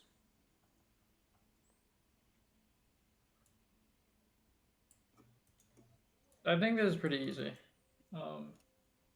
I think everything that's now on green or yellow, Julius can carry, and make sure that he gets some bags. Just let's buy some extra bags. There's one backpack here. Where do we need an extra bag? This isn't even like Ruven talking. This is Michael talking. It's just good to have bags.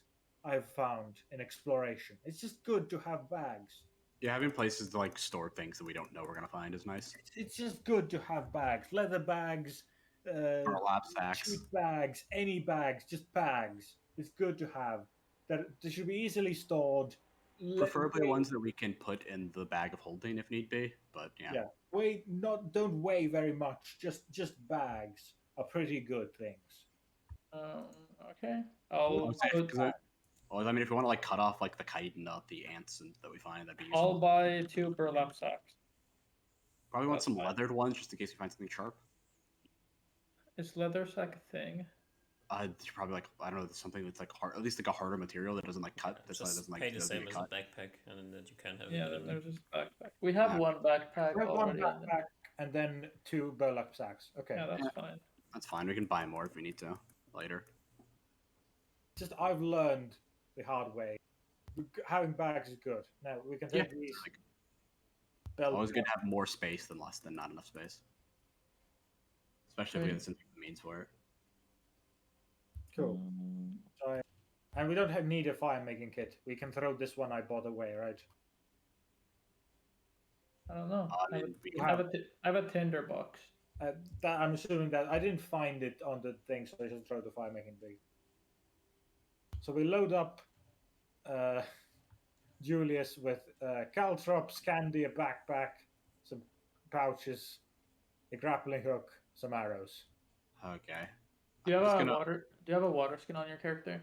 Yeah, I do. Okay. Okay, I'm just gonna make a thing called party shit and just whip it all away because I don't want to write all of it out. So it's 14, 15.5, 15.8. You dealt with the beast hide as you wanted, Tough. Alright. You dealt with the beast hide, Displacer Beast? I have not dealt with the Displacer Beast hide. Okay. But you know about it. You can deal with it as you want. Yep. And sorry, Julius, I cut you off.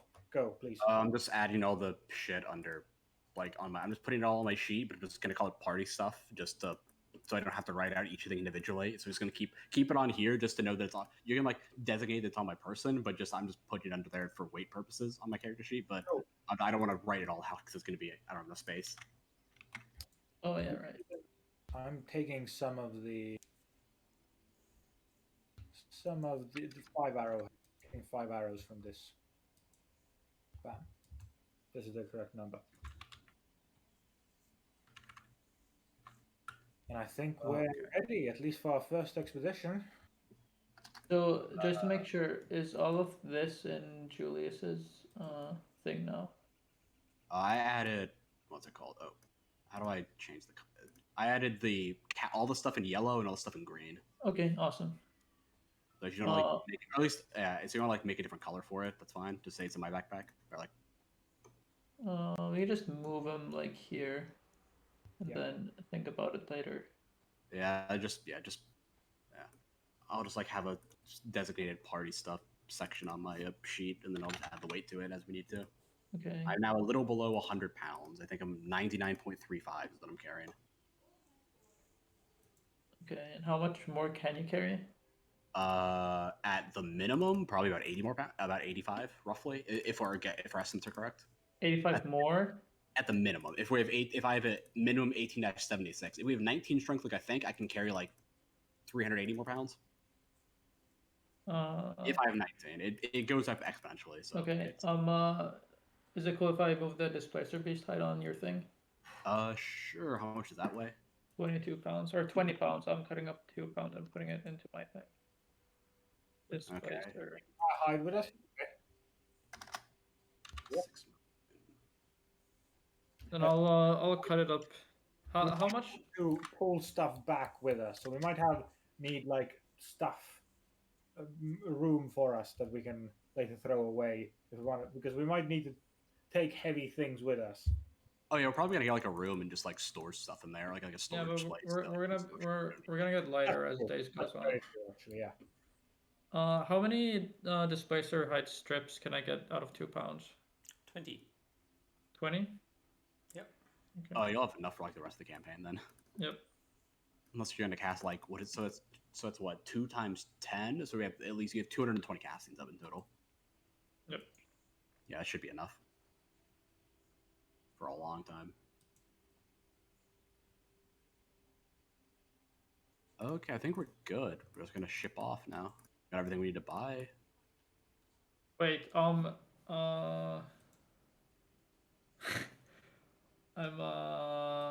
no, this is fine. I can fix this. Wait, who has the spyglass on their sheet now? I have it on mine. Should I delete it? I think it's on my person right now. Okay, but I'm deleting it. I can give it back to you if you want. No, I deleted it. I deleted it. Okay.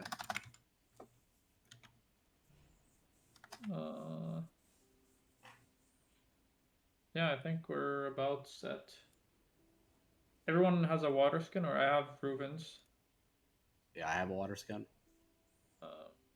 Rations 56, and you have Iron Vigil, so you don't need to eat as much. Yeah, I'll start memorizing it when we like actually get there, so at least I can spend as much time possible. Like I'll do it the day before we want to head out. That's what I'll do. Yep. 10-foot pole, playing cards. In case we get bored. Do you want to bring like cooking stuff in case we run out of food and can you kill and cook something? Oh yeah, should we have like cooking utensils? They're pretty heavy if I recall, because you need like a pot that's like made out of iron or steel, and then it's like the weights weighs quite a bit. So it's like we're betting we're basically it's like 15 rations worth of weight for like cooking utensils, or like for like the cooking stuff roughly. But then you can make more food in the future if you need to. So it's like while you're out there, so it's give or take. But cooking pot small is 15 pounds. Yeah, then it's probably cost a bit more for like other stuff, like knives to cut up and like chop and like cutting boards and all that sort of stuff. Yeah, I mean I have a cleaver. We can make a makeshift cutting board by just felling a tree and then doing it on the stump. Oh yeah, cooking pot, or that's coffin. Never mind, I was looking at coffin. A cooking pot, small 15, yeah. Yeah, sure. I can fit that in my thing. Okay. What cooking pot? 15 pounds. Okay, Jesus Christ. Sweet, like, it's a right. Like my, half a pound. my bag of holding, which explodes if it gets 500 pounds, has 499 pounds. Hey, perfect. Cool. Don't make sure not to put anything else in it. Side note, Reuven will pester you, Julius, for tumbling proficiency knowledge for the rest of the 3 days. Yeah, I'll like go out. We can go outside the village or out of Port Bream. 'Cause I feel like it'd be weird to do it in the town. Like like a mile or two, and I'll give you some like basic pointers and like show you how to do stuff. Cool. Yeah, it's like let's see. I'm gonna see how well I do, and I'll see how well I teach. I tumbled magnificently. Those are my examples. They have to that I'm giving you. DM, you see that? He rolled a nat 20. He rolled a nat 20. Yeah. So Yeah, those are my and then I'm gonna try teaching you. I'll give you see how well I do on teaching you. What is my intelligence? I mean, is it intelligence or wisdom for teaching? I forget. both. So just take them both and do the average. No. It's complicated. You want me to, I'll just roll a d20 and I'll see what it is. 16 on the die. You can teach him. It's gonna take you a few weeks until he understands the ins and outs. I'm teaching him the basics right now. Yeah. I show him how proficient I am at tumbling. I give him like the best tumbling performance he's ever seen. I'm like climbing up trees like 20 like 10 feet high, like almost enough to like break someone's neck if they fall, and I wait like the last second, and then I tumble like correctly, like avoid any damage. Display of skill, never seen before. I also heal my HP. I assume. I probably would have healed you on the way back. If we're just skipping the 3 days until the thing comes, can I roll for grease? If you're trying, Yep. sure. It's a first level spell, right? Yep. Yep. Fuck. Oh, is that a failure? Yeah. Oh, jeez. That's not very good. We needed that spell. Oh, which Yeah. spell was this? Grease. Oh, that's not good. Oh well. It's not too bad. It's not the worst spell ever. Yeah. Alright. If there's nothing else we need to do, we can get you all on a ship Woo! Ship. and have you travel the high seas. Anything interesting happen? Is there anything interesting about the boat? Oh, okay. sorry. One meme, by the way, is I'm gonna be casting Fly on the Rock every morning now while we're out on the seas, Okay. in case it sinks. I Alright. need to get out. I'm also not wearing my chain armor, I think, on the boat. That seems dangerous. Look at Well, death if you actually get shaken overboard. Yeah. Don't want to be in metal armor on a boat. You want your leather? Yeah. All right. The captain, like, you can get on the ship, it's no problem. You have the scroll from Septima. They accept this as your unofficial business, and you can travel with them. You can handwave all this stuff.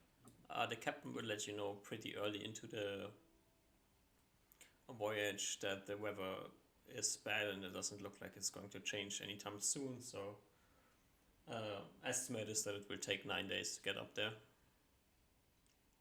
Nice. Oh well. Tumbling proficiency on a boat. What can go wrong? Let's go, Julius. All right. I'm not gonna. I'll advise you, but I'm not gonna participate. Wait, at what point does he say this? Does he say this before we leave or after we've left? He tells you this on the second day of traveling. Oh, okay. So while we're on the boat, I'm gonna attempt Phantom Steed. Alright.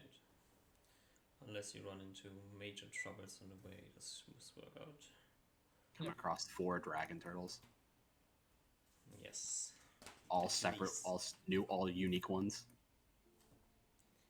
At least. Are we traveling through the Christmas tree? No, you're Yes. traveling along the shoreline. So we see the giant Christmas tree in the distance Yes. with the spyglass, of course. Yeah. Also, I think I have a 100% chance of learning this now. That's how statistics work, right? I failed too. Yeah. That's how Yeah. statistics work. So give us a D100 to see if you learn it or not. What the fuck? You've lost. If you succeed on a spell today. No. But I only have a Amazing. 70% chance, so. Oh, so they're not your school or whatever. Yeah. They're not your school. Okay. It's still pretty high for Yeah. unlikely to miss 3 in a row. Failing 3 in a row is 3% chance. Yeah, you should only fail with one of them on average. Yeah. Oh well, you didn't Amazing. need those spells anyway. You have all the spells you need right now. True. They're just extra. Amazing. Still, imagine having to learn your spells, not just having them all innately. True. But yeah, we see if anything interesting happens. Nothing. The voyage is boring all the way. It's going slow, so that's the only thing that's happening. That is Food on the good. ship is garbage. The other people on the ship are slightly nervous. Do we know what they're for? This is mostly just a crew that is carrying stuff from A to B. Some replacement guardsmen. They are not military guards. They are minings and mason skills guards. A few workers who will be replacing just people and just resources getting travel from A to B, and the people that work the ship. Does anyone yell at Reuben for tumbling around the ship? No, you are kind of entertaining. Okay. So they let After you. all, if you fall overboard. Yeah. It's a calm travel northwards along the coast. You see the towns on the way. You come across Kuila Kuru, Flannel, Laksana, Cape Orin, and then on the other side of the river, Cape Anna and North Cap. And then there's just forest all the way until you arrive at the cliff. And coming around the cliff, you arrive at the fjords. And Do we actually want to stop here and do this next time? yes, we will Yeah, I'm stop fine when with you that. arrive there. Cool. Yeah. And What you does the site look like? That's all I want to know. You arrive at the mining platforms. The mining platforms, as I've described before, from the sea level up, they have built platforms into the wall of the fjord, where there's like a docking station where the ship lands, and everything is anchored into the mountain. There's no structures going downwards. Everything is anchored into the mountain, and then you head up a few platforms, and then there is a mine entrance. Most of the things now, has been going on for a while, the operation. Most of the living quarters and stuff has by now been moved inside of the mine. So most people are not, like, before most people have stayed on the ships. Now most of the people are living inside of the mines. As you arrive there, there's a second ship, and then the ships rotate out. So you arrive and the other ship leaves with the people who are going back home. Mm. The ship that you arrived on will be staying until the next ship shows up, or until the alarm is sounded and they have to emergency exit. That'll never happen. you get informed that if you are here, the emergency alarm is a horn blow, one for something is going on, and if there's more than one horn blow, run to the ship and leave everything behind.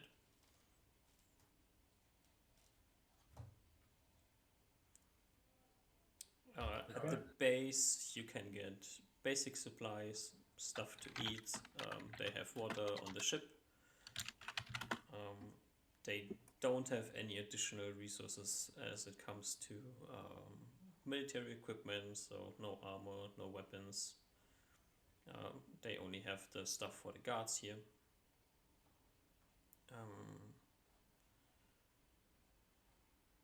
Assuming no arrows then either? No, you can't buy anything military from them. They're willing to sell food if they have enough, and they always overstock on food because sometimes the ship takes longer than expected. Sometimes the weather could potentially be too bad, so they have to stay longer.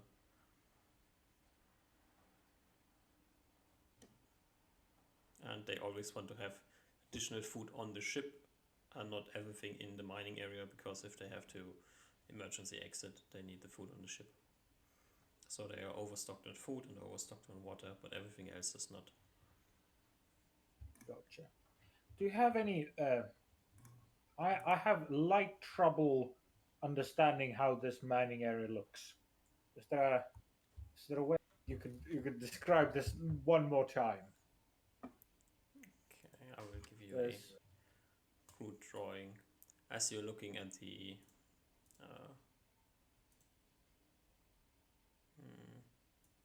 basically this is the wall that you're looking at.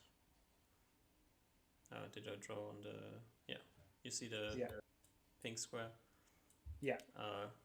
On the bottom there's the water that's here. Oh, I wanted to go... This is the cliff face. Yes, this is the cliff face. This is water down here. Right, that's where it didn't work out as well. So down here we have the water. Up on top we have some trees. There are no trees there, but I'm just showing some trees here to note this is upside. And then they have built a dock here above sea level. The dock is anchored into the mountainside. So the dock is not anchored towards the ground because the sea level is too low. Instead they have built beams, they have hammered beams into the mountain wall and build a dock here. And then from the dock there's a second level where some stuff is, and then from there it goes up to a third level. Obviously this is not to scale, but and then on the third level there's the entrance to the mine, where most of the stuff is going on at the moment. And then from the third level there's also there's an additional platform up here, and from here there's they have hammered some climbing pittons into the wall so people can access the top of the cliff. And what's happening at the top of the cliff? There are always like 3 scouts on top of the cliff who are whose job it is to see if any of the insects are coming and warn the mining operation. And okay, that's where the alarm is coming from. Gotcha. And we learned from our gnome friend that was some extra entrance inside the mines. Or where was this? There was this because the mines broke down at some point. What broke down? Basically in his session 0, there are these platforms, and the alarm got sounded and everybody was moving onto the ship, and then one rhino jumped off the cliff and crashed through all the platforms, destroying the platforms on his way down. Okay. So at some point, these platforms have been destroyed, Okay. and then they had to rebuild the platforms. Like they had to reconsider if they want to continue. They decided they want to continue, and then they rebuilt the platforms. Cool. And so this mining operation is on the actual. It's like right on the edge here. So half It's of it is. between the two toes. Oh, okay. But there are trees here then as well. No. Okay. So So the mining the trees are platform like is around they here. aren't actually trees like right here then. No, Okay. no. I just said this is. There are no trees. I'm just drawing them, so we know where up. What's up there? Gotcha. Okay. So it's here. Huh. Yes.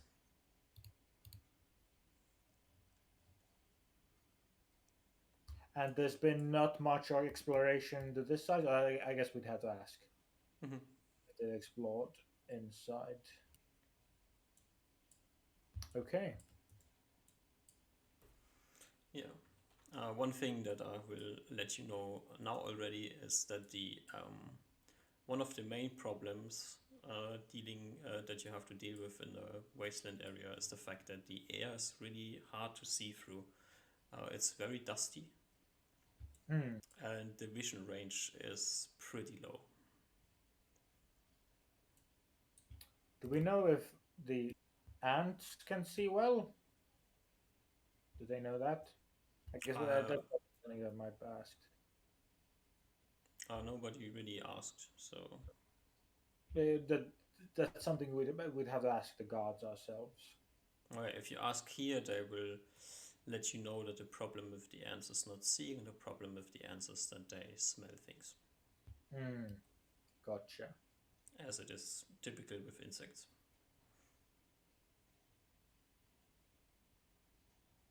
We're gonna have to think of some plans then for that as well. And when they have guards, right, which means they have like fighting. Where does the fighting usually happen? There's close to no fighting happening. Sometimes if single Ant-Men accidentally come to the mining area, they will deal with them. But mostly the guards exist for the emergency exit time when the attack happens and they get onto the boat and get the fuck out, and the flying creatures continue to chase them. Okay. Do we know the frequency of attacks like that? Since the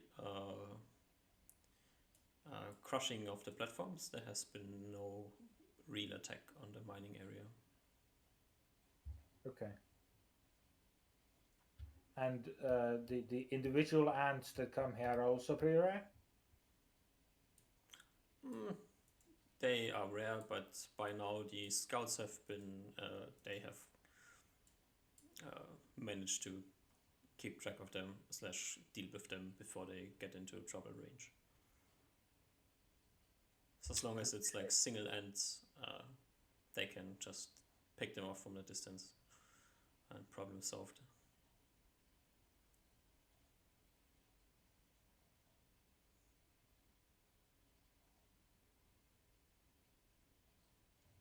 Interesting.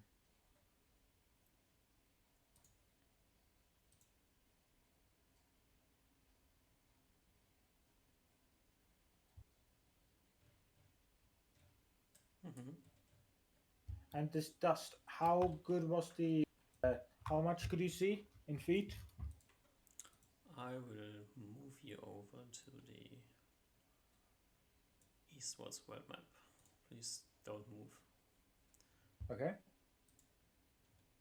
This is about how far you can see. Okay, but like say in combat, you can still see. In combat is not the big problem, but your your vision, like your distance vision, is bad. Yeah, I might get lost easier. Uh, Like if we're not recognized the landscape, I imagine. yeah, you can't really use landmarks as orientation because you can't see landmarks. Gotcha. As you can Is see, it the same with stars? Difficult to see stars? yes, everything is difficult to see. There are days that are better, there are days that are worse. On a normal day, expect your vision range to be about this. But the compass still works? Yes, compass still works. Your All right, that's good. inert sensors still work. Your not inert. Your no, yeah, you need compass for orientation. Yeah, your compass still works. How does the spyglass function with like this new vision? Or new like the air? It's kind of troubling as well. It Okay. still allows you to see, like, it still increases your vision, but still, at some point, the amount of dust that is in the air is just blocking everything. Yeah, that makes sense. Okay. So you can see better what is like 3 miles away from you, but you can't see over the 10 miles radius. Gotcha. But it seems like the ants and the creatures themselves can detect you from much further away. And they You say have no that. idea. Okay. You don't know how they operate, how they work, Yeah. what's going on with them. So we're gonna have to think of some way about the smell, boys. We're gonna have to think about that. Yeah. It's probably not going to be probably not something we're gonna have to probably something we're gonna have to find out in the what's it called? Yeah. Like in the out of the plains or whatever, like the wasteland. Yeah. I think we're gonna have to discuss it later during the week, but my idea would be like trying something like this, doing a journey, and then going into the woods here. Yeah. Yeah. There's gonna be a lot of factors at play. I was just considering that. What if we just go like this? Like just a straight line. Just fucking balls to the walls. I understand that. I understand that's cool, but I would feel much better if we had, forests. I don't know how much I trust those forests though, because I don't know. They're probably gonna be weird because I don't think many people have been in those forests ever. So it could be really dangerous too, or really weird. I don't know. It's a choice we can decide in the future. I can think about it some. How much do we travel? What's our travel? 12 movement speed is 24 miles, but in this weather it might be a bit worse. No, you can still travel to 24 miles in a day. Gotcha. You just It can't seems see like a where you're sandstorm. going. I assume like a sandstorm or something would probably make it a lot harder. Judging from like the ground here, like there won't be much of a sandstorm going on. Okay.